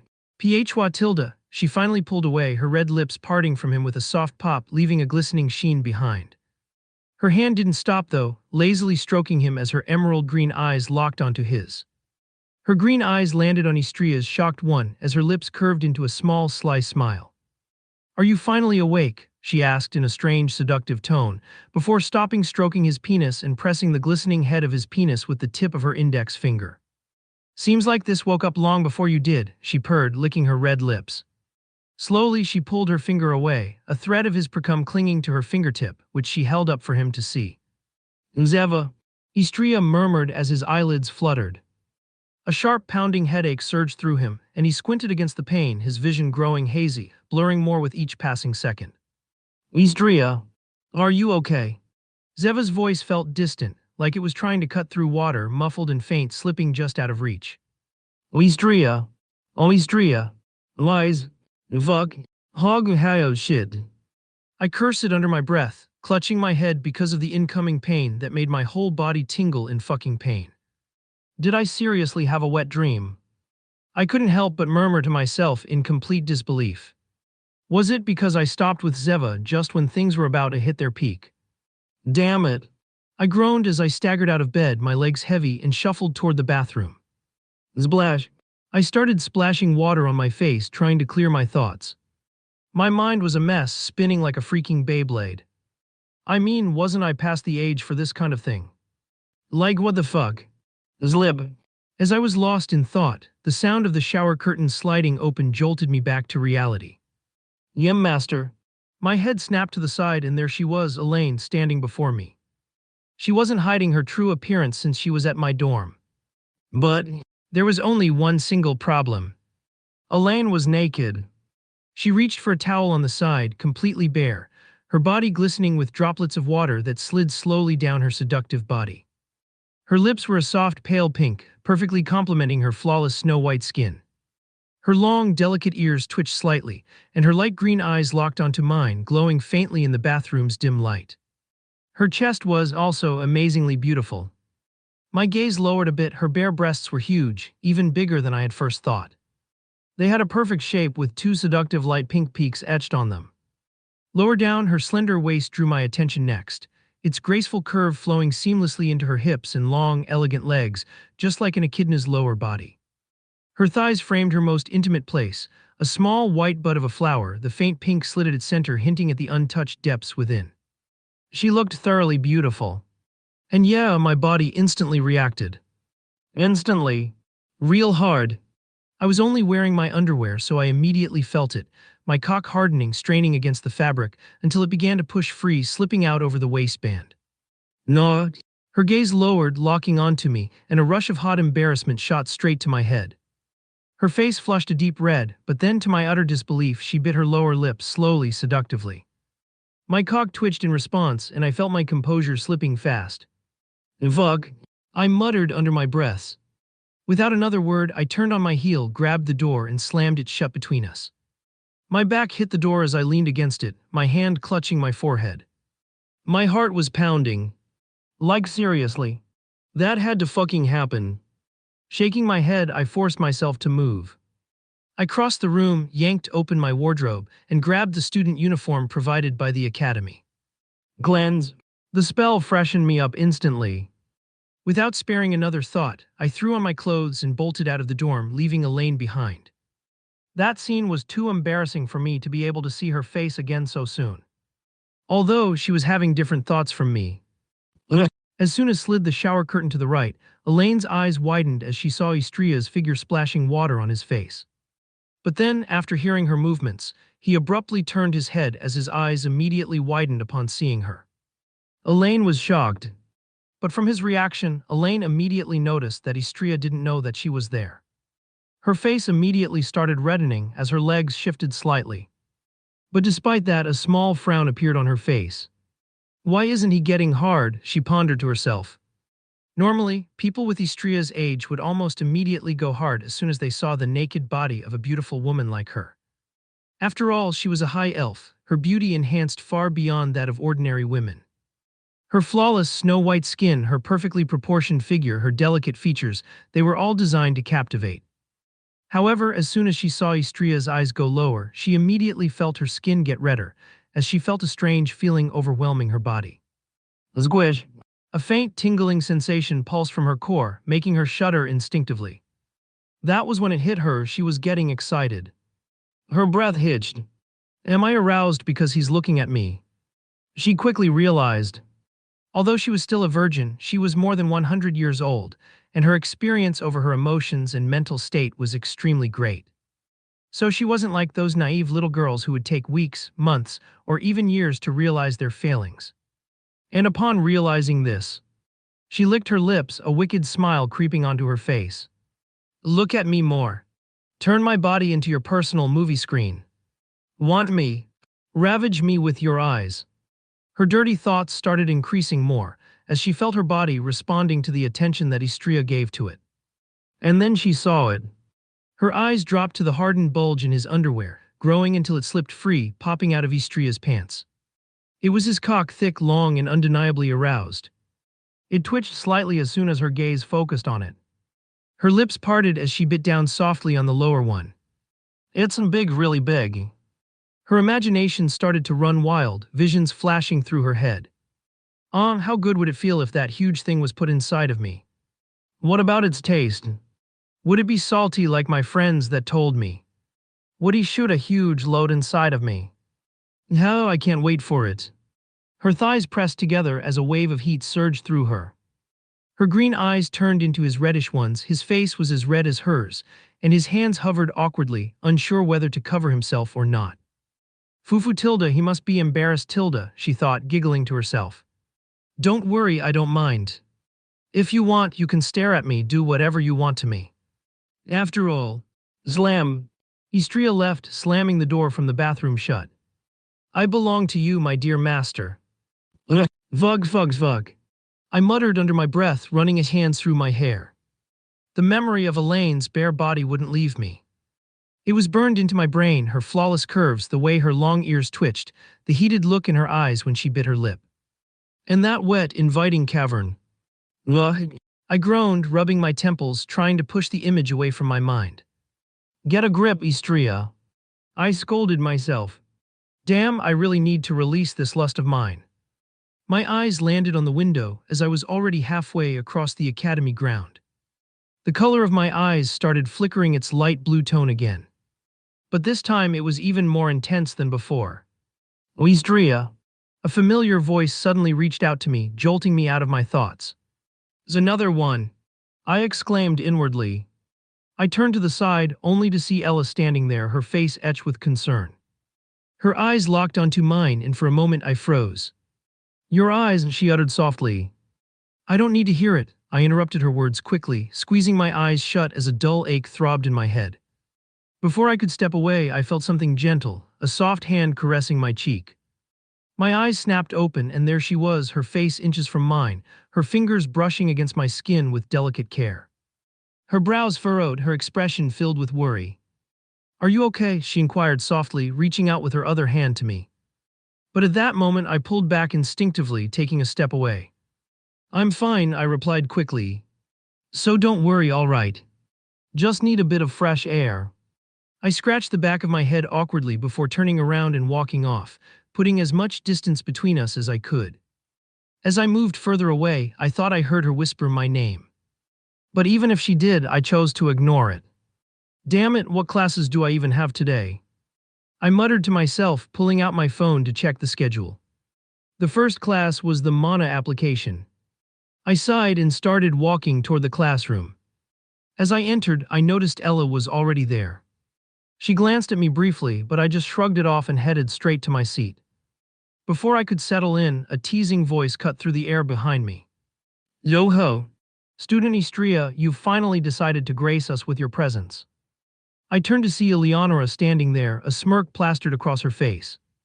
Gosh, just looking at her face made me annoyed. However, I froze at her next words. You're 20 minutes late for class and don't even bother to apologize, she said, tapping her chin as if in thought. You really are getting rebellious, aren't you? 20 minutes. I murmured under my breath, freezing in place. I had just walked over here. How could 20 minutes have passed? What the fuck is happening to me? Log. A sharp pang shot through my head and I winced, clutching it as the dull ache forced me to crouch down. My breathing quickened as I pressed a hand to my forehead just to touch beads of sweat. I was sweating. Istria, are you okay? Eleonora's voice shifted from teasing to concerned as she knelt down beside me, her expression serious. Then her eyes widened in shock. Your eyes, she gasped. I blinked at her, confused. My eyes. Fumbling, I pulled out my phone and turned on the camera to see what she was talking about. The moment I saw my reflection, I froze. The headache was gone, completely gone. In its place, a strange, refreshing sensation washed over me, like cool water flowing through my veins. But my eyes, they weren't the same anymore. The dull red color had vanished entirely, replaced by a vibrant, glowing light blue. Beneath my pupils, a crescent moon shimmered faintly, resting as if cradled in my gaze. I barely had time to process what I was seeing before two thin streams of blood trickled down from the corners of my eyes, leaving crimson trails on my cheeks. What is happening to me? This wasn't normal at all. Heya, Zerum. A massive black beam tore through the air as Lucas swung the disguised Excalibur in his hand. The force of it reverberated through the battlefield. Rose's eyes widened upon seeing the total strength of the beam, panic flashing across her face, and immediately she raised her staff. Multiple layer barrier. 4th level spell. Greg. The moment the beam collided with Rose's barrier, cracks shattered through it like fragile glass. The attack pushed forward without slowing. Ella, Rose shouted. I'm on it. Ella replied sharply. On the right side, Ella coated her sword in a powerful golden mana before stepping in front of Rose, swinging with all her might. Royal swordsmanship. Heavenly strike. BAM. The impact of the two powers colliding with each other sent shockwaves rippling outward.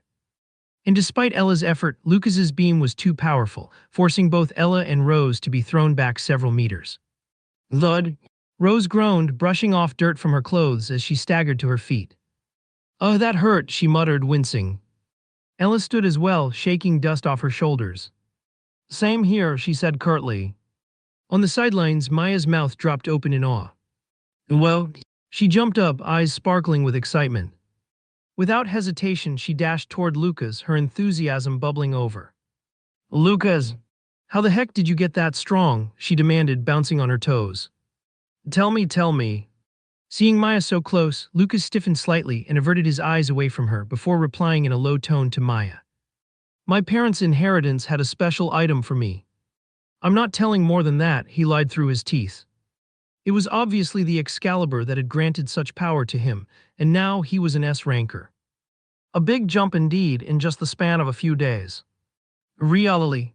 Maya narrowed her eyes slightly, looking at Lucas suspiciously. Before she could press further, Iris walked over, placing a hand on Maya's shoulder. Maya, stop. If he wants to have some secrets, leave him with them. Iris winked at Lucas, which made him smile lightly. Oh, not fair. Maya pouted, puffing out her cheeks. He gets to level up like crazy while the rest of us have to grind forever. Ella, who had been watching from nearby, crossed her arms. Didn't we just clear an inheritance dungeon a few weeks ago? She said, frowning. We all got a huge power boost. What are you complaining about? Oh, all right. Forgot about that. Maya blinked, then let out a sheepish laugh. Hearing their conversation, Rose, dusting off her sleeves, tilted her head curiously. Lucas, now that you're so strong, do you think you could beat Istria? She asked softly. A faint blush crept across her cheeks as soon as she mentioned his name. Lucas paused, rubbing his chin thoughtfully. Wait. Maya suddenly burst out, pointing at Rose with wide eyes. Are you blushing? Oh my gosh. Istria is ridiculously strong. And no, I'm not. Rose stammered, her face turning redder as she shook her head frantically. From the side, Iris smirked and gave Rose's waist a playful pinch. Kaya. Rose yelped, jumping.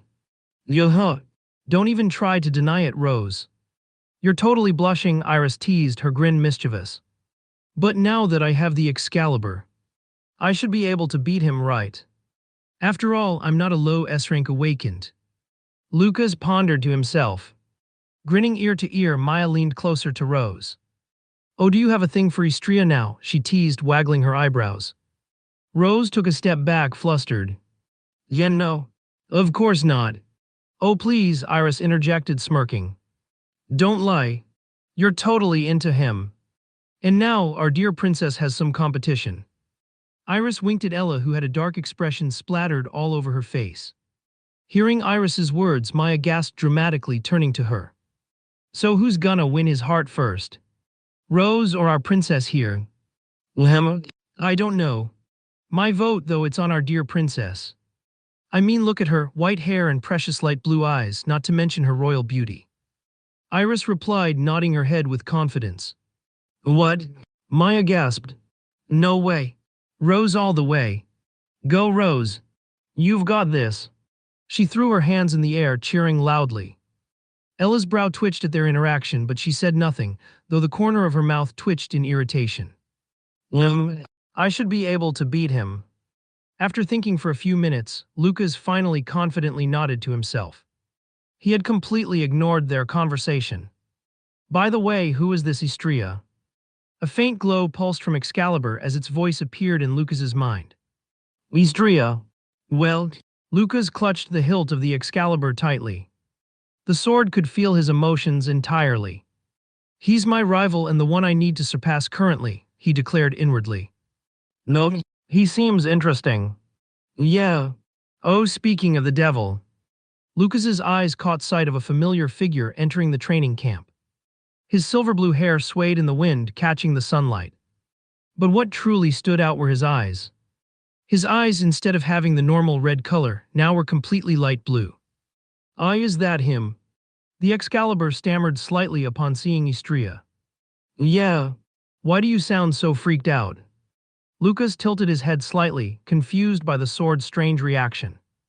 That boy, he has a goddamn monster inside of him. What do you mean by that? Exactly what I said. He has a strange creature inside of him. Even I cannot pry into it, and just looking at him gives me a really dangerous feeling. You should be really careful of him. At the sword's words, Lucas narrowed his eyes lightly as he stared at Istria. At the same time, a panel from the system popped in front of him. Main Quest 7. Make Istria hash as favorability reach % points. Completed. Current favorability 25 neutral. Kill more than 200 middle-ranking demon beasts. Completed. Kill more than 50 high-ranking demon beasts. Completed. Kill a single named demon beast. Completed. Stop the awakening of one of the 7 demon generals. Time remaining 4 days, 11 hours, 52 minutes and 58 seconds. Rewards. What the? Lucas's eyes widened in disbelief. The mission to raise Istria's favorability had been completed, and his favorability had even decreased by 24 points. Lucas, what are you looking at? Oh, nothing. Lucas muttered to himself, shaking his head. The system was a gift bestowed by the goddess of light herself. He couldn't tell anyone about it, not even Excalibur. But then the ground trembled. Boom. Grumble. Suddenly, as Lucas was lost in thought, a huge explosion occurred, and instantly his eyes snapped to the source of the explosion. Ella, Maya, Iris, and Rose also did the same. They exchanged glances before starting to run towards the place. PP, please stop. I beg you. A sudden yet desperate cry reached out to them as they arrived at the place. What they saw made their blood run cold. Istria. Istria stood in the center of the destruction, his hand gripping Telmos's face, holding the trembling man high in the air. Next to them was Leon, the prince, who looked at Istria with mortified eyes. His body quivered in sheer fear. Haguk. Telmos choked out, saliva dripping from the corner of his mouth as he struggled to form words. But Istria's grip tightened, cutting off his attempts. Istria, stop. Immediately, Ella's voice rang out sharply as she stepped forward. Slowly turning his head, Istria's eyes landed on her face. Not only Ella but even the group behind felt almost paralyzed as his light blue eyes landed on them. Instead of the usual ominous red glow, his eyes were completely empty without a shred of brilliance, just a pure chilling light blue color. However, as his gaze landed on them, the brilliance gradually returned. Without a word, he released his grip. Thud. Telmos crumpled to the ground, gasping for air. Log. Telmos groaned weakly, his body convulsing as he clutched his head. What do you think you're doing? Ella stormed up to Istria, her face flushed with anger. Without hesitation, she grabbed the collar of his blazer and gave it a hard shake, her frustration boiling over. But instead of replying, Istria met her eyes without saying anything. Immediately, a vein popped in Ella's forehead as she gripped his collar tightly. Why did you at? Second Princess Ella, he uttered a single word. The way he addressed her made her freeze completely. Her hands were still clutching his collar when he calmly grabbed her wrists and peeled them off. It's none of your business. He turned back toward Telmo, but before he could take another step, Lucas appeared in front of him, pointing a sword at his neck. I'm sorry, Istria, but unless you explain what happened, I cannot let you touch him, Lucas said firmly with a strange confidence. Seeing him, Istria's lips curled into a mocking yet sly smile. Why? Just because you got a bit stronger, you think you can beat me already? His eyes narrowed slightly. All of them were surprised by his words. Istria had directly detected that Lucas had grown stronger, something even they couldn't do. Just let me tell you something, you're far away from it. He pinched the blade of the Excalibur and tried to push it to the side. Immediately, he felt a slight heat on his finger as he tried to push the blade aside. He turned his eyes towards it and saw a cut on his finger just by touching the non-sharpened part of the blade. This sword, Istria mumbled, looking at the sword. He also felt that the sword was looking at him, which made him let out a small laugh. Well, maybe you're even stronger than me, he said lightly, his eyes never backing away from the sword as if spitting that Lucas was only stronger than him because of the sword. But it still isn't enough to beat me. Before Lucas could respond, a powerful wave of silver energy burst out of Istria. Zerum! The energy pushed everyone back like a strong gust of wind, except for Telmo, who wasn't touched by it at all. Istria had deliberately made it that way. He walked closer to him and took the sword out of his waist. Then he lifted his finger slightly, and Telmo's arm stretched out in the air. He raised his sword at it. Don't you fucking dare talk about her ever again, Istria uttered coldly as he swung his sword. Glang! Greek! Og damn it!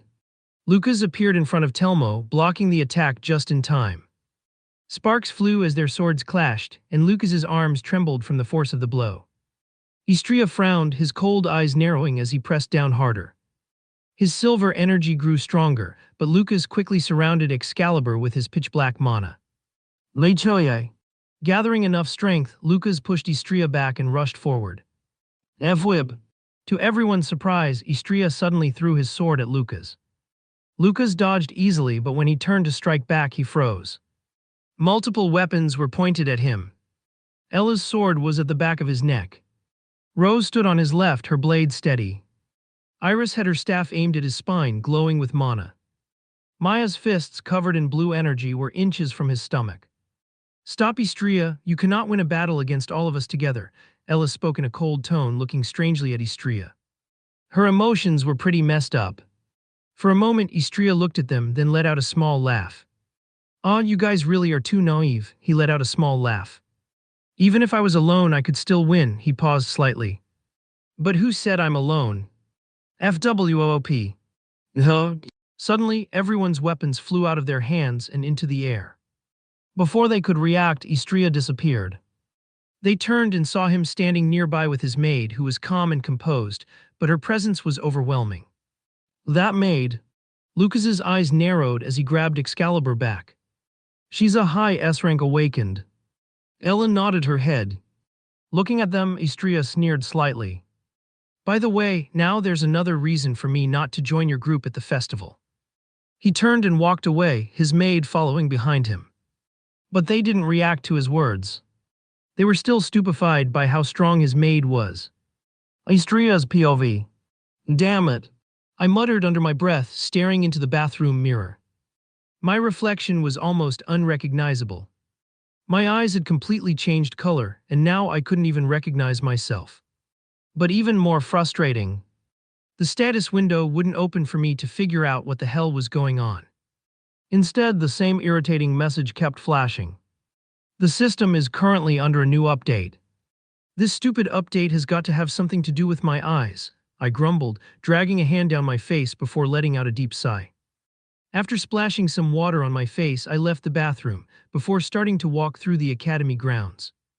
The place was ridiculously massive, so big, I felt like I needed a map just to keep track of where I'd been. And honestly, even if I explored every day, I'd probably still miss half of it by the time the semester ended. As I wandered aimlessly, a soft, familiar voice broke through my thoughts. Oh my! I turned my head, already recognizing the teasing tone. Violet. I unconsciously uttered her name directly. Varatilda. You're calling this big sister by her name. How cute, she said, laughing lightly and covering her mouth with a perfectly manicured hand. Yeah. I frowned, my shoulders slumping a little. I really wasn't in the mood for her today, but well. What's with that face? Aren't you happy to see me? She tilted her head to the right, giving me a mock pout. Yeah, I'm very happy indeed. A small and forced smile appeared on my face as I said those words in the happiest tone possible. My tone was the absolute definition of sarcasm, but of course she didn't care. That's what I like to hear, Violet said brightly as if I'd just handed her a compliment. She stood a little taller, clearly pleased with herself. Was she playing dumb, or did she seriously not notice my tone? Whatever it was, I didn't have the energy to figure it out.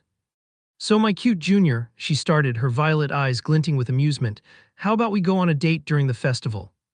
Oh, a date? My eyes narrowed slightly. Where the hell did that come from? Exactly. A date. Just you and me, she said, clasping her hands together like she was proposing the greatest idea in the world. It'll be a chance for us to get to know each other better. Her smile was warm, but the sparkle in her eyes told me she was up to something.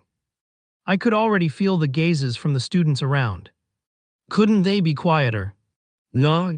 I'm sorry, but I'll have to ref.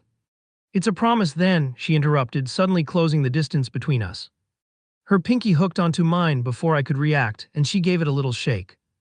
A pinky promise is sacred, so don't even think about breaking it, she said, winking mischievously. I'll see you at the central fountain when the festival starts. Don't be late, Junior Tilda. And just like that, before I could argue or even process what had just happened, she disappeared. Vanished. Like smoke in the wind. Sfucks, I muttered, running a hand through my hair. My gaze drifted upwards to the sky as I let out another deep sigh. The sunlight felt annoyingly bright as I tapped my cheek lightly, trying to pull myself together. The festival was only 3 days away. And of course, I wasn't remotely ready for it. Not physically, not mentally, not anything. I hadn't even bothered to make plans because, well, I'd been too lazy to care. And now, between Violet's ridiculous antics and whatever was happening to my body, the festival was shaping up to be just amazing. And just when I thought today couldn't get any worse. Hey, commoner. An obnoxiously familiar voice cut through the air, loud enough to make my blood boil. I didn't need to look to know who it was, Telmo, the arrogant brat who clung to Ella like a dog, strutting around like he owned the place. And as usual, His Royal Highness, Prince Leon, was trailing right behind him, wearing that smug little smirk he always had. I ignored them. I wasn't in the mood to deal with them. Not today. Fucking Brad, oi. Oi yestre. Telmo shouted, quickly rushing towards me. A hand suddenly clamped down on my shoulder, attempting to hold me in place. Reply to me, you bastard, he growled with an irritated voice. Gosh. I let out an exaggerated sigh and brushed his hand off me like it was nothing more than an annoying insect. I'm really not in the mood for this, Telmo. Try again next time. I turned to walk away, but before I could take another step, Leon's voice, or rather the name he uttered, made me stop in my tracks. Liliana. That name. My chest tightened as I froze in place. Is that name familiar to you? Leon continued, a sly smile curling his lips. Haha, he chuckled softly, crossing his arms like he had all the power in the world. Wasn't she your big sister? I did a little digging into your past, and wow, what a tragic story. A whole village burned to the ground, such a pity. He shook his head, pretending to look sad, but his tone was full of mockery. Hearing Leon's words, Telmo also laughed as he added. Come to think of it, he started, a disgusting grin spreading across his face. Wasn't she supposed to be the most beautiful girl in that shitty little village of yours? Damn, if I'd been there earlier, maybe I could have been her knight in shining armor. Imagine all the fun we could have had. He licked his lips provocatively, and that was it. That was enough. I turned to them slowly, my expression dark, and I could feel the light in my eyes vanish. It was like something deep inside me had turned off, leaving behind only cold fury. Hey, losers. Both of them bristled at the insult, their arrogance replaced by growing annoyance. You little bastard. Telmo barked. Do you even know who? Do me a favor, I interrupted coldly, and clench your fucking teeth. Before either of them could react, I disappeared from their view, moving faster than their eyes could follow. Thud. K-Kog. Log. Both of them crumpled to the ground, clutching their stomachs where I'd landed 2 clean punches. They gasped for air, saliva, and even a trace of blood dripping from their mouths. Without wasting a moment, I grabbed Telmo by the head, my fingers gripping his skull tightly as I hoisted him off the ground like a ragdoll. You little F-fuck. Stop it, you bastard. Telmo wheezed, his hands clawing at my wrist. His legs flailed uselessly, but nothing he did could loosen my grip. I could hear Leon behind me, muttering an incantation. Trying to cast a spell, huh? Fire Series Fire Bomb. Viv the Tear Spell. BOOM. Grumble. The explosion roared through the space, the ground trembling beneath us. Smoke filled the air, but as it cleared, Leon's triumphant expression twisted into one of pure disbelief. Like, impossible. Leon's eyes widened as he whispered, falling to his knees. I hadn't suffered a single injury, as a small layer of silver mana coated my entire body before dissipating away. Well, the privilege of having such a dense and high mana quality was quite great. Pathetic, I muttered to Leon coldly, turning my attention back to Telmo. No. Leon shrieked in fear upon hearing my words. It must have been his first time being so overpowered. Yes, stop. I heard a small murmur and switched my gaze to Telmo, whose strength was slowly dissipating away. Unbeg. W what? IIAAGH. Telmo tried to resist, but a simple increase in pressure made him cry out in pain. He swallowed his saliva audibly, his body quivering as he finally spoke. PP please stop. I beg you. He cried out. But that wasn't enough for me. How dare he say those words about her? Did he truly have a fucking death wish? Or was he confident enough at the prince and the forces behind him? Doesn't he fucking know that I literally offended the Emperor on the first day that I've ever seen him? Haguk. Telmo's choked out as saliva started dripping from the corner of his mouth as he struggled to form words. I was so fucking mad by their dumb attack that I couldn't help but increase my strength unconsciously. Istria, stop. A sudden shout called out to me. Huh? I turned my head towards the source of the voice just to see Ella, Lucas, Maya, Iris, and Rose, who had shocked expressions etched on their faces. They also seemed a bit scared upon seeing my eyes. I blinked, my grip on Telmo loosening slightly. Thud. His body depressingly fell into the ground before he started gasping for air. Log. He groaned weakly, his body convulsing as he clutched his head, probably still feeling the pain from me clutching it. What do you think you're doing? Ella yelled, storming up to me. She grabbed my collar and gave it a hard shake, her light blue eyes burning with anger. I didn't reply to her words. Instead, I looked towards her light blue eyes. I could see her anger increase as a visible vein appeared on her forehead. Why did you at? Second Princess Ella, I immediately interrupted her. She froze completely at my words. Was it because I directly revealed her identity? I wasn't really sure about it, but I didn't care at all. I calmly took her wrists off my collar before adjusting it slightly. It's none of your business. I said so before turning to Telmo. But someone else was in front of me, Lucas, with his sword pointed at me. I'm sorry, Istria, but unless you explain what happened, I cannot let you touch him, Lucas said firmly with a strong confidence that made me almost laugh. This was getting more complicated than it needed to be. But even as they all stood against me, I didn't feel regret. Instead, it was better for me. So I smiled at him. What? Just because you got a bit stronger, you think you can beat me already? I narrowed my eyes slightly. From my judgment IS level skill, I could easily see that his power had increased by a ton. But he still wasn't stronger than me. After all, I too had some cheat, which was my twin heart mana body. But somehow my words shocked his group. Just let me tell you something, you're far away from it, I said coldly. I reached out, pinching the flat side of his blade between my fingers, intending to push it aside. But strangely, I couldn't. And the moment my skin touched the sword, I froze. And instead, I felt a little heat on my fingers, making me look at them.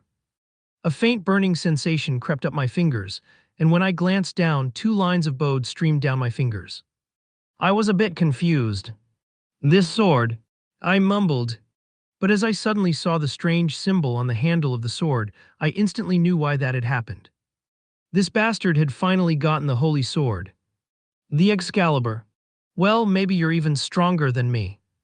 I added, my voice trailing off as my eyes stayed fixed on the sword in his hand. It was the holy sword, and from its looks, it was pulsating with power. Even with my special mana constitution, I wasn't entirely confident I could match that kind of strength. Not against a weapon like that. Especially because of what was hidden inside of it. I couldn't fully see it, but I knew. I'm sure that the Excalibur has some kind of sword spirit. Normally, as the bond between sword and user increases, their power will increase exponentially, just like Lumi and I. But still, even with Excalibur in his hands. But it still isn't enough to beat me. I added faintly.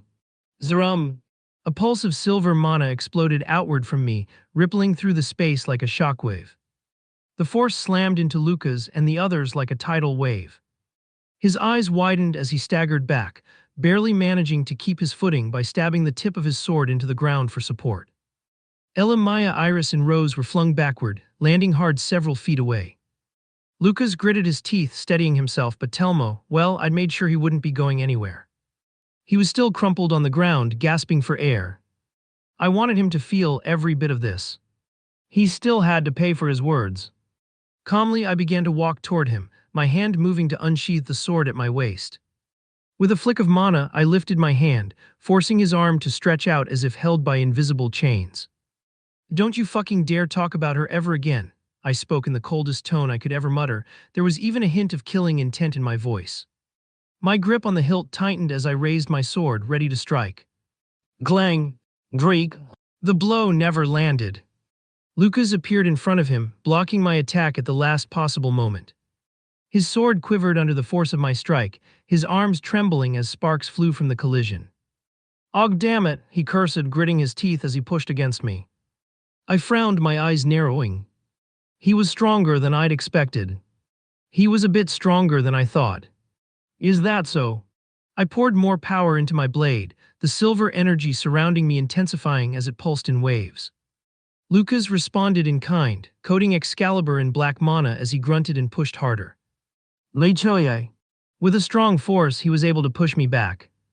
At that moment, the time seemed to slow down as I noticed 3 shadows around me, trying to attack me or keep me in place.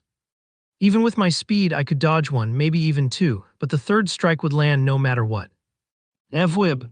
So instead of holding my ground, I did the unexpected. I threw my sword straight at Lucas, marking it with a special talisman that Elaine had given me. It allowed me to conjure wind steps once. Lucas easily dodged my sword, and just as he approached me, I was already surrounded. Ella's blade rested coldly against the back of my neck. Rose stood to my left, her weapon poised on the front side of my neck. Maya's fists, glowing with blue energy, hovered inches from my stomach while Iris stood behind me, her staff brimming with magic aimed at my spine. If they attack at the same time, I'd suffer a lot of injuries. Stop, Istria, you cannot win a battle against all of us together, Ella spoke in a cold tone, looking at me with hesitant eyes. What are you so hesitant about? Is it because you're attacking me, the man that you like? Fucking hell. If you were going to be like this, you could have simply stood aside. And what's that face for Rose? Why are you biting your lip? If you and your group didn't bother the things I was doing, this wouldn't have happened a lot. There was a small amount of silence during this time. And someone needed to break it, so shaking my head, a grin slowly spreading across my face. Ah, you guys really are too naive. I said, almost pitying them. Even if I was alone, I could still win. I took a step forward and they tensed. But who said I'm alone? FWOOP. Under my eyes, a sudden gust of wind exploded outward as the talisman I'd planted on my sword activated. Their weapons were ripped from their hands, flying into the air as I vanished. Elaine had finally arrived. By the time they turned, I'd already reappeared beside my sword, snatching it from the ground. As soon as the smoke cleared, everyone was looking at Elaine, who had arrived at my side in surprise. I mean, who wouldn't? She's still a high S-rank awakened. However, the way they froze made me smirk. They knew they couldn't take both of us on, and the look on their faces was almost pitiful. They were very cautious of her, and at their expressions I only sneered. By the way, now there's another reason for me not to join your group at the festival, I said before turning around and walking away from them. Elaine also followed behind.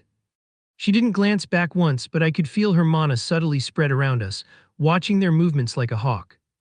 If they tried anything, she'd know before I even had to ask. Master, do you want me to kill them?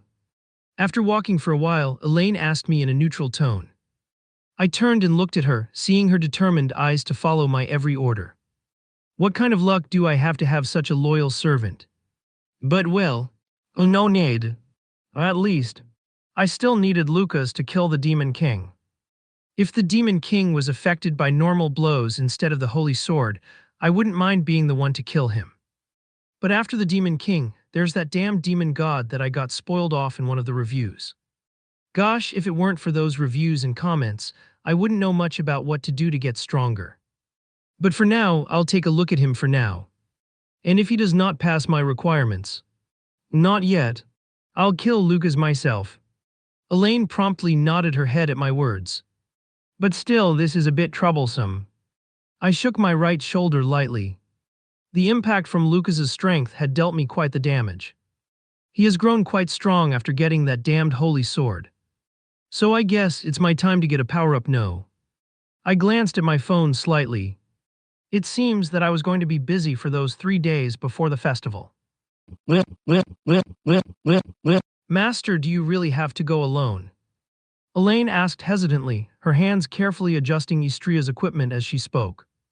Her voice was soft, but the concern in it was clear. Yeah, I do, Istria replied with a small nod. If a high S-rank came along with me, we'd draw too much attention. I'd turn into a target the second I stepped foot in that place. He was dressed in dark clothing from head to toe, a long black jacket trailing down to his legs. 2 swords rested securely at his waist, their blades hidden beneath dark sheaths. Inside his jacket, tucked into one of the inner pockets, a sleek white gun was hidden away. And finally, on his right hand, the mask that he had worn during the masked auction he attended with Christina stood quietly. I'll be going now. Istria spoke to Elaine softly. Wait a second. Elaine called out suddenly, stepping toward him with hurried steps. Istria raised an eyebrow, a hint of curiosity appearing across his face as he paused to wait for her. When she reached him, she tiptoed up and leaned closer. Without warning, she pressed a gentle kiss to his cheek. Good luck, she whispered, her lips curling into a warm, genuine smile as her eyes closed briefly. But before she could pull away, Zmagtilda, something soft brushed against her lips. Elaine's eyes snapped open in surprise, just in time to feel a firm hand rest on her waist, pulling her closer, while another hand gently cupped her cheek. Her breath caught in her throat as she realized what was happening. Her cheeks turned a deep red as her heart raced. Slowly, her sparkling green eyes locked with his. And at that moment she noticed it. Istria's usual crimson-red eyes had finally returned, glowing faintly with their intense hue. Their lips parted and Elaine let out a soft gasp, her gaze still locked on his. Istria looked at her sparkling green eyes for a moment before smiling softly. I'll be back soon. Elaine also smiled at him. I'll be waiting. Evloob. The air stirred around her as Istria leaped out of the dorm room window. The gust of wind made her hair sway, and she instinctively stepped forward, leaning on the windowsill to watch him. Her eyes followed his figure as he moved quickly across the academy grounds, his dark coat fluttering behind him as he headed toward the central district. Thump, thump, thump. Her heart started beating real fast as she let out a shaky sigh. I'll be waiting for you. With one last glance out the window, Elaine slowly closed it. She turned toward Istria's bed, hesitating for a moment before walking over to it. The faint scent of him still lingered on the sheets, and she couldn't help but breathe it in as she sank onto the bed. Her hands instinctively reached for his pillow. She pulled it close, hugging it tightly to her chest, her face partially buried in its softness. Her nose twitched as she caught his familiar scent, and a small smile crept onto her lips. I'll miss you. She sighed deeply, resting her cheek against the pillow as her fingers clung to the fabric. Even though he'd just left, she was already missing his presence. Meanwhile, as soon as Istria reached the central district, he turned to the right, entering a dark alley.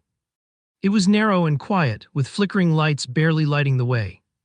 The whole place felt dangerous, but that didn't bother him. He cautiously looked at his surroundings and continued walking, feeling multiple gazes from the people in the corner.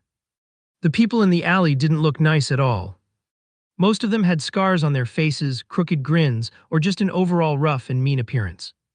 Some looked like they had been through a lot of fights, and probably caused plenty too. But Istria just ignored them while still keeping an eye on his back. He didn't know if one of them would attack him or not. After walking for a while, he stopped in front of a huge man who looked like a wall made of muscle. The guy's arms were crossed and his face was completely blank, but the size of him alone was intimidating. Istria recognized him right away. He was the same man from the auction. Without saying anything, Istria handed the man a letter. The man took it and stared at him like he was sizing him up. Then he pressed his finger to his right ear, where a small communication device was tucked. A moment later, he stepped aside and said, "You can go in." Istria didn't say a word. He walked past him, heading further down the alley until he reached a door. Instead of knocking, he pushed it open without hesitation. Inside, a familiar face greeted him. Longing on an ornate sofa, twirling a glass of red wine on her hand, while still having the same annoying smug smile on her face, she turned her intense gaze towards him. Yara Deveru, the underground queen. Well, well, she said with a teasing tone, taking a sip of her wine. You're back already. Did you miss me so much that you couldn't stay away? Istria ignored her words and instead spoke. I need something from you. Straight to the point. Yara raised an eyebrow, clearly interested. No, she didn't ask what he wanted. Instead, her lips curled into a playful smile. And what do you plan to offer me in return? At that, Istria's lips twisted into a cold smile. I'll be your challenger in the death tournament. No. Yara's playful expression shifted into something sharper. She stood up, her eyes glinting with excitement as she set her wineglass down. Now that's interesting, she said with a wide grin as she stepped closer to him. Now we're talking. The death tournament is an underground fight competition that happens every 3 months, hidden from the public eye. It's pretty simple, really. 16 challengers are chosen by the powerful figures in the underground world. As the name suggests, every single person who steps into that arena is there to fight until someone dies, whether they want to or not. Once you enter the stage, there's no way out. The only thing that matters is staying alive. No one can just give up. When only 4 people are left standing, they'll fight each other in a free-for-all. The last one standing gets to walk away as the winner. Simple as that.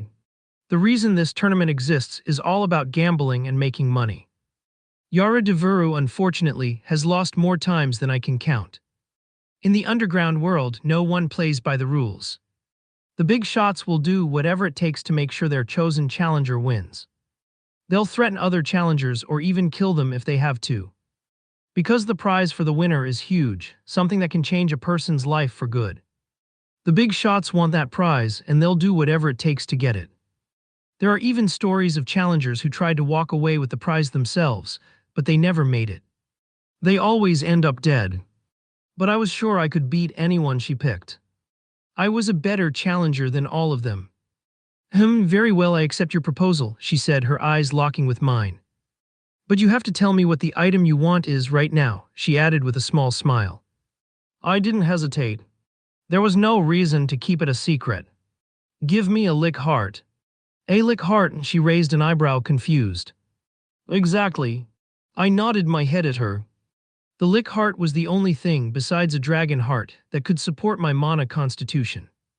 It wouldn't last long, maybe a few months, or if I was lucky, a year, but that was enough time for me.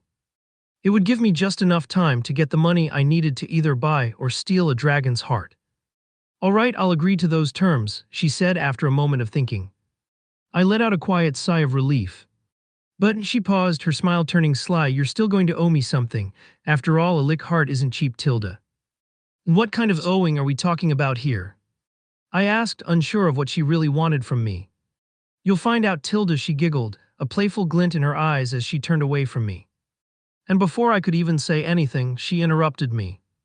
The first match starts in about an hour, she continued, settling back into the sofa and picking up her glass of wine.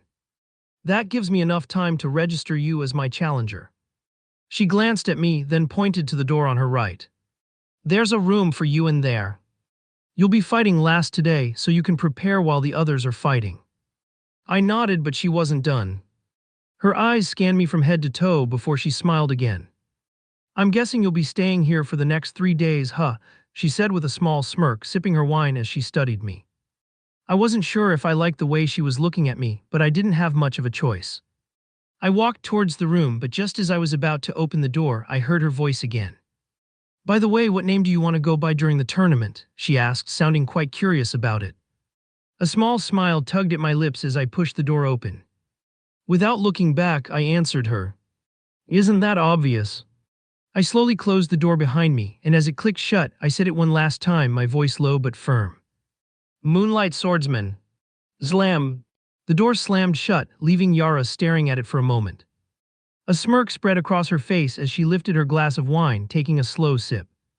Moonlight Swordsman. She whispered to herself, licking her red lips. A few hours later. Are you ready? Yara stood with her arms crossed, watching Istria sitting on one of the benches in the long corridor leading to the death arena. Lifting up his head, Istria only replied with a small smile. More than ready. Yara grinned, her eyes gleaming with a mix of confidence and amusement. Good. I'll make sure to bet big on you since your odds are 1 to 10. She flashed a wide smile as if saying that if he lost, he was going to lose a limb. 1 to 10. That low? Istria raised an eyebrow, clearly surprised. Of course. I've lost count of how many times I've seen challengers go down in the first round. None of my fighters get good odds, she replied with a shake of her head. At her words, Istria only smiled lightly. Don't worry about it. And also bet a platinum coin for me. Istria reached into his pocket and pulled out a platinum coin, tossing it casually at Yara. She caught it effortlessly, her smirk growing. That confident, huh? Yara's smile lingered as she turned the coin over in her hand. You do realize your opponent's a low S-rank awakened, right? She seemed to like his confidence. So he raised an eyebrow. I'm just that special, he winked at her before walking away. Looking at his retracting back, Yara couldn't help but bite her lip. Was he flirting with me? She muttered to herself. Last time we met, he was way more cautious. How did he change so fast in just an entire week? She shook her head, dismissing the thought, and walked toward her VIP seat, where she'd have the best view of the arena. Under her eyes, Istria slowly walked towards the arena as the multitude of people cheered for the other guy in the arena. Iron Wrestler. Kill him. Turn him to a metal pipe. The cheers were annoying, to say the least. He raised his hand and slipped the mask over his face, hiding everything except his glowing red eyes. The smile on the mask was just a shadow, barely noticeable. It might have looked pointless to anyone watching, but to Istria it was far from useless. The mask was a low-grade artifact designed to help with mana overflow, and that was something Istria really needed. His mana constitution wasn't exactly the best, so anything that helped him keep his mana in check was a bonus. Ladies and gentlemen, the announcer's voice boomed over the speakers. For the last fight of today, we have on our left Iron Wrestler, the 2-time winner. The crowd erupted into cheers, chanting his name. No Chihuahua. They roared. Kill him. Turn him into PICES. The cheers were quite loud. After all, he was a 2-time champion. And on our right, the announcer continued, we have the Moonlight Swordsman. Who is that? Yeah, must be his first time here. But why's he wearing that creepy mask? He had a handsome face, didn't he? Is he scared to injure it? Someone joked. The crowd laughed, knowing full well that the punishment for losing was death, but then someone in the crowd shouted something that got everyone's attention. Wait, isn't the Moonlight Swordsman the guy who wiped out a bunch of high-ranking demon beasts during one of the hunting festivals? Wait, really? The crowd seemed to have mixed replies. Some were doubtful, others were getting more curious. Slowly, the cheer for Istria grew just a little louder. Heh, a little kid like you thinks you can take down the great iron wrestler. The massive guy standing in front of Istria laughed.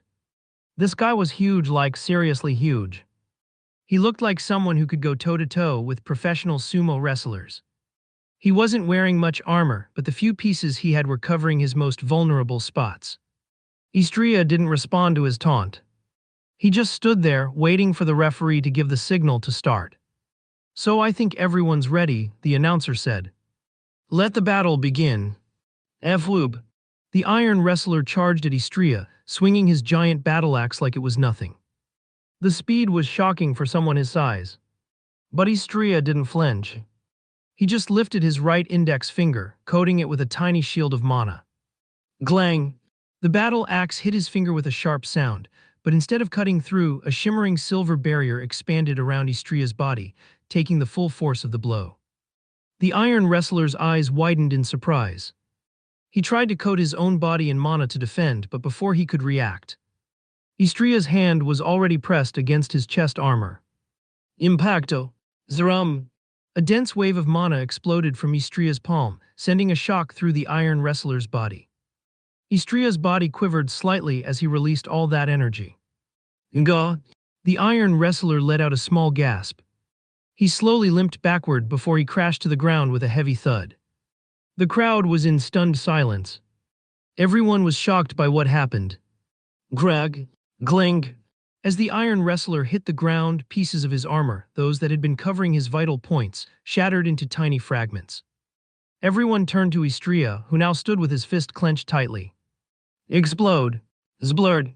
The moment he spoke those words, the iron wrestler's body exploded, sending pieces of him flying everywhere, even into the crowd. For a split second, there was absolute silence. Then the announcer's voice rang out, shaking the arena. "We have a winner." The crowd erupted in wild cheers. Noe Chihuahua. Moonlight Swordsman. Moonlight Swordsman. Moonlight Swordsman. The chant grew louder and louder, everyone amazed by how easily Istria had defeated the two-time champion. But Istria's smile faded slightly as he stood there, still trying to catch his breath. "Damn, I really pushed it over the limit this time. Guess that's what happens when you try to end the fight too quickly." Removing the mask from his face, he slowly took a deep breath before walking away from the death arena. Behind, the countless cheers and looks of amazement reached out to him. Walking down the hallway back to my room, I could feel the heat rising in my body as my eyebrows furrowed. Mana was surging through me, and I bit my lip trying to hold it in, but the pressure was slowly getting unbearable. I had been casting a lot of spells, trying to burn through as much mana as I could, hoping to get some relief. But the problem was, when I used my mana to knock out the iron wrestler, I pushed myself past my limit. In other words, I used too much mana. And now my body was paying for it. It was like I had broken through the threshold of how much mana I could utilize, and my body was falling apart because of it. Vug. Sweat trickled down my forehead and I cursed under my breath. I needed to take a bath, and then meditate for the rest of the night to get the mana under control. The problem was my mana pathways weren't big enough to handle all the mana flooding my body. Normally, if you wanted to hold more mana, you need to expand those pathways, either through meditation or with special items. If you don't, the mana will overflow and your body will literally explode. Hence the reason why I am basically spamming ice spells on my fingerprints. Oh my Tilda. Aren't you full of surprises? A sly voice interrupted my thoughts. It was Yara, standing in front of me with a mischievous grin. Vug, not right now. I directly passed through her. Don't you want my help with that? She said, stepping in front of me again, blocking my way. I paused for a second. I knew that she could easily see my condition. After all, she was an SS rank awakened, but I really couldn't trust her. Not for a second. Actually, don't bother responding, she said, cutting me off. This is my gift to you for making me a ton of money. She smiled wider, stepping closer to me. Before I could even react, her whole body was covered in this beautiful gray mana. She placed her right hand on my chest, and I couldn't stop the groan of discomfort that escaped my lips. Ugh. I winced, trying to pull away, but she didn't let me. Hold it in, she said calmly. The gray mana from her body seeped into mine, and I felt it spreading. It was like it was digging into my mana pathways, attacking them, breaking down the barriers. The pressure in my body started to lessen. The mana I couldn't contain began to dissipate, thanks to that gray mana. It wasn't long before a cool, soothing sensation swept over me and the pain slowly faded. I felt the mana settle, leaving just about half of what my body could handle right now. Now, as a temporary factor for my dear challenger. Yara's voice came from close by, and when I looked up, her eyes locked onto mine. She was grinning, but it looked strange. Hogs W, what are you doing? I couldn't help but ask in surprise, as I felt the gray mana in my body starting to go berserk. SHHH, don't worry about it, she said, placing her left hand on my hair, stroking it softly, almost comforting me. It'll be fine, she whispered. Hug. The gray mana in my body started convulsing slightly, and just as it reached my heart it stopped, and instead it moved a bit to the right side of my chest. And there it stood quietly. On this. I closed my eyes, focusing on the strange feeling inside me, and followed the movement of the mana. There, on the right side of my chest, was a gray heart made entirely of that same gray mana. It was like a mini heart pulsing softly. What was even stranger was how the mana around me that had been flooding into me now bypassed my heart and went straight to this gray heart. And as it did, the gray heart absorbed it all, and then it vanished. The mana was gone completely in less than a second. It was like the gray heart was devouring the overflow. It worked. I wouldn't have to worry about my body exploding anymore. But looking at it more closely, I realized it wouldn't last long. 3 days, maybe. Just enough time to get through the competition. Ozzy, not so bad, right? Yara said, her voice sweet. She tilted her head to the side, a bright smile still on her face. Her hand continued to gently ruffle my hair, and I couldn't help but feel a bit awkward. Thanks, I muttered, letting out a soft sigh. I really didn't want to be in a position where I owed her anything, but what could I do?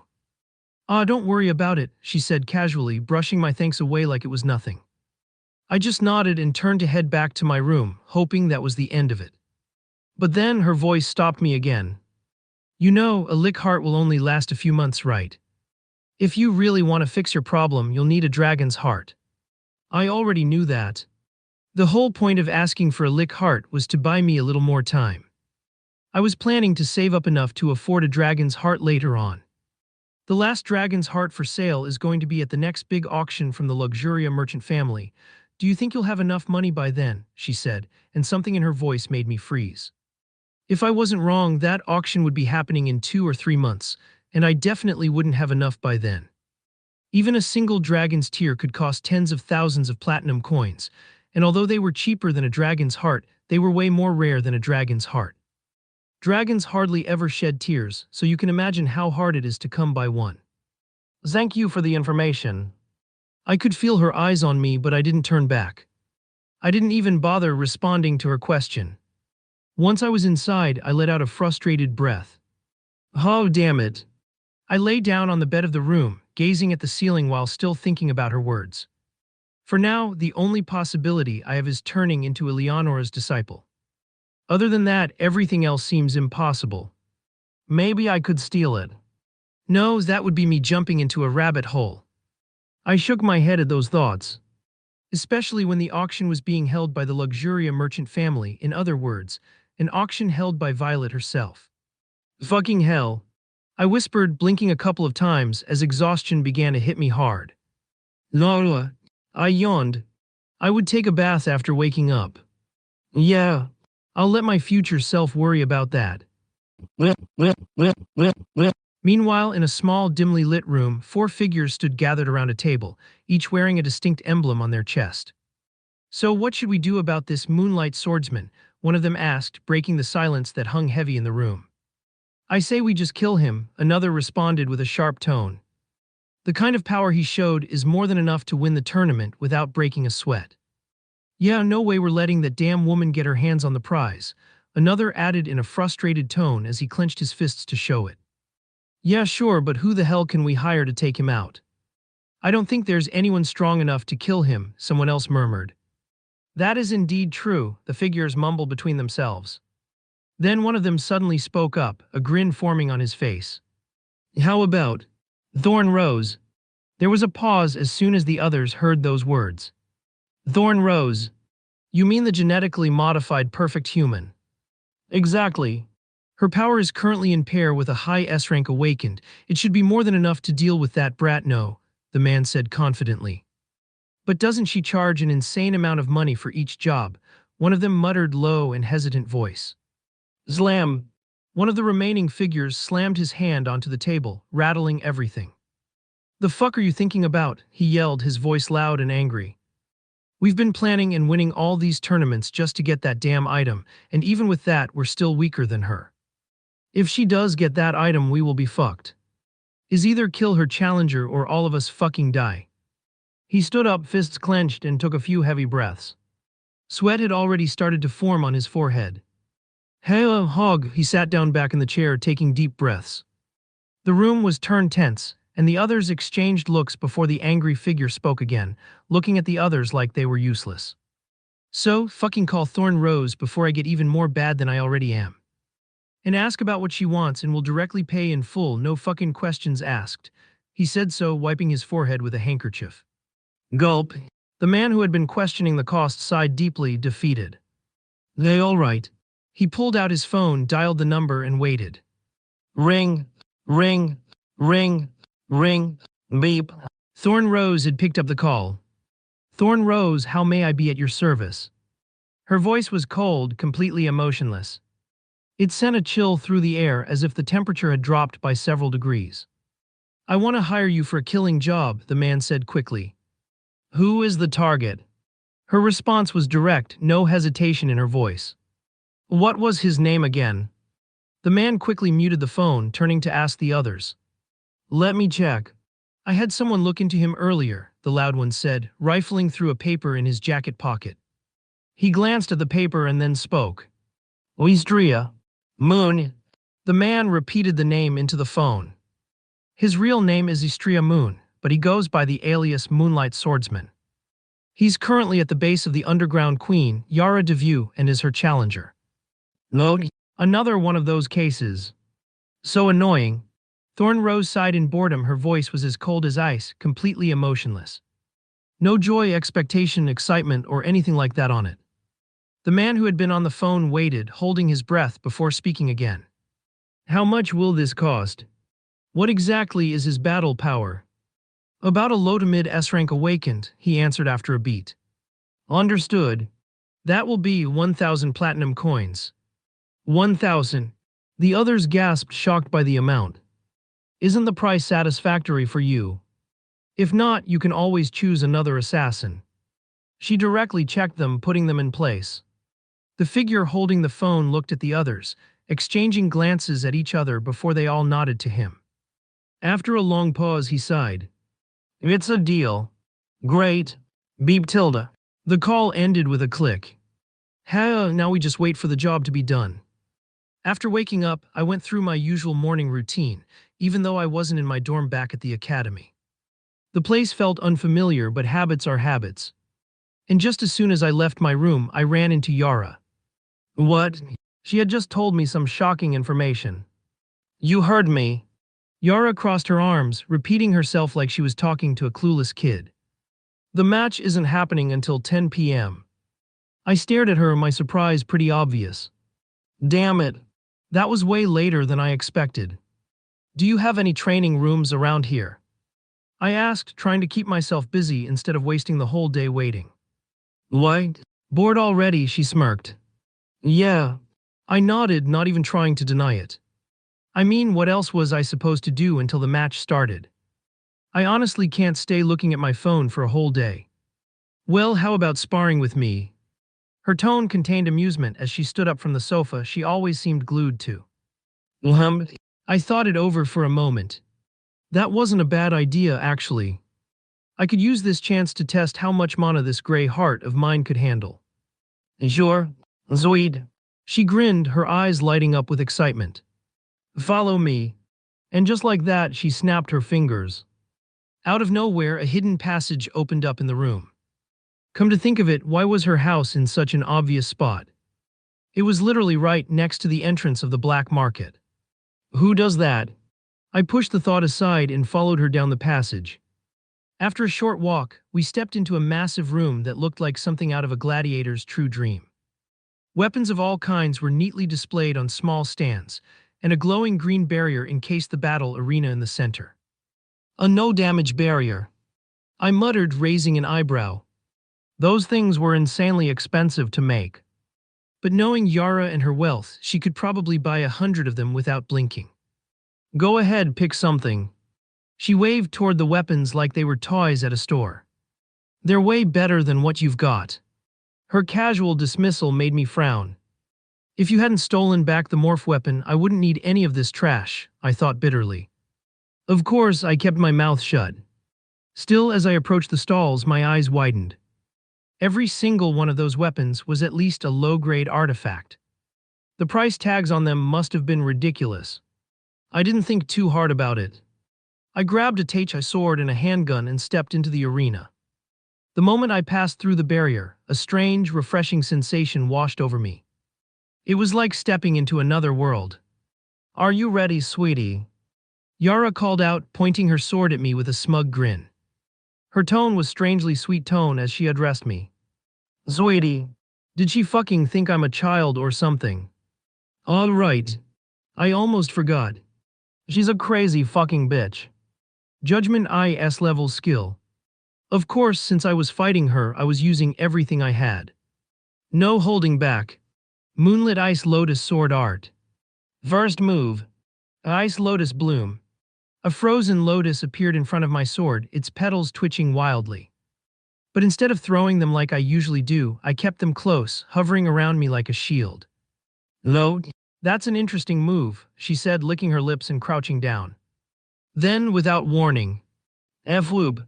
She vanished, reappearing right in front of me, swinging her sword straight at my head. Clink. The petals formed a shield just in time, blocking her attack. For a second I felt the pressure, but I quickly swung my sword back at her. She jumped back just out of reach, then charged at me again. This time her sword was glowing with her gray mana. I leaped back to avoid her strike, seeing how she sliced through my protective petals with ease. Then she raised her hand and I could feel the ground tremble beneath me, so I jumped high in the air. Lag. Sharp earth spikes shot up from where I had been standing. If I was there for a single second more, my body would be pierced by then. Come on. Use your full power, she taunted, appearing beside me midair and sending a powerful punch towards my stomach. My eyes widened as I quickly coated my body in silver mana. Thud. I was sent flying towards the ground, but it didn't make a crater or anything in that. Instead, I felt the whole pain of being thrown against a really strong floor. Now we're talking, Istria Tilda, she grinned, disappearing again. Her speed was insane, and the only way I could track her was by seeing her after images, thanks to my judgment eye. Behind. I spun around fast and crossed my arms in front of me, forming an X, and then taking another punch that sent me sliding back, my feet digging into the ground. Damn it. I cursed it under my breath, quickly wrapping my sword in more mana and focusing on her figure. Second move. An Ice Lotus Barrage. I unleashed a wave of crescent-shaped ice energy at her. But with a simple flick of her hand, she made them disappear into thin air. Tusk, tusk, tusk, she clicked her tongue continuously. I thought you were stronger than that, she added as a disappointed expression appeared on her face. It was easy to know that she was provoking me. It seems that I overestimated you, she shook her head. Her words didn't affect me at all. After all, I didn't have to prove myself to anyone. Instead, I rushed forward, swinging my sword toward her left shoulder. F-whip. She countered with a slash that sent my sword flying, then aimed a thrust straight at my chest. But I was expecting that. Bang. The sound of a bullet rang out. My lips had slipped into a small smile. Oh, and that was a surprise. I didn't expect you to press the trigger so fast. It's a pity that guns are useless, she sighed with a sly grin. I looked at her chest where the bullet should have hit and saw a tiny crack in the shield of mana surrounding her. Lag. She disarmed me in a flash, taking my gun from my hand. But of course I expected that too. There's no way I'd win against her, so I need to make an impossibility turn possible. Explode. I said it quietly, but the moment I spoke, I saw her eyes widen. BIM. Freeze. The explosion sent ice shards flying in all directions, covering the spot where she had been standing. I waited, watching the smoke rise, wondering if any of it had hurt her. Phew, that was close. But unfortunately too weak. Her voice came from the other side of the smoke. I didn't expect that move to defeat her, but at least to cause some damage. But unfortunately, it didn't cause her any damage. Instead, her clothes were the only thing that took a hit. They disintegrated, leaving her outfit in tatters. For example, one of her breasts had some remnants of cloth while the other had a nipple out. Her whole body was undamaged, but her clothes were a mess. Such a pity, she sighed, glancing down at her ruined blouse. That was my favorite one. And yeah, she didn't seem to care that I was staring at her either. I quickly grabbed my sword again, leaving the gun on the ground. I just wanted to test how much damage it would cause, but it was downright useless. Prepare yourself, Istria. I'll take this a bit more seriously, she licked her lips. F-whoop. She disappeared into thin air, and suddenly I saw the flash of her sword. It was slicing through the air so fast it created a high-pitched whistling sound as it cut toward me. Glang! My sword caught hers just in time, but the force pushed me back, my feet skidding against the ground. I barely kept my balance. Yara didn't pause. She was already jumping in the air, flipping over me like a predator closing in on its prey. Getting tired, Istria, she teased, her voice smooth as silk but was filled with mockery. I thought you'd put up more of a fight. She landed behind me, spinning around to strike at my back. My eyes widened as I heard the sound of her sword slicing through the air again, this time aiming for my spine. Whoosh! I dove to the side just in time, feeling the wind of the blade rush past me. The ground where I had been standing exploded in a burst of dust as the force of her missed strike hit the earth. Boom! I rolled back onto my feet, quickly recovering, but she was already there. This time she was so fast I didn't even see her move, only the faintest blur before a punch slammed into my side. Thud! The impact sent me flying sideways, crashing into a nearby stone pillar. The world spun for a moment. I could taste blood in my mouth. Fuck, wasn't this supposed to be a spar? I told myself, but knowing her character, she was going to try and damage my body as much as possible. She's a crazy bitch and fucking sadist after all. Is this really all you've got? Yara's voice came from above, her face still holding the same sly and mocking grin. I forced myself to stand, wiping the blood from my lip, but I didn't speak. Yeah. Taking a deep breath, I shook the dizziness off and squared up again, clutching my sword tightly as my eyes landed on her figure. Come on, don't tell me you're already out of tricks. She crouched low to the ground, then shot forward like a missile, moving so fast that I almost couldn't track her. Before I could react, she was there, a blur of movement, her foot slamming into my stomach with a sickening crunch. Zwag! I gasped, my body bending forward from the sheer impact, but before I could catch my breath, she was already behind me again, her sword coming down toward my back in a deadly arc. I whipped around just in time to raise my sword to block. The sound of metal scraping against metal rang out in the air. She was really taking this more seriously. Glang! You're slow, Istria, Yara said, voice dripping with disdain. She wasn't even breathing heavily. Is that all the power you've got? She circled around me, her eyes containing some kind of sadistic pleasure. This is almost pathetic. Her sword came for me again, aiming for my neck, but I caught it at the last moment. The impact pushed me back, making my arms tremble from the effort, but I held on. She swung again, and this time I couldn't react fast enough. The blade cut across my side, leaving a deep gash. Xiang. Pain flared, but I gritted my teeth, ignoring it. I was losing ground, but I couldn't give up. Pathetic, Yara repeated, watching as I staggered back. How did you even make it this far? Maybe you're just lucky. I'll give you that. But luck won't save you now. I barely kept my footing. My thoughts were clear, my focus razor sharp. But the pain was starting to get to me, dulling my reactions. You really are weak, she sighed deeply, furrowing her eyebrows. I can see why your childhood lover died under your eyes. She shook her head in a disappointed yet mocking manner. Those words hit me like a blow to the chest. My breath caught and my stomach twisted. I completely froze at her words. Immediately, my control over Mana started turning erratic. I looked towards her as my posture completely changed, and a bitter cold tone escaped my mouth. What did you just fucking say? Slowly, a violet aura started leaking from my body. Istria Moon. He was one of the most mysterious people Yara had ever met. Their paths crossed not long ago, but he'd already made quite the impression.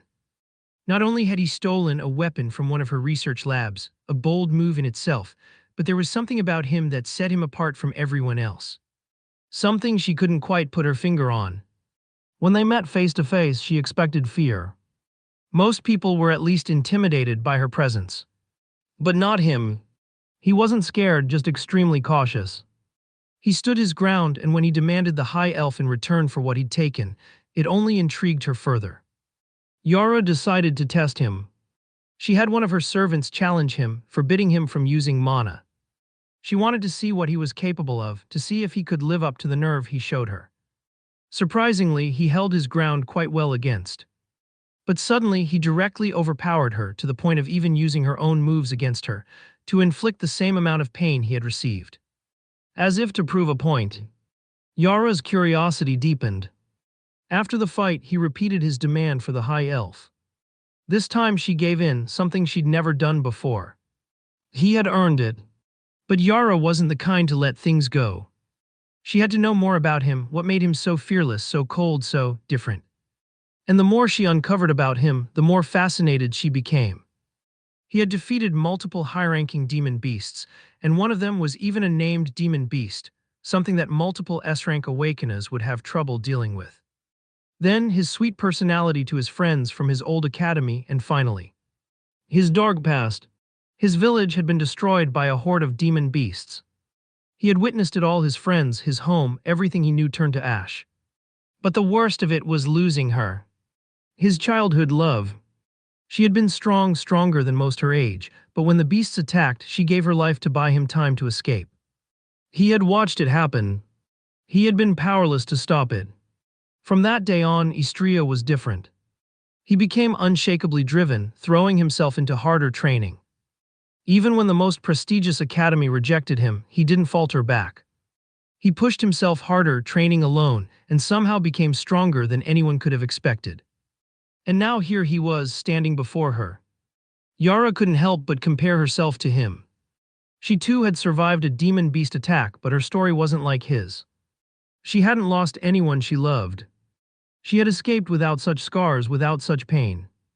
Perhaps that was why she wanted to challenge him again. To push him, to remind him that he wasn't invincible. To break down whatever pride or ego he had built around himself, and to see if he could come back stronger. But strangely, it seemed like she had miscalculated. "What did you just fucking say?" His bitter cold tone reached out to ears, enough to make a whole forest freeze by just the sound of his voice. His mana surged uncontrollably, violet energy spilling from his body and mixing with his usual silver mana. The colors swirled together, creating a strange, beautiful lavender energy. But that wasn't enough for her. Even though he was furious, she couldn't help but smirk, raising an eyebrow in mock curiosity. "No, did I strike a nerve?"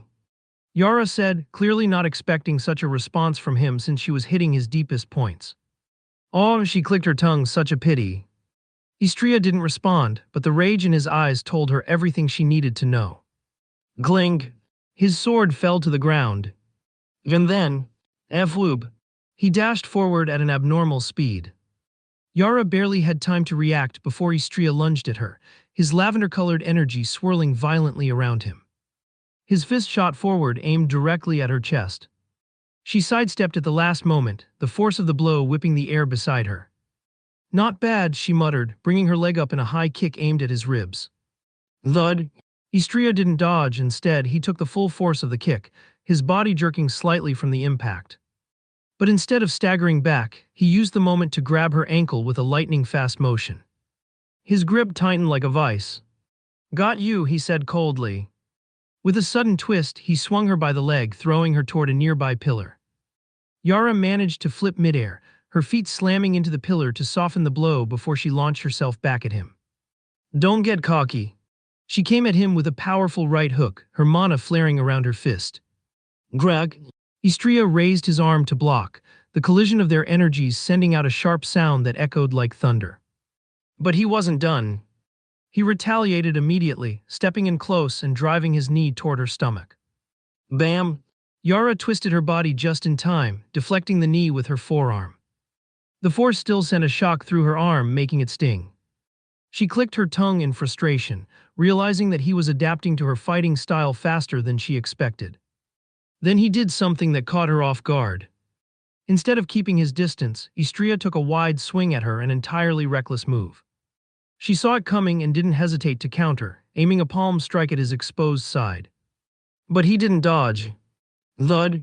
Her strike landed squarely on his ribs, the sound of impact reverberating through the air. Istria winced but used the moment to close the gap between them, his lavender energy flaring as he swung his other fist toward her shoulder. Greg! The punch connected, sending a shockwave through her body. Yara stumbled back, her clothes tearing from the sheer force of the blow. Her once pristine outfit was now in tatters, exposing parts of her skin where his strikes had landed. PFF.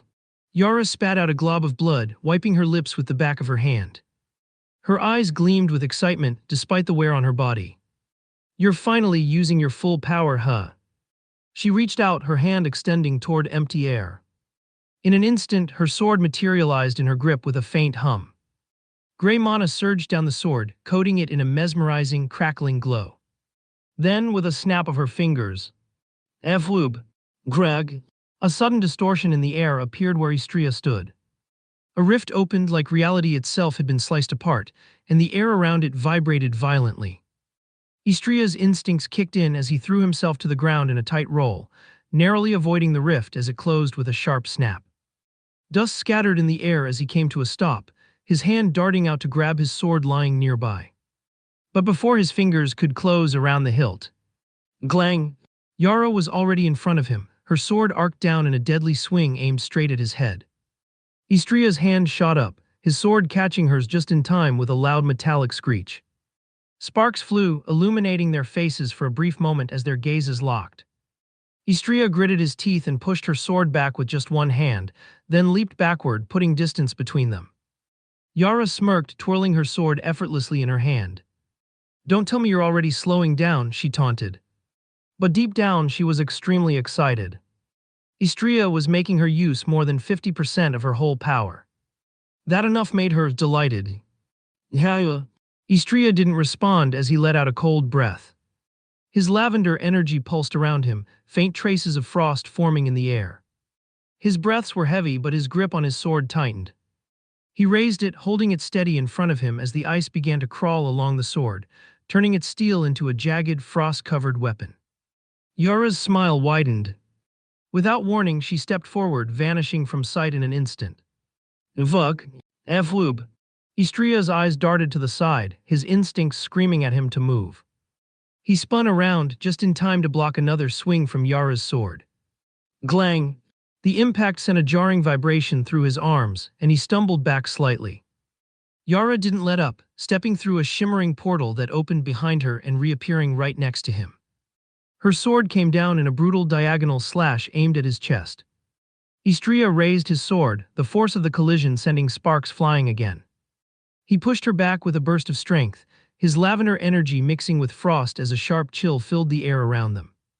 You're using your ice magic quite well, but it won't save you, Yara said with a smirk, stepping through another portal that opened beside her. She reappeared behind him, her sword aimed for his spine in a precise thrust.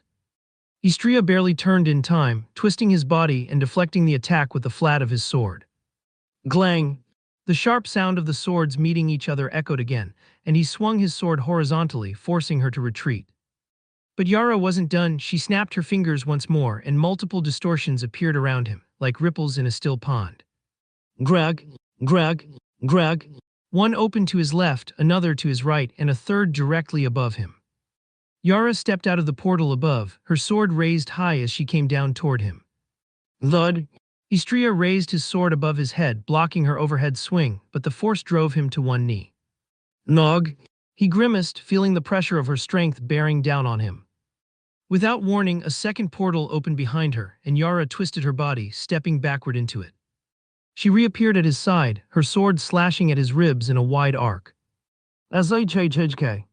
Istria couldn't fully block in time. The edge of her sword cut through his side, drawing blood and slicing through his coat.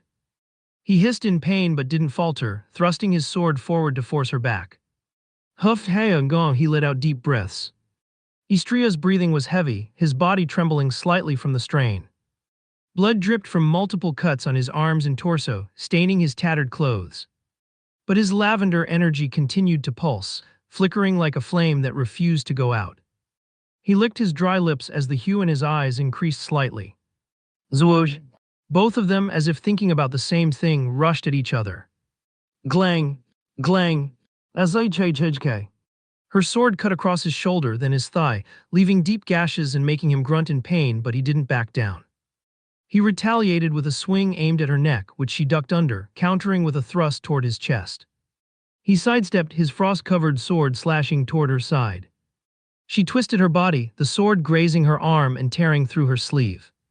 Both of them were battered and bruised, their breathing labored. The ground around them was scarred from their battle, craters, frost, and the lingering traces of mana filled the battlefield. Yara raised her sword again, preparing to strike. But before she could move, Istria shifted his stance slightly. His lavender energy pulsed once more, stronger than before. Yara paused, her eyes narrowing. "What are you?" Then Istria muttered slightly. "Moonlit Ice Lotus Sword Art." Third move. Moonlight's one flash. For a moment, everything went silent. Even Yara felt a chill run down her spine as his energy surged, sharper and more focused than ever before. The glow in his eyes intensified even more, leaving a small scarlet smoke trail. Then he moved. Zwoosh! Istria's figure blurred into nothingness, leaving only a faint lavender glow in the air where he once stood. Yara's sharp eyes quickly looked around, scanning for any sign of him. The battlefield had gone completely silent. But then it happened. A crack split through the space in front of her, jagged and raw like shattered glass, followed by an overwhelming lavender energy. Fwum! A fissure of space tore open a few meters behind her, the lavender mist swirling violently as Istria stepped out, his frost-covered sword raised high. His energy seemed to stretch beyond him, warping the air itself, distorting everything around them. The ground beneath his feet cracked, unable to handle the weight of his power. Yara whipped around, her instincts kicking in just a second too late. Ajib! Before she could fully react, Istria swung his sword in a single devastating arc. The motion was impossibly fast, almost elegant, but the impact was anything but. Boom! The sheer force of the slash didn't just hit the ground, it ripped through it, sending a shockwave tearing through the arena. A massive fissure opened up, spreading outward like the earth itself was crying in pain. The surrounding air exploded into chaos, frost and mana clashing violently, shards of ice shooting in every direction. The blow missed Yara's body, but just barely. She stumbled back, her feet skidding across the cracked earth as the shockwave pushed her away. Her heart pounded in her chest as she locked her gaze on Istria, now standing a few meters away. His head was lowered, his breaths ragged as his lavender energy started flickering just like some kind of dying flame. And then he suddenly dropped. Thud! Istria fell to his knees, his sword slipping from his grasp and hitting the ground with a dull clang. His entire body was trembling, his face pale from exhaustion. Sweat dripped from his chin and the frost around him began to fade, melting into the ground. Yara blinked twice, her eyes wide in disbelief. She had felt powerful opponents before, had fought people who pushed her to her limits, but this wasn't different. She opened her mouth to speak, but then... Blugh. The sound tore through the silence like a blade. Yara doubled over, clutching her chest as a deep, crimson gash appeared across her torso. Blood poured from the wound, soaking her already tattered clothes. Her body convulsed, a whole mouthful of blood spilling from her lips as she began to cough uncontrollably. "What?" she rasped, muttering to herself as she staggered. Her knees buckled and she collapsed onto one hand, desperately trying to steady herself. The pain was unbearable, but it wasn't just physical damage. It was the shock. She hadn't even seen the final blow connect. How had he done it? When? Her vision blurred as she turned her head toward Istria, who was still kneeling on the ground, his shoulders rising and falling heavily. Damn it! Yara gritted her teeth, forcing herself to move. She knew they couldn't stay here. Not in the barrier. Not with injuries like this. She stumbled toward him, each step feeling heavier than the last. Reaching out, she grabbed his arm, her fingers trembling as they tightened around his sleeve. "Hold on," she muttered to him. She used her mana, enveloping them both in a gray glow as she walked to the exit of the barrier around them. Avouge. As soon as they got out, a strange warmth washed over them. Their wounds, the deep, agonizing cuts and bruises, began to heal instantly. Skin stitched itself back together, blood vanished, and the pain evaporated as if it had never been there. But the fatigue on Istria's mind didn't disappear. Even as his physical injuries disappeared, he remained slumped over, his head hanging low. His breathing was shallow, his entire body seemed exhausted. The lavender-colored energy that had once pulsed so brightly around him was now barely alive, flicking ever slightly. Yara leaned against a nearby stall, her hand clutching her now-healed chest. She stared at him, her gray eyes still wide as her mind raced to process what had just happened. Istria, she whispered in a softer tone, quite strange coming from her. But he didn't respond. He just sat there motionless with his sword lying beside him. For the first time in a long while, Yara felt something unfamiliar stir in her chest. Fear? No. Respect? Maybe. But it could also be something else. She wasn't sure. All she knew was that, even in this moment of quiet, Istria remained strangely interesting, something she couldn't quite understand. "You're not fucking human," she muttered under her breath, her voice trembling slightly. Beep tilde. Due to the body tempering caused by the space crack, your attributes have increased tremendously. Your physical attributes have been enhanced. Your spirit has reached S+. Many of your talents and skills have evolved. Opening profile. Player profile. Name Istria Moon 20. Identity: strongest student of the weakest academy, the Moonlight Swordsman, the one who loves the goddess of the moon, the strongest student, exchange student of the Eternum Royal Academy, the one loved by dangerous beings, new. Affinities: I. Aura S+. Mana B. Strength B up arrow up. Vitality B up arrow up. Agility A+ up arrow up. Spirit S+ up arrow up. Skills and talents. 1. Moonlit Ice Lotus Sword Art S. Active self-created skill. 2. Judgment IS, active self-created skill. 3. Perfect Memory Unranked, passive talent. 4. Extreme Combat Instinct A+, up arrow up, passive talent. 5. Advanced Sword and Gun Mastery A+, up arrow up, passive skill. 6. Calm Mind B, up arrow up, passive talent. 7. Blood Eyes Unranked, your eyes ominously glow red. 8. Blood Contract. You can use Lumi's abilities. Bluz. Log. I groaned softly as I opened my eyes, only to be met by a flood of notifications. This time I had exaggerated a bit, but it seems like it strangely worked in my favor. I already knew that entering a space crack could temper the body, but I never imagined it would boost me this much. Sure, it had been dangerous, life-threatening even, but the payoff was undeniable. I've never tried to use my third move with both mana and aura, so I didn't really expect to open such a deep fissure in space. But well, it worked in my favor. Now I should be considered an A rank awakened, in attributes at least. If I measured up my battle power, I don't know what rank it would reach. My talents were also upgraded just perfect. But something bothers me. By a lot, actually. That new identity that I've received. The one loved by dangerous beings. What exactly does it mean? Did Yara fall in love with me for me to receive such a title? I don't know. Come to think of it, what time is it right now? I instinctively reached for my phone, patting my pockets, only to realize I wasn't wearing pants. Or a shirt. In fact, I was in nothing but my underwear. I took a look around. The room I was in felt too grand to be mine. Luxurious. Deep blood-red walls with gold accents, velvet curtains draped elegantly along the windows, and plush rugs that screamed wealth. The bed I lay on was massive, with satin sheets that clung to my skin. It looked quite expensive. But seriously, where the hell was I? Was this Yara's bedroom? Only she could have such an expensive bedroom, no. Creak. Before I could think too much, the door creaked open. My head snapped toward the sound, and there she was, Yara. I almost froze at her figure.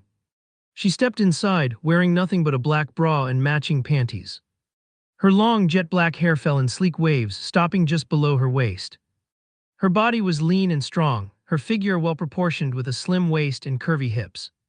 Her abs were lightly defined, with a faint scar running diagonally across her stomach. Scars marked her arms and thighs in a few places, faint but noticeable. Her gray eyes were sharkled mischievously, framed by thick lashes. A thin scar ran through her left eyebrow, breaking the lines slightly, but it didn't take away from her striking features. She was stunning, no doubt about it, but there was something about her that could make anyone's instincts scream trouble. She caught me staring, and her lips curved into a small, teasing smile. "You like what you see?" she asked, tilting her hips slightly to emphasize her curvy figure. I blinked. Did she really fall in love with me? I was confused by her sudden actions. "Your face is priceless," she chuckled, walking toward me. "You're probably wondering why you're here," she said casually. "Your clothes were completely destroyed during our little fight. Since I couldn't exactly leave you lying around naked, I brought you here. No man's clothes were available, so..." Yara gestured to me with a smirk. "You'll have to stay like this for now. Don't worry, one of my servants will bring something appropriate soon." She sat down on the edge of the bed, crossing her legs gracefully. "And well," she continued, licking her lips, "since you're down to your underwear, I thought it'd be rude if I didn't match the mood. Don't you agree?" Her words strangely made sense. "And you really are a crazy bitch, aren't you?" I couldn't help but mutter. Her eyebrows shot up, but instead of being offended, she broke into laughter. "No, did you just call me a crazy bitch?" she teased, leaning closer. "No, I said that out loud." "Shit." I instinctively backed away, but instead of being angry, she seemed entertained. Her eyes narrowed into crescent moons as her smile widened. "Honestly, I've never met someone like you," she spoke lightly. "So careless, fearless, and most importantly," she leaned in, her hand brushing lightly against my chest. "So damned fascinating and interesting," she bit her lower lip, looking into my eyes. Is she trying to seduce me or something? Her actions were really suggestive, but I remained quiet, staring at her. I needed to confirm it thoroughly, but I was also quite sure that she wasn't in love with me. At least not yet. "By the way, what time is it right now?" I asked, my voice still groggy. "No." Yara tilted her head slightly before reaching into her cleavage. She casually pulled out a phone like it was the most natural thing in the world and tapped the screen. 11 p.m., she said, glancing at the screen before looking back at me. "You were out for quite a few hours." Her words made my eyes widen. "Lamat." "Relax," she interrupted, waving a hand dismissively. "The other challenger died. Mysteriously." She emphasized the word with a sly smirk. "So you won. Congratulations." She shrugged like it was no big deal. "Just take it easy for now. That last attack must have drained you completely, right?" She was right. I could feel it. Using that much mana and aura drained more than just my physical body, it took a mental toll too. It always did, but my spirit was strong enough to handle it. After all, I went through too many difficult situations for me to be able to have such a strong spirit attribute. And after I tempered my body in the space crack, my spirit had even gone up a level. So it didn't damage me that much. Maybe a bit. Just a little bit. By the way, Istria. Yara's voice pulled me out of my thoughts. She turned toward me, her hand casually resting on my right leg. I instantly felt uncomfortable. I started to reach for her hand to move it, but before I could, she spoke again. "How much time do you have left?" I froze. "I took a look at your body," she said slowly, her fingers still lightly resting on my leg. "You don't have more than a few months left. Honestly, you should have died about a month ago, just a few days before the Academy's competition." "How are you alive?" she asked curiously. I didn't expect her to say those words. After all, I did find out the reason why Istria wasn't in the competition just when I had a conversation with Eleonora. My soul from my old world had completely fused with Istria's, giving it enough life force for him to survive. Of course, that had side effects, and the life force of my own soul decreased by a lot. So if I didn't transmigrate here, Istria would have truly died. Because he didn't have enough life force to live. Right now, I've got two big problems. First, my soul doesn't have enough life force. And second, my constitution is missing something important, a second heart to keep it running properly. I'm beyond fucked. But yeah, I guess I should be grateful I'm still breathing or whatever. Istria. Hello. Yara waved a hand in front of my face, snapping me out of my thoughts. I blinked. Huh? Did you say something? Not really. Just called your name, she said with a shrug. Then without warning, her hand started moving along my leg slowly, deliberately. I sighed and reached down to push her hand away. I couldn't. Fucking gorilla grip. Fufu Tilda, she giggled, her eyes sparkling mischievously. Looks like you're not strong enough, Tilda. I frowned at her words. Tomorrow is the final match, so I need to rest. I warned her, however, she didn't seem bothered by my words. Instead, she rested her chin on her palm, still lazily stroking my leg. So what? You can sleep here. She gave me a slow, teasing smile before leaning in and whispering, with me, Tilda. Then she blew softly against my ear as if to seal the deal. I scowled, but then my eyes turned to her bed. Damn, that thing looked comfortable. Sure. Her smirk instantly faltered. Huh? Before she could react, I grabbed her wrist, removed her hand from my leg, and climbed into her bed. Head on the pillow. Blanket over me. Done? No. I glanced up at her frozen expression. What? I asked with a neutral yet confused expression. Didn't you want to sleep together? I mean, she was the one who suggested it. Yara just stood there, staring at me like I was some kind of interesting creature. I raised an eyebrow. What? She blinked. No. Then out of nowhere she pouted, You're no fun, you know that. I rolled onto my side, facing away from her. Then stop messing with me. For a second there was silence. I almost thought she had given up, until I felt the bed dip beside me. I tensed. Then warmth. She slid under the covers. I sighed. Seriously? What? I said I wanted to sleep together, she said with a smug tone. You agreed. I exhaled through my nose. Yeah. To sleep. Not whatever you're thinking. HMN. She hummed in amusement, then shuffled closer. Do close. I felt her breath on the back of my neck. Relax, she murmured, her voice soft.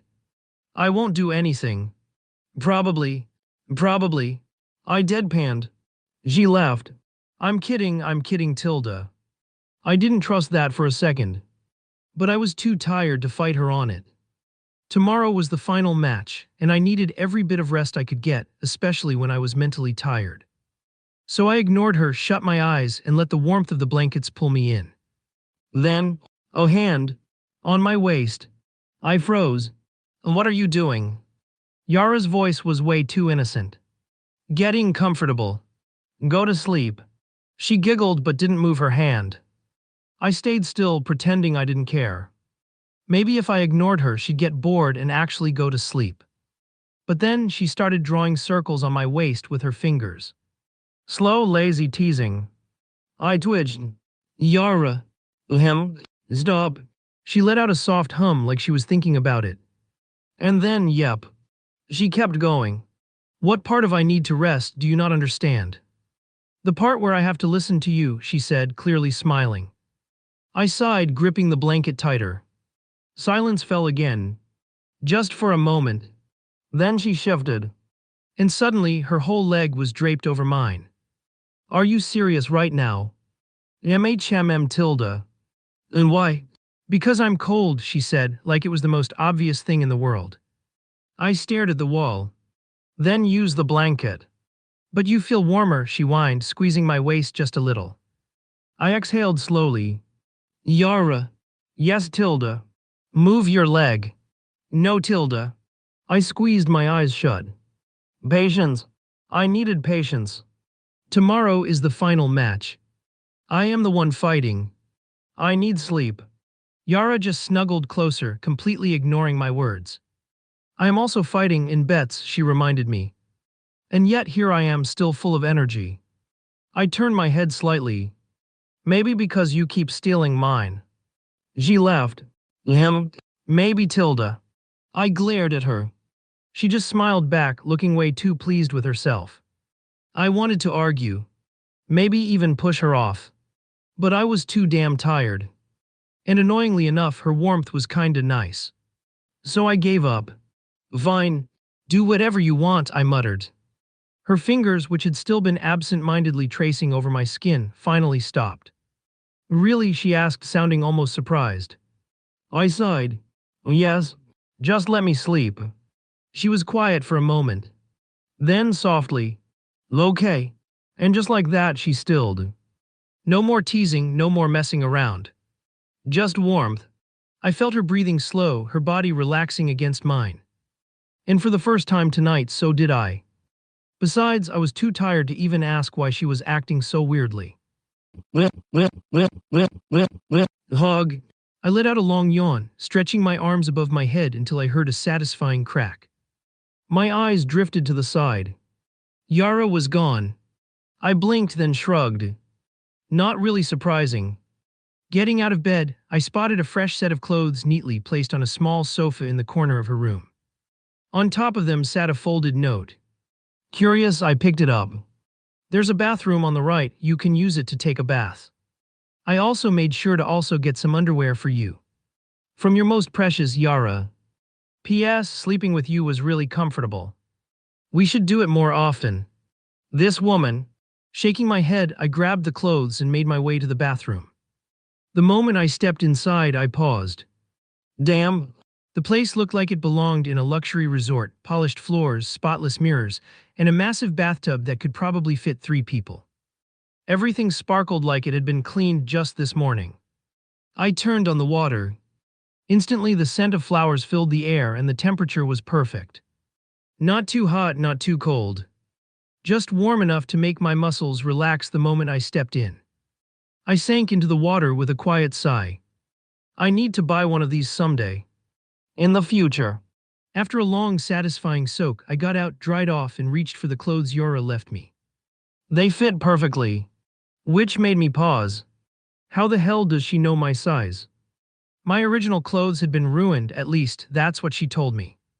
I stared at myself in the mirror, adjusting the fabric. Should I be concerned? Probably. But I was too well rested to care. MHN, it's only 11:51. I checked the time. I had plenty of time to kill. Normally, I'd be training, but today. Today I felt like having some fun. And since I was still in the black market, there was no way I was gonna waste this chance. Time to go clubbing. SHRRSK. But then a sudden movement made me freeze. I looked down at my hand as my eyes widened slightly in deep surprise. Lumi. A soft glow pulsed from the tattoo on my finger. That was unexpected. Lumi had been asleep for a while, probably because we needed to renew our contract or something. But now she was waking up. Without wasting a second, I channeled mana into the mark and... Boof! A small figure appeared in front of me. Master Tilda. Before I could react, she launched herself at me, wrapping her tiny arms around my torso. I blinked, then instinctively patted her head. She let out a happy hum, pressing her face against my chest. "Amiya siad you," she whined groggily. Her head nuzzled against me, rubbing gently. Then, hell, she took a deep breath. I stiffened. Did she just sniff me? I glanced down at Lumi, who was still clinging to me like a sleepy kitten. Her face was buried against my chest, her soft breaths tickling my skin. Lumi, I called, poking her cheek. She let out a slow, content sigh. "Moo, you smell nice, Master Tilda." I blinked. Well, okay. That was weird. But at the same time, Lumi was always a bit weird, so I let it slide. Instead, I patted her head again. "You were asleep for a while. Feeling better now?"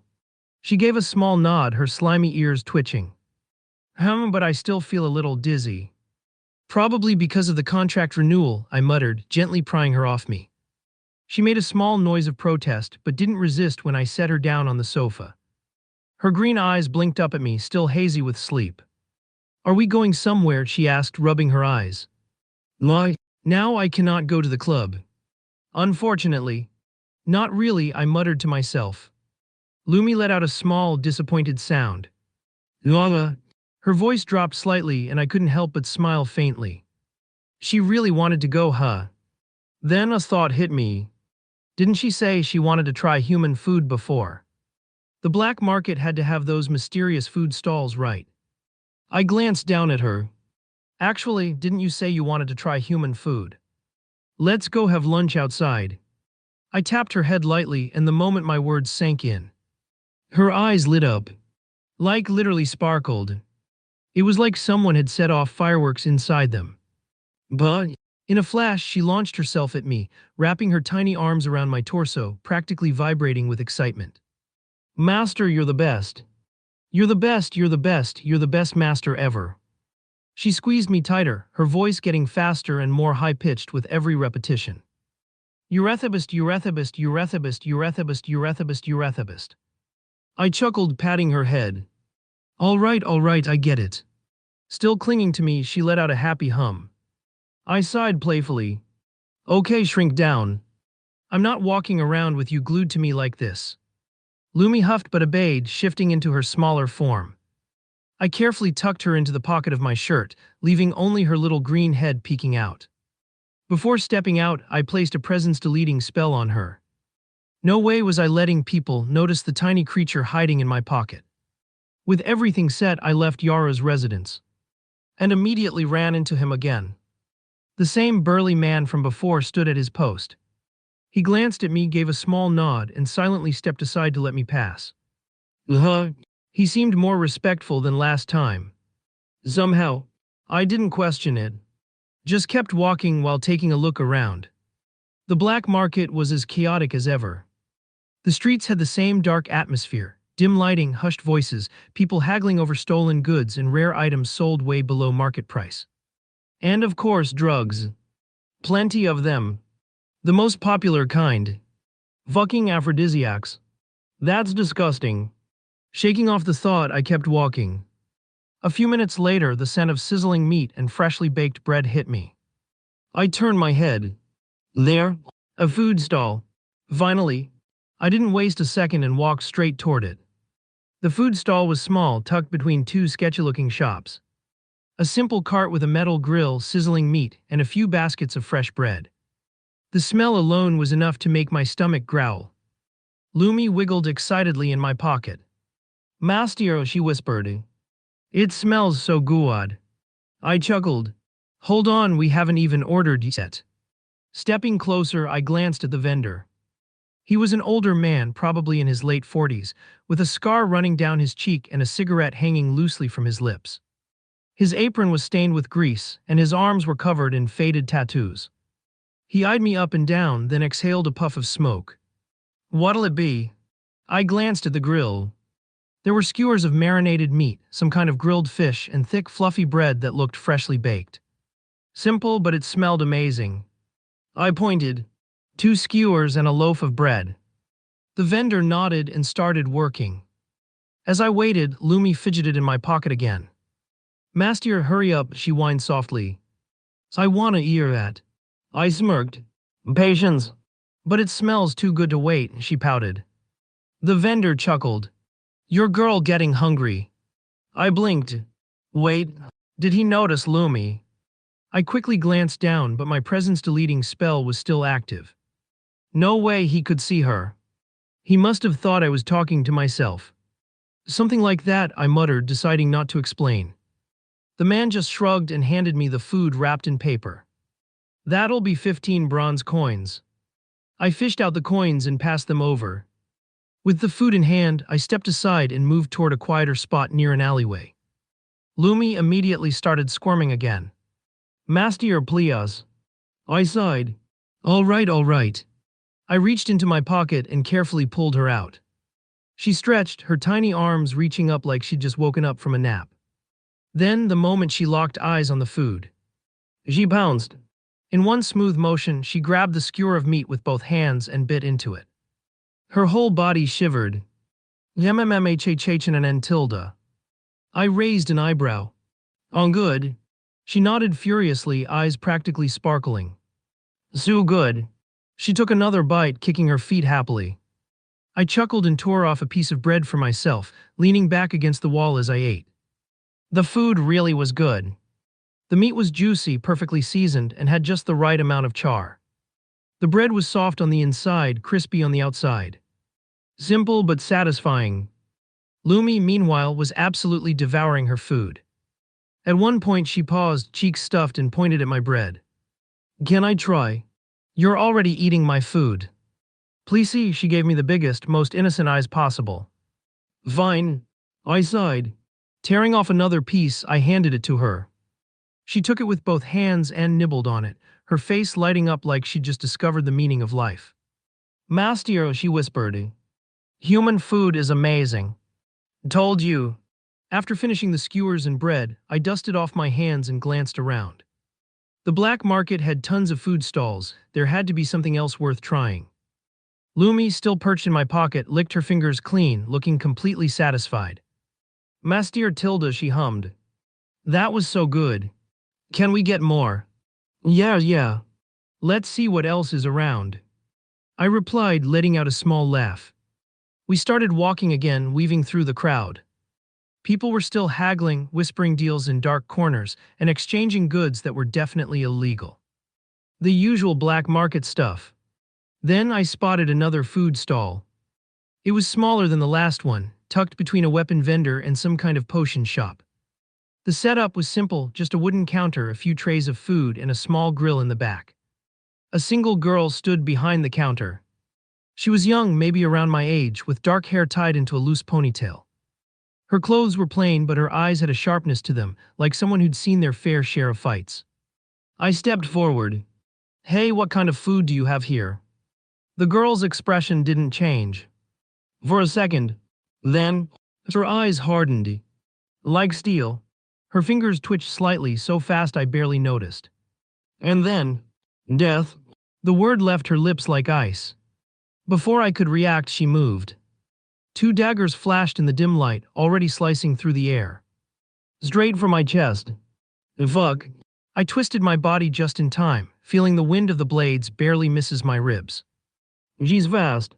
Her attack wasn't reckless, it was precise. Clean movements, no wasted energy. She wasn't some random thug trying to make a scene. She was aiming to kill. Lumi yelped in my pocket. Yem, master. I didn't have time to reply. The girl didn't stop. She adjusted her grip and lunged again, her daggers cutting through the space between us like a blur. I barely managed to dodge, leaning back as one blade zipped past my throat. Glows. Do glows. Still mid-dodge, I flicked my wrist, releasing a quick pulse of mana. Boom. A shockwave burst between us, just enough to force her back.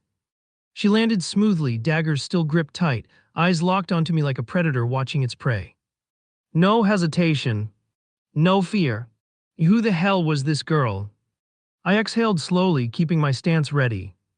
So I muttered, I'm guessing you're not here to sell food. She didn't answer. Her eyes narrowed and she moved again, fast as a snake. This time she came at me low, one dagger aiming for my stomach.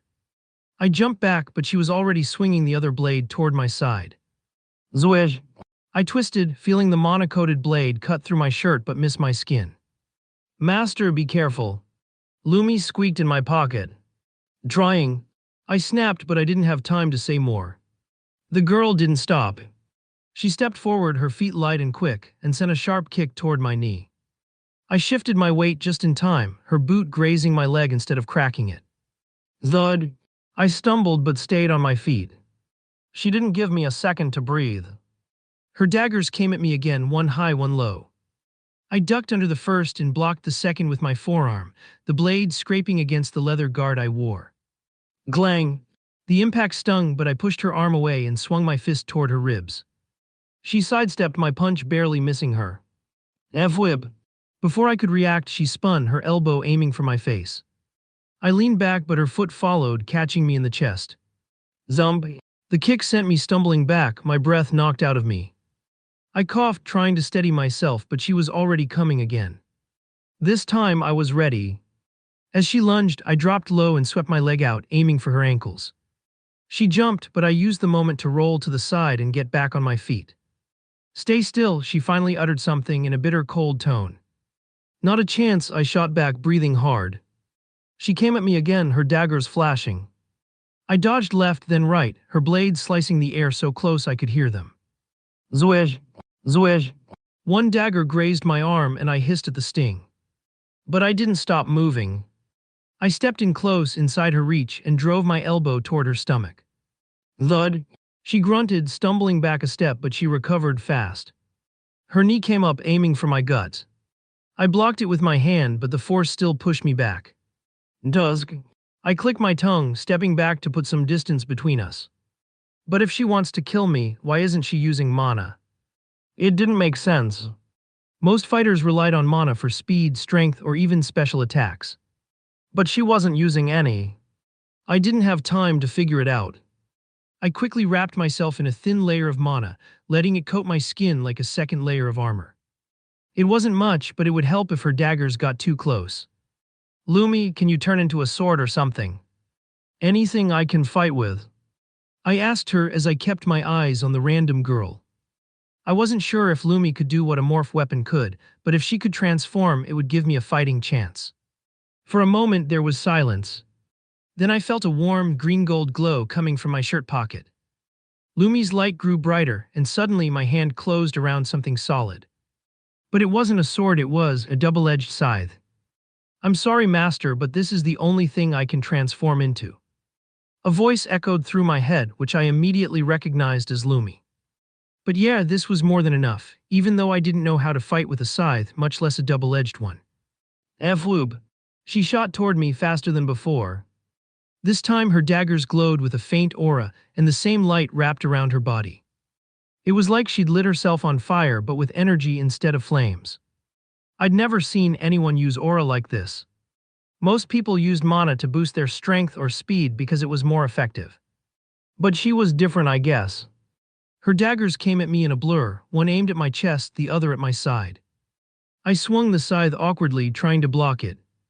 Glang! The blades met, sparks flying as her dagger scraped against the scythe's edge.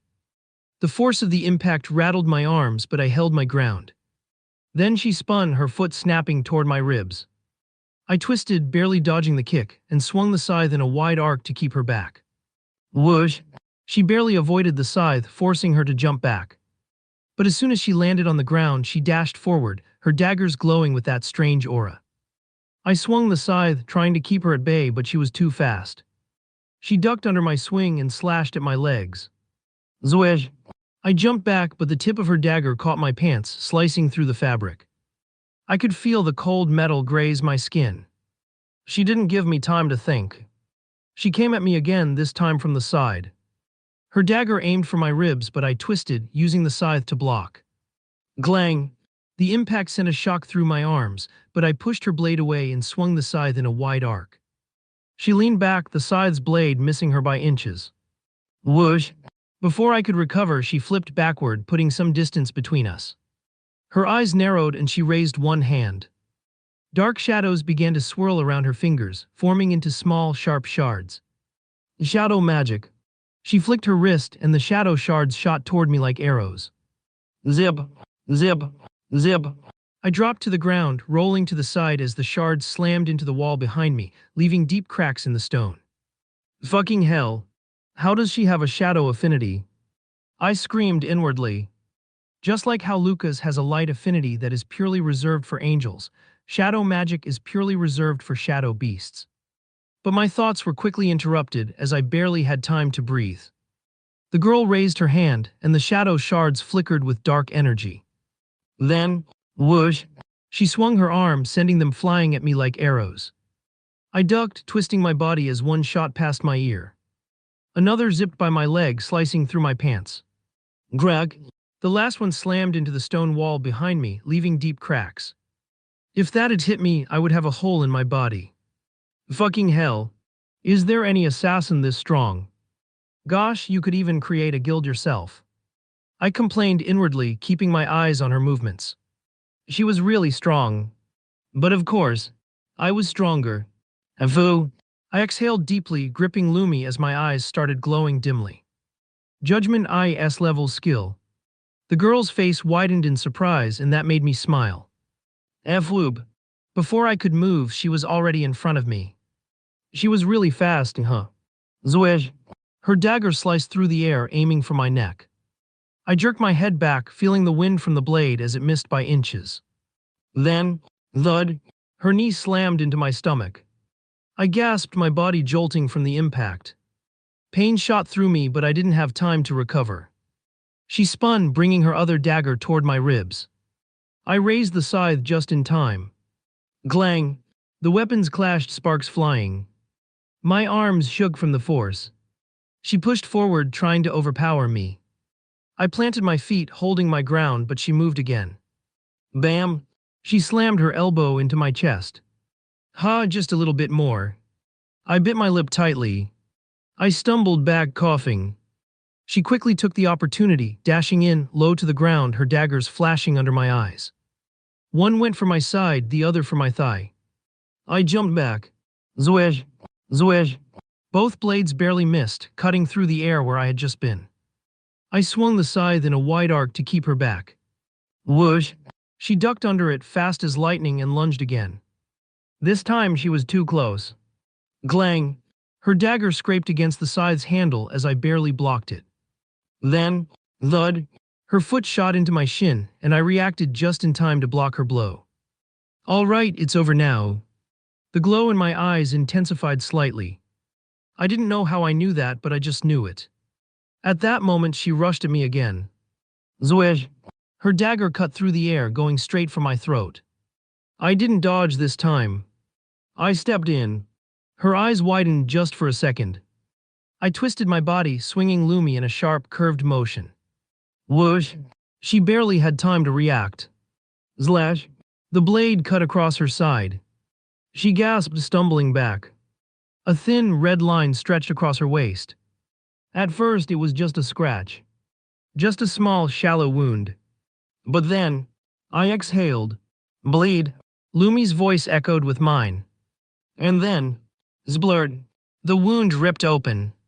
Blood sprayed out, spilling down her side like a fountain. She let out a sharp breath, eyes wide in shock. Her knees buckled slightly, her body jerking from the sudden pain. She grabbed her side, but the blood kept flowing, soaking through her clothes and dripping onto the ground. Drip, drip. Her breathing grew unsteady. She staggered back, her dagger trembling in her grip. For the first time, she hesitated. But only for a second. Her face twisted, pain mixing with anger. Then, she charged. Blood loss. Pain. She didn't seem to care. Her daggers flickered with dark light, her speed was even faster than before. Whoosh! She spun, her first dagger aiming for my stomach. I twisted my body. Zwish! The blade missed by an inch, but her second dagger was already coming. I raised the scythe. Glang! The weapons clashed, metal screeching against metal. Then, thud! She slammed her forehead into my face. Ugh! Pain exploded in my skull. My head snapped back, my vision going blurry for a second. But I still moved. I spun the scythe, the blade slicing through the air toward her leg. Zhang! Another cut. Her thigh split open, another wave of blood gushing out. Bleed! Lumi whispered along with me. The wound tore wider. Splurt! Blood splashed onto the ground. She gasped, her body trembling as her breathing turned ragged. But even now, she didn't stop. Her grip on the daggers tightened. She lunged again. This girl, she was insane. You're still not worthy. Her words suddenly reached my ears, although I didn't quite got what she meant. She completely disappeared into thin air. Where did she go? I looked at my surroundings warily. Master, behind you. My instincts quickly kicked in as I turned around, bringing my scythe to the front. Glang! It met both of her daggers, and that was when I noticed how she had disappeared. Her body's shadow had completely disappeared, which meant that she had turned into it. Fucking hell. I should end this soon. I muttered to myself. The girl seemed to have heard my words, but I didn't exactly care. Assassin or not, you're still a bit weak to kill me, I uttered coldly. A faint silver glow enveloped my scythe as the temperature around us seemed to have dropped. Frost explosion. A 6th level spell. A small ball of ice mana formed on the tip of my index finger. Then I flicked it towards the girl. Explode. F-whip. And then, the moment the small orb got close enough to the girl. Boom! A violent blast of ice erupted, frost and sharp shards of ice bursting out like a crashing wave. The air turned freezing, my breath visible in the sudden chill. The girl's body disappeared into the explosion of frost. For a second, everything was silent. Then, greg, a loud sound of shattering ice echoed through the air. Through the fog of frost, I saw movement. She was still standing. Her body trembled, her arms covered in thin layers of ice. Her legs wobbled, frozen in place for just a moment. Blood dripped from her wounds, the deep cuts from earlier now mixed with frostbite. Her daggers were covered in ice. Her lips were pale. Her breathing was heavy. But she was still alive. At her gaze, I frowned slightly. First, I let her hit me multiple times to measure her power. I mean, what if she had some skill that could be hidden by my judgment eye? But now, I'm quite curious. Her body had an incredible defense. And why didn't she use shadow magic to avoid the attack? She's really strange. Sometimes she uses magic, and then she stops using it, only relying on her daggers. But then she smiled at me. Not like a happy smile, but it also wasn't a cold smile. It was more like a crazy smile. She stretched out her right hand, passing the dagger to the other hand, making it hold both of them, and then looked at me. A small black orb condensed at her fingertips. Wait a minute. Is she? Frost explosion. A 6th level spell. Replicating my spell. I'm fucked. BAM. She flicked the black orb toward me, and I barely managed to jump out of the way. I looked back at the spot where it landed and froze. A wave of ice, but a dark-colored ice with purple outlines. She also copied my attribute. My eyes went wide in shock. I took a quick look at her again. She wasn't exactly what I'd call beautiful, but the power she was throwing around was something special. I couldn't quite place it, but it made me think she was probably either some kind of heroine or villainess. Either way, she was dangerous. An assassin, a heroine, or villainess, and she can copy my attacks. This is seriously bad news. I rubbed my head, clicking my tongue. I watched her carefully. She was still panting, her eyes never leaving me. The air around her still felt charged, like she was ready to strike at any moment. She gripped her daggers tight, and I could see in her eyes it wasn't just that she was cold. She had the desire to kill me.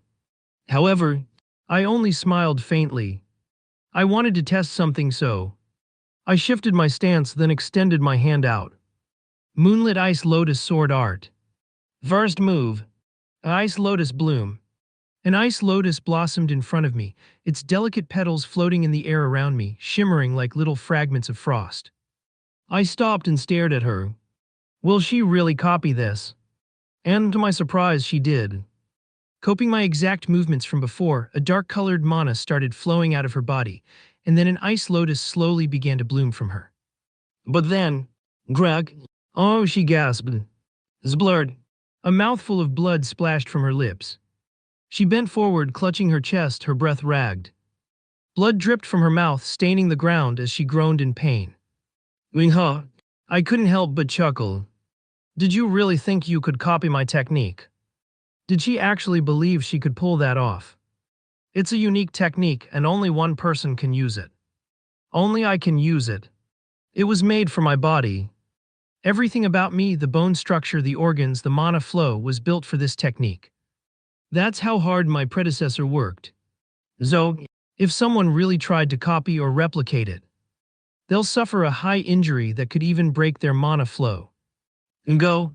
With a flick of my wrist, I sent the petals flying toward her. She reacted quickly, pressing a hand to her mouth as she jumped back. But I wasn't about to let her off that easy. I controlled the petals, guiding them straight toward her. Bam! The petals slammed into her chest, and a wave of cold spread through her body. Slowly, ice began to creep across her skin, coating her. She tried to use shadow magic, but it was useless. The petals glowed too brightly, cutting off all the shadows around us. Everything around us became clear, bright, and exposed. Og, she groaned weakly. Somehow she was still alive. Her body was really insanely sturdy. Hug. Letting out a deep sigh, I slowly walked toward her, eyes never leaving her battered form. F-whib. Before I could get too close, she hurled a dagger straight at my face. My instincts kicked in, and I tilted my head to the side, dodging it just in time. Drip. I felt the sharp sting of a scratch across my cheek, blood trickling down. I crouched down in front of her, staring at her plain, ordinary face. I lifted her chin gently, glancing just below it. No face mask, huh? I was a bit disappointed, but nonetheless. I'm going to kill her. I pressed my hand against her chest, the warmth of her body meeting my palm. Her chest was bigger than it looked, but that wasn't what mattered. I pushed those thoughts aside and began to channel mana into her body. Huh? She gasped suddenly, and I saw her other hand moving. The dagger she was holding aimed straight at me. Thud. I was just waiting for this. Before the blade could even reach me, I grabbed her wrist in a flash, forcing the dagger from her hand. I pinned both of her hands above her head, holding them firmly with one hand. And I muttered coldly. I increased the pressure of my mana against her chest. The air around us grew colder, like the temperature was dropping fast. W8. Her voice cracked as she looked at me, eyes wide with panic. Her voice trembled. D, don't kill me. B, please. She wouldn't even meet my gaze now. Her eyes darted away. I'll tell you who hired me to kill you. Anything you want to know, she stuttered, pleading, her body trembling beneath me. I looked at her coldly before parting my lips. There are plenty of people who want me dead. No one in the black market would risk it unless they were someone big. So it's got to be one of them. She didn't seem surprised at my words. B, but I know exactly who it is. D, don't you want to know? She begged, her voice looking quite desperate.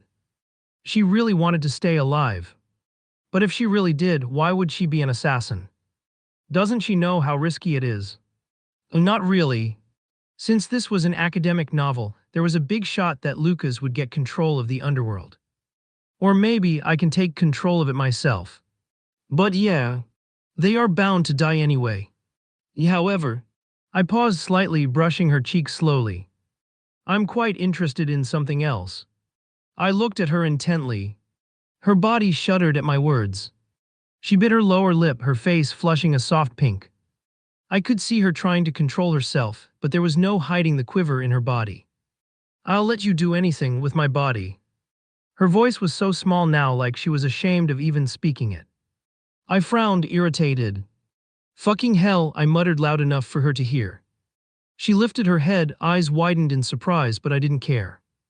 Who gives a damn about your body? It's nothing special, just above average at best. Besides, you're not even that beautiful, I scoffed. Her face turned bright red. It was like her entire face was burning. Her eyes darted away, her mouth opening and closing in embarrassment. I could almost hear her heart pounding. She whimpered, looking utterly mortified. T, then, what do you want? She whispered, almost afraid to ask. I didn't even hesitate. Of course, it's about your damn copying ability, your talent, or whatever the hell you want to call it. I scoffed again, looking at her like she was nothing. T, that's an innate ability that I possess. My eyes narrowed slightly. You were born with it. She nodded lightly, looking away. Why, yeah. I was one of the experiments from a black market lab. I was born with this ability, at least that's what they told me. Her voice faltered. Those disgusting bastards. This makes me hesitate to kill this girl. Fucking hell. Then you're no use to me, I muttered, pushing myself off of her, my fingers leaving her skin. Her face fell. Her eyes clenched shut, and her whole body seemed to brace for the death blow. I held her there, her hands still pinned above her head. For a moment, she didn't move. Then I slowly loosened my grip. She didn't expect it, but I let go. Her eyes fluttered open just enough to glance up at me. Fuck, and just get away from my sight. I furrowed my eyebrows. But if you try to kill me again, you'll really die, I added coldly. I turned to walk away, but then I heard a faint dripping sound. Drip, drip. I froze. I turned around just in time to see the tears falling down her face, her eyes wide and glassy with emotion. She didn't even try to hide them anymore, just letting them fall. Her lips were trembling, and I could see her shoulders shake with each breath she took. She was trying so hard to wipe them away, but her hands were shaking too much to do anything right. She looked so vulnerable, so fragile. The way her face scrunched up in that mix of relief and shame, it felt like she was a kid, like she had no control over herself anymore. Sniff, sniff, woo. She sniffed, wiping at her eyes, but no matter how much she tried, the tears just kept coming. Her lip quivered as she glanced up at me, and then froze entirely, seeing how I was still looking at her and didn't have left already. She whimpered softly as soon as she met my eyes, her voice breaking as she wiped her cheek again, her hand moving shakily. It was like watching a child who couldn't stop crying after they were caught doing something bad. What the hell? She looked like a damn child. Did those lab bastards create some sort of growth potion or something? Master, you're acting like the bad guy. Lumi, what am I supposed to do with her? I already spared her, isn't that enough? I sighed inwardly, communicating with Lumi internally. How about adopting her? I could have a friend to play with when you're not around. What? Is she even old enough to be adopt? My thoughts froze for a moment as I looked at the girl. She was crying even louder now, sobs shaking her whole body. Besides, Master Tilda, isn't she a victim like me? She said she was part of some experiment, but who knows if she's lying. I used my eye skill. She's not lying. Then why not? Why not adopt her? You could have a little sister or a daughter. Yeah. I sighed, looking at the crying girl. Adopt her. A girl who just tried to kill me. Yeah, right. And even if I did, she looks older than 18, so I can't legally do anything like that anyway. I know a spell for that.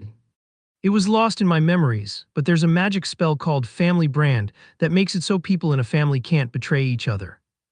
How do you even know that? Never mind, you are a gluttonous slime, so I'm guessing you absorbed someone who had that spell or something. One day, I'll have to check how many damn skills you've picked up over the years. Yes, Tilda, anytime. So pretty, Playacy. Lumi's voice suddenly turned sweet and whiny in my head. I could practically picture her, all cute and sparkly-eyed as she tilted her head to the right, like she usually does, asking me. Damn it. I muttered. Fine. If she's younger than 18, maybe I'll think about it. MHM. I stood up and walked toward the girl. She was still sobbing, trembling like a leaf. I crouched down in front of her, and in my cold, detached tone, I called out to her. Well, hey, Master. Lumi instantly complained about my cold tone. Heck. The girl jumped in fear when I spoke, her body shaking more than before. So, why you really wanted my buddy? Her eyes were wild with panic, her voice trembling. I clicked my tongue in frustration. But for some reason I forced a smile that was so sweet it probably looked fake as hell. The kind of smile you give when you're trying to soften a blow. How old are you? I asked, the warmth in my voice fake enough to make even me cringe. Her eyes went wide with shock. The tears had stopped falling as quickly as they'd started, and she just stared at me frozen. She stuttered, biting her lip, her voice breaking as she tried to answer.